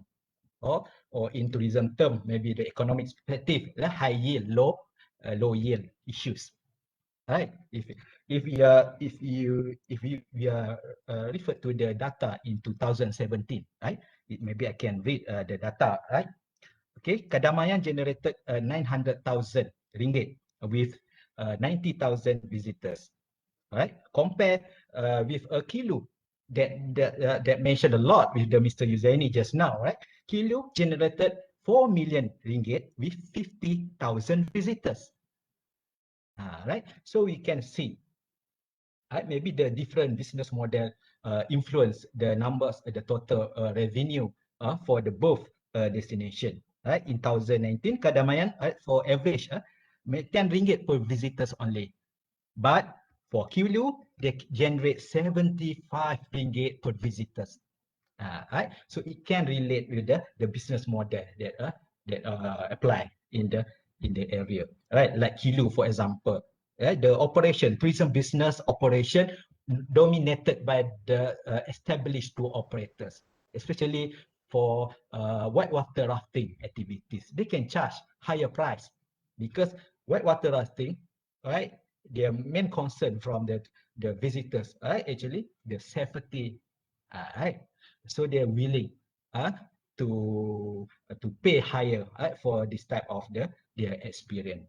Right? So maybe we can learn something from this finding. Okay, and then majority of visitors, day trippers, all right, the business model used by tourism operator strongly affect their revenue. We can compare later, all right, and then more income revenue generated from entrance fee, 3 ringgit per percent, 43%, and equipment rental 45% for recreational activities, all right, and then lack of pricing strategy, all right, maybe they're not according to the bulk marketer, right? So, oh, sorry. Mr. Kamarul, sorry Yeah. again. Yeah, the time is up actually, sir. If you can include the session, thank you.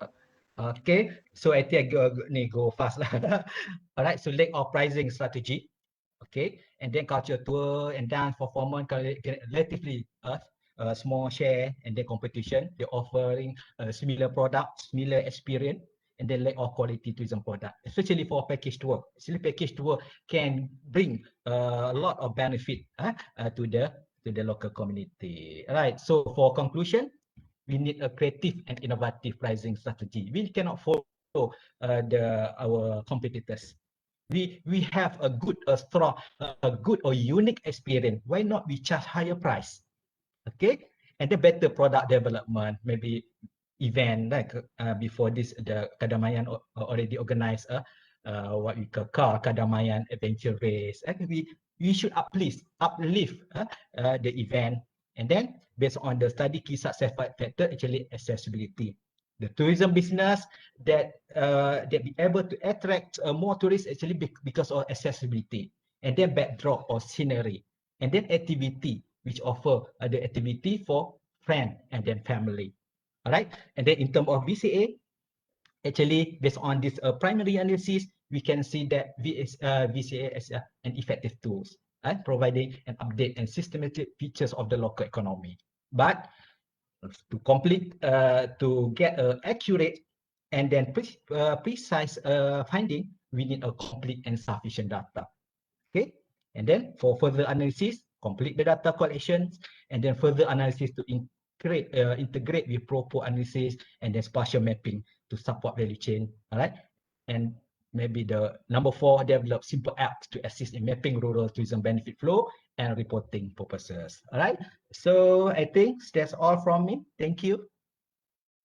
Yeah, thank you so much, Mr. Kamarul, for that interesting and insightful presentation just now about the tourism activities in the Cadamayan area of Sabah. Thank you so much for sharing. Okay, so we have come to our last presenter for this seminar. I would like to invite Miss Mary Tracy Pawan with a presentation entitled Exploring the Rural Tourist Experience in Sabah, the Perspective of Millennials. Miss Mary is a lecturer, again, in the Faculty of Business, Economics and Accountancy, UMS. So I would like to invite Miss Mary for her presentation. Thank you so much, Dr. Oscar, for the invitation. All right, let me share. Can you listen to my voice, Doctor? Yes, loud and clear. Yeah, Miss Mary. All right, thank you very much. All right.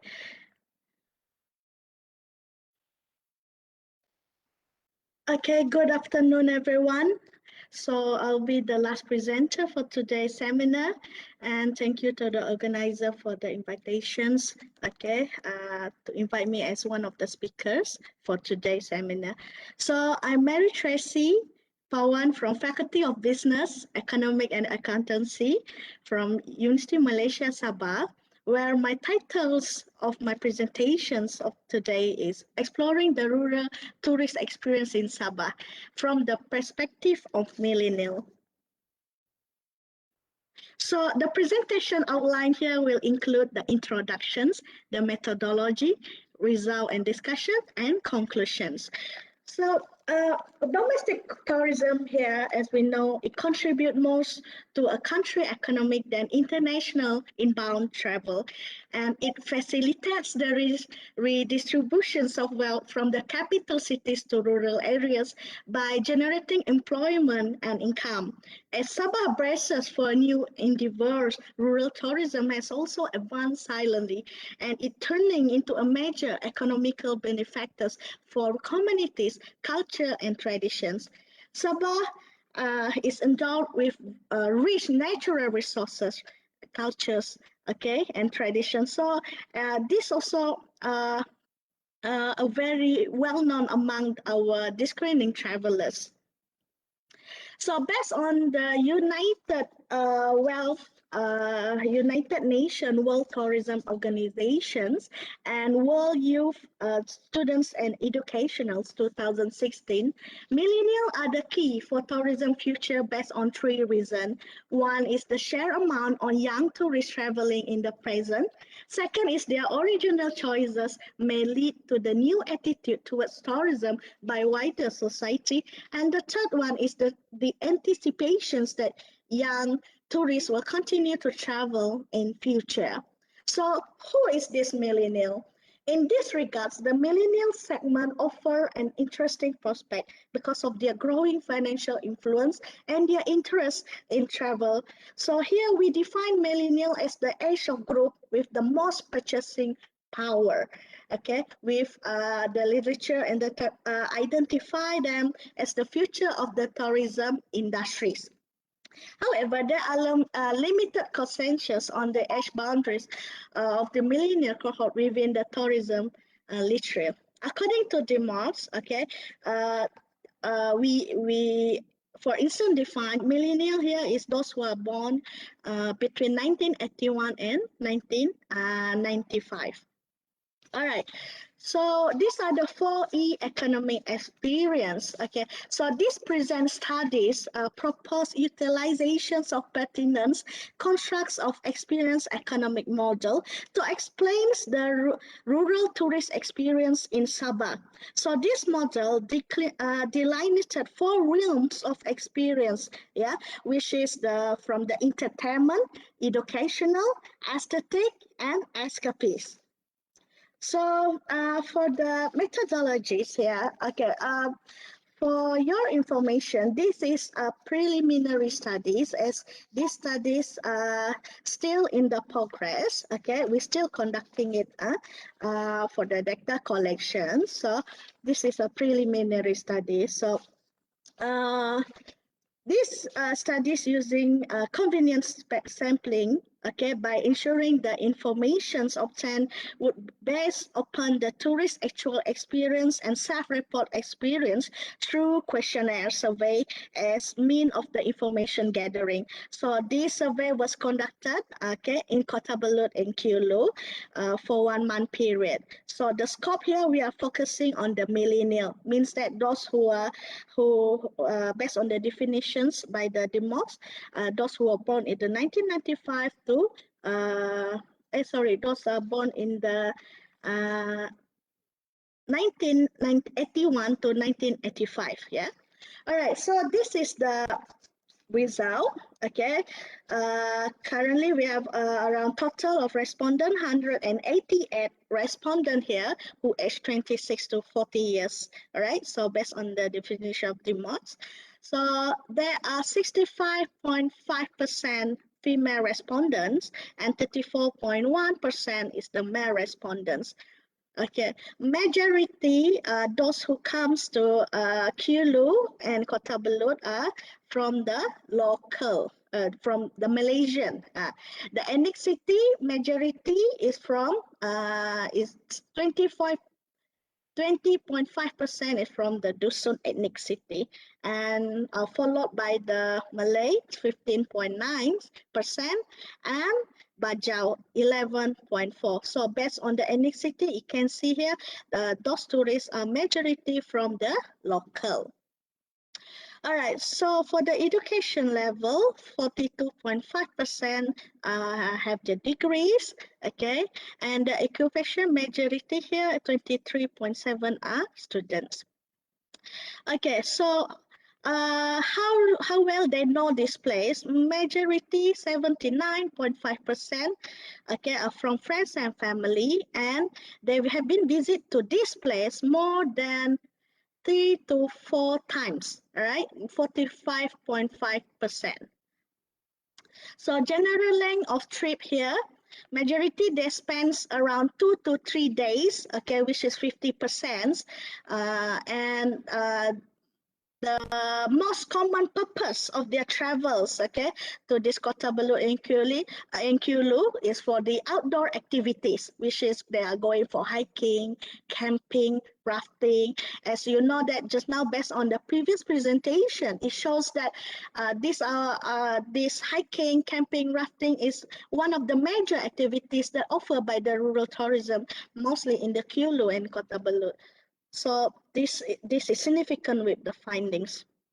All right, so this is the main findings here, based on the 4 RIMS experience.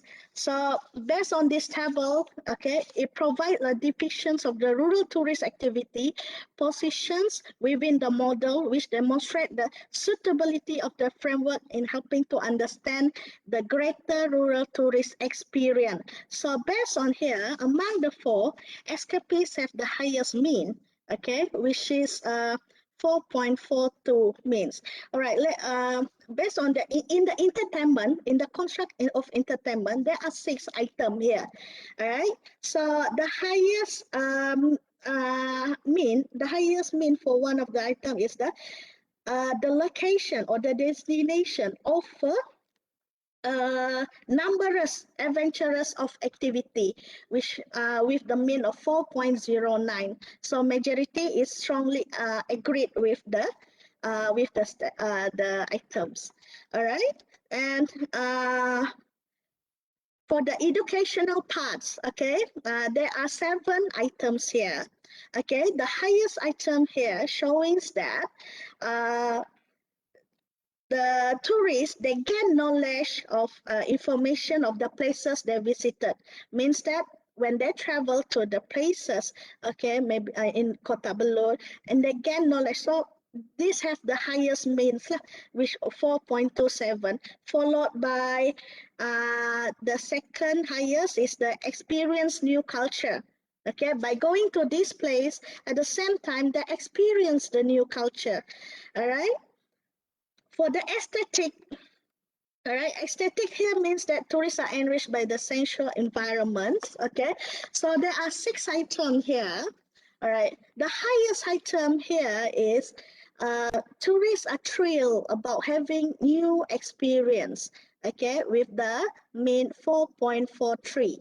And the second items, okay, with the second highest mean is tourists, they are revitalized through the beauty of the nature. Yeah. For the escapees, there are six items, all right? Okay, one of the highest item with the highest mean here, 4.73. Okay, majority tourists, they try something new and adventurous. Means that when they go for travel, especially when they choose the rural area, rural tourism as one of their locations for their traveling, okay, they want to seek distractions, okay, and relief from the unpleasant reality. Means that out from their reality, so they are trying to looking for something new, something adventurous. So it means that by having this data, it can guide the rural tourism operator to offer more activities that are adventurous to the tourists that come. Okay. So based on the preliminary result, it shows that how well a rural tourism delivered the various dimensions of the experience economy paradigm. So this will be beneficial to determine if the supplier characteristic emphasize the appropriate 4Es in their communications and promotion mix to their potential visitor. Based on the finding, escapist experience were found to be important. Therefore, the tourism, the rural tourism operator, they can highlight through advertising, website photos, video, or narrative that underscore the immersive and the participatory nature of the activities, offer the recreational or cultural attractions. As this is where the finding found out that these millennials, they are looking for something new and adventurous. So by having this finding, this could communicate to potential visitors the ultimate experience as it defines by experience economic model. So that's all my simple presentations for today. Thank you, and I would like to welcome everyone to come to Sabah to experience our rural tourism. Right. Thank you so much, Miss Mary, for that interesting presentation.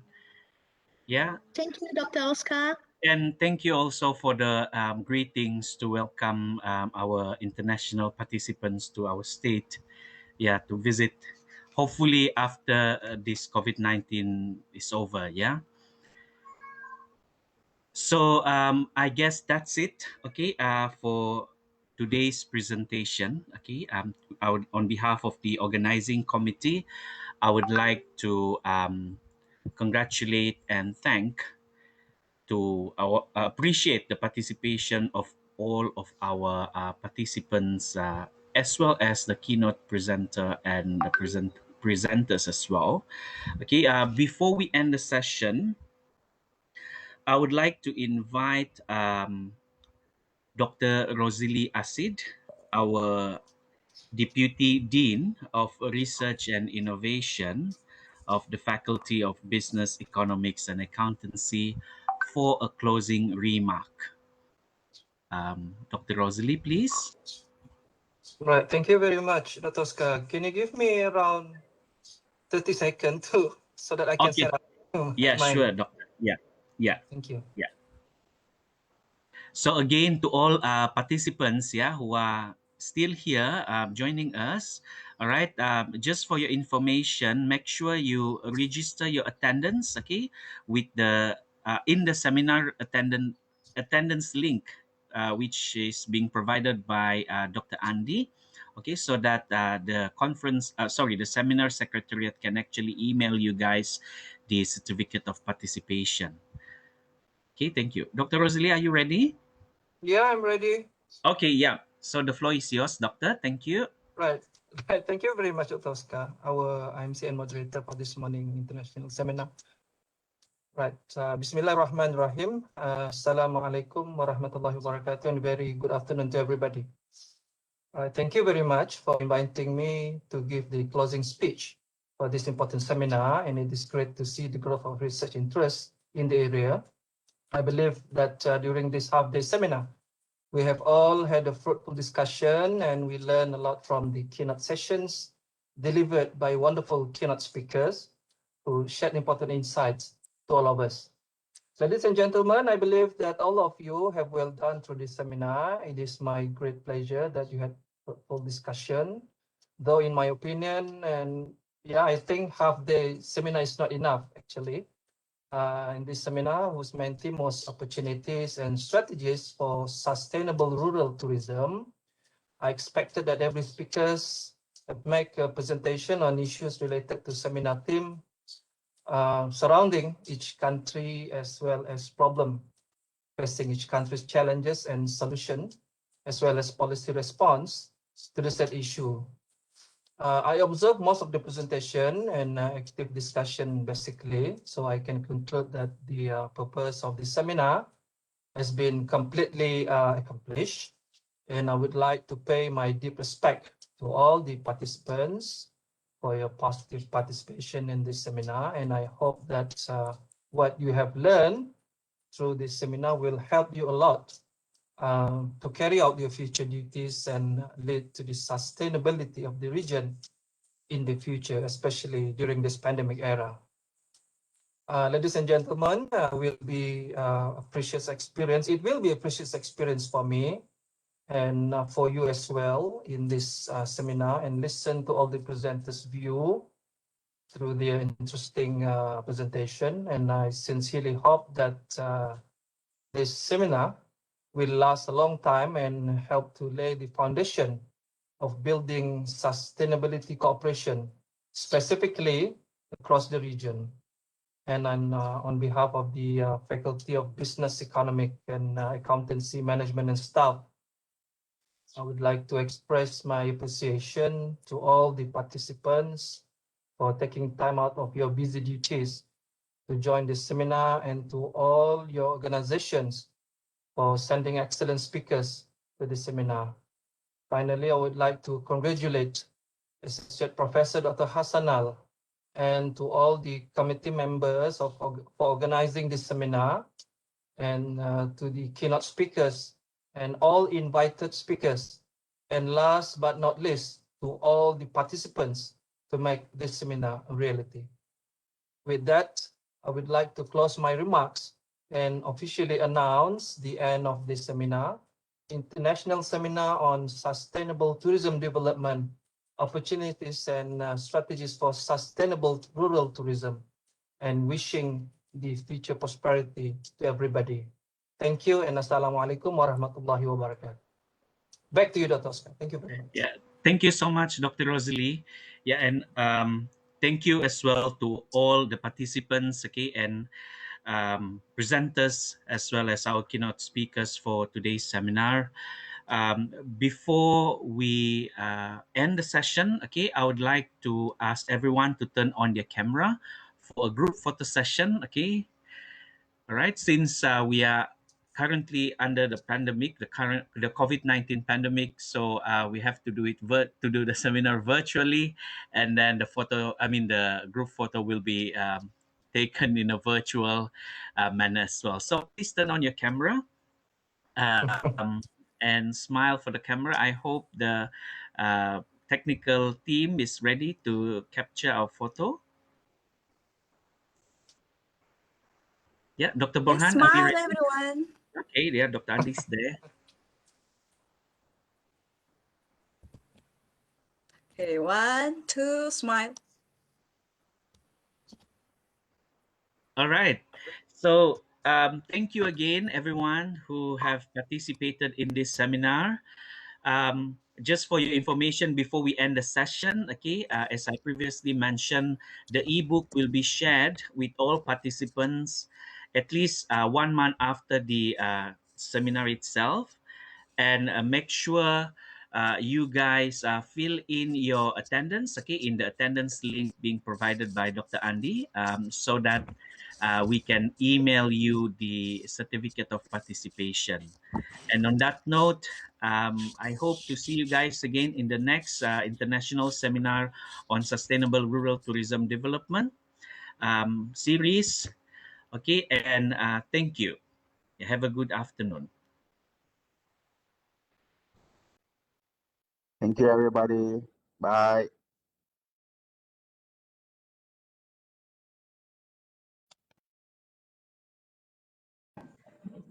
Thank you. Bye. Congratulations again. Congratulations to everybody ya. Dr. Oscar, Dr. Hasanal, sorry. Saya ada another conference this morning. Oh, it's okay, Doctor. Yeah. Co-collaborator dengan UiTM. Sebab itu saya masuk lambat. So saya bimbang juga kan bila nanti terlalu apa tu. But anyway, congratulations Al. Thank you, Rosalie. It was a great team effort. I think the team has done a lot of things, you know. Yeah. Yeah, so I'm very proud of them. Yeah. Okay. So jumpa lagi lah, right? Jumpa lagi. Thank you, everyone. Thank you. Thank you. Thank Bye. you. Bye.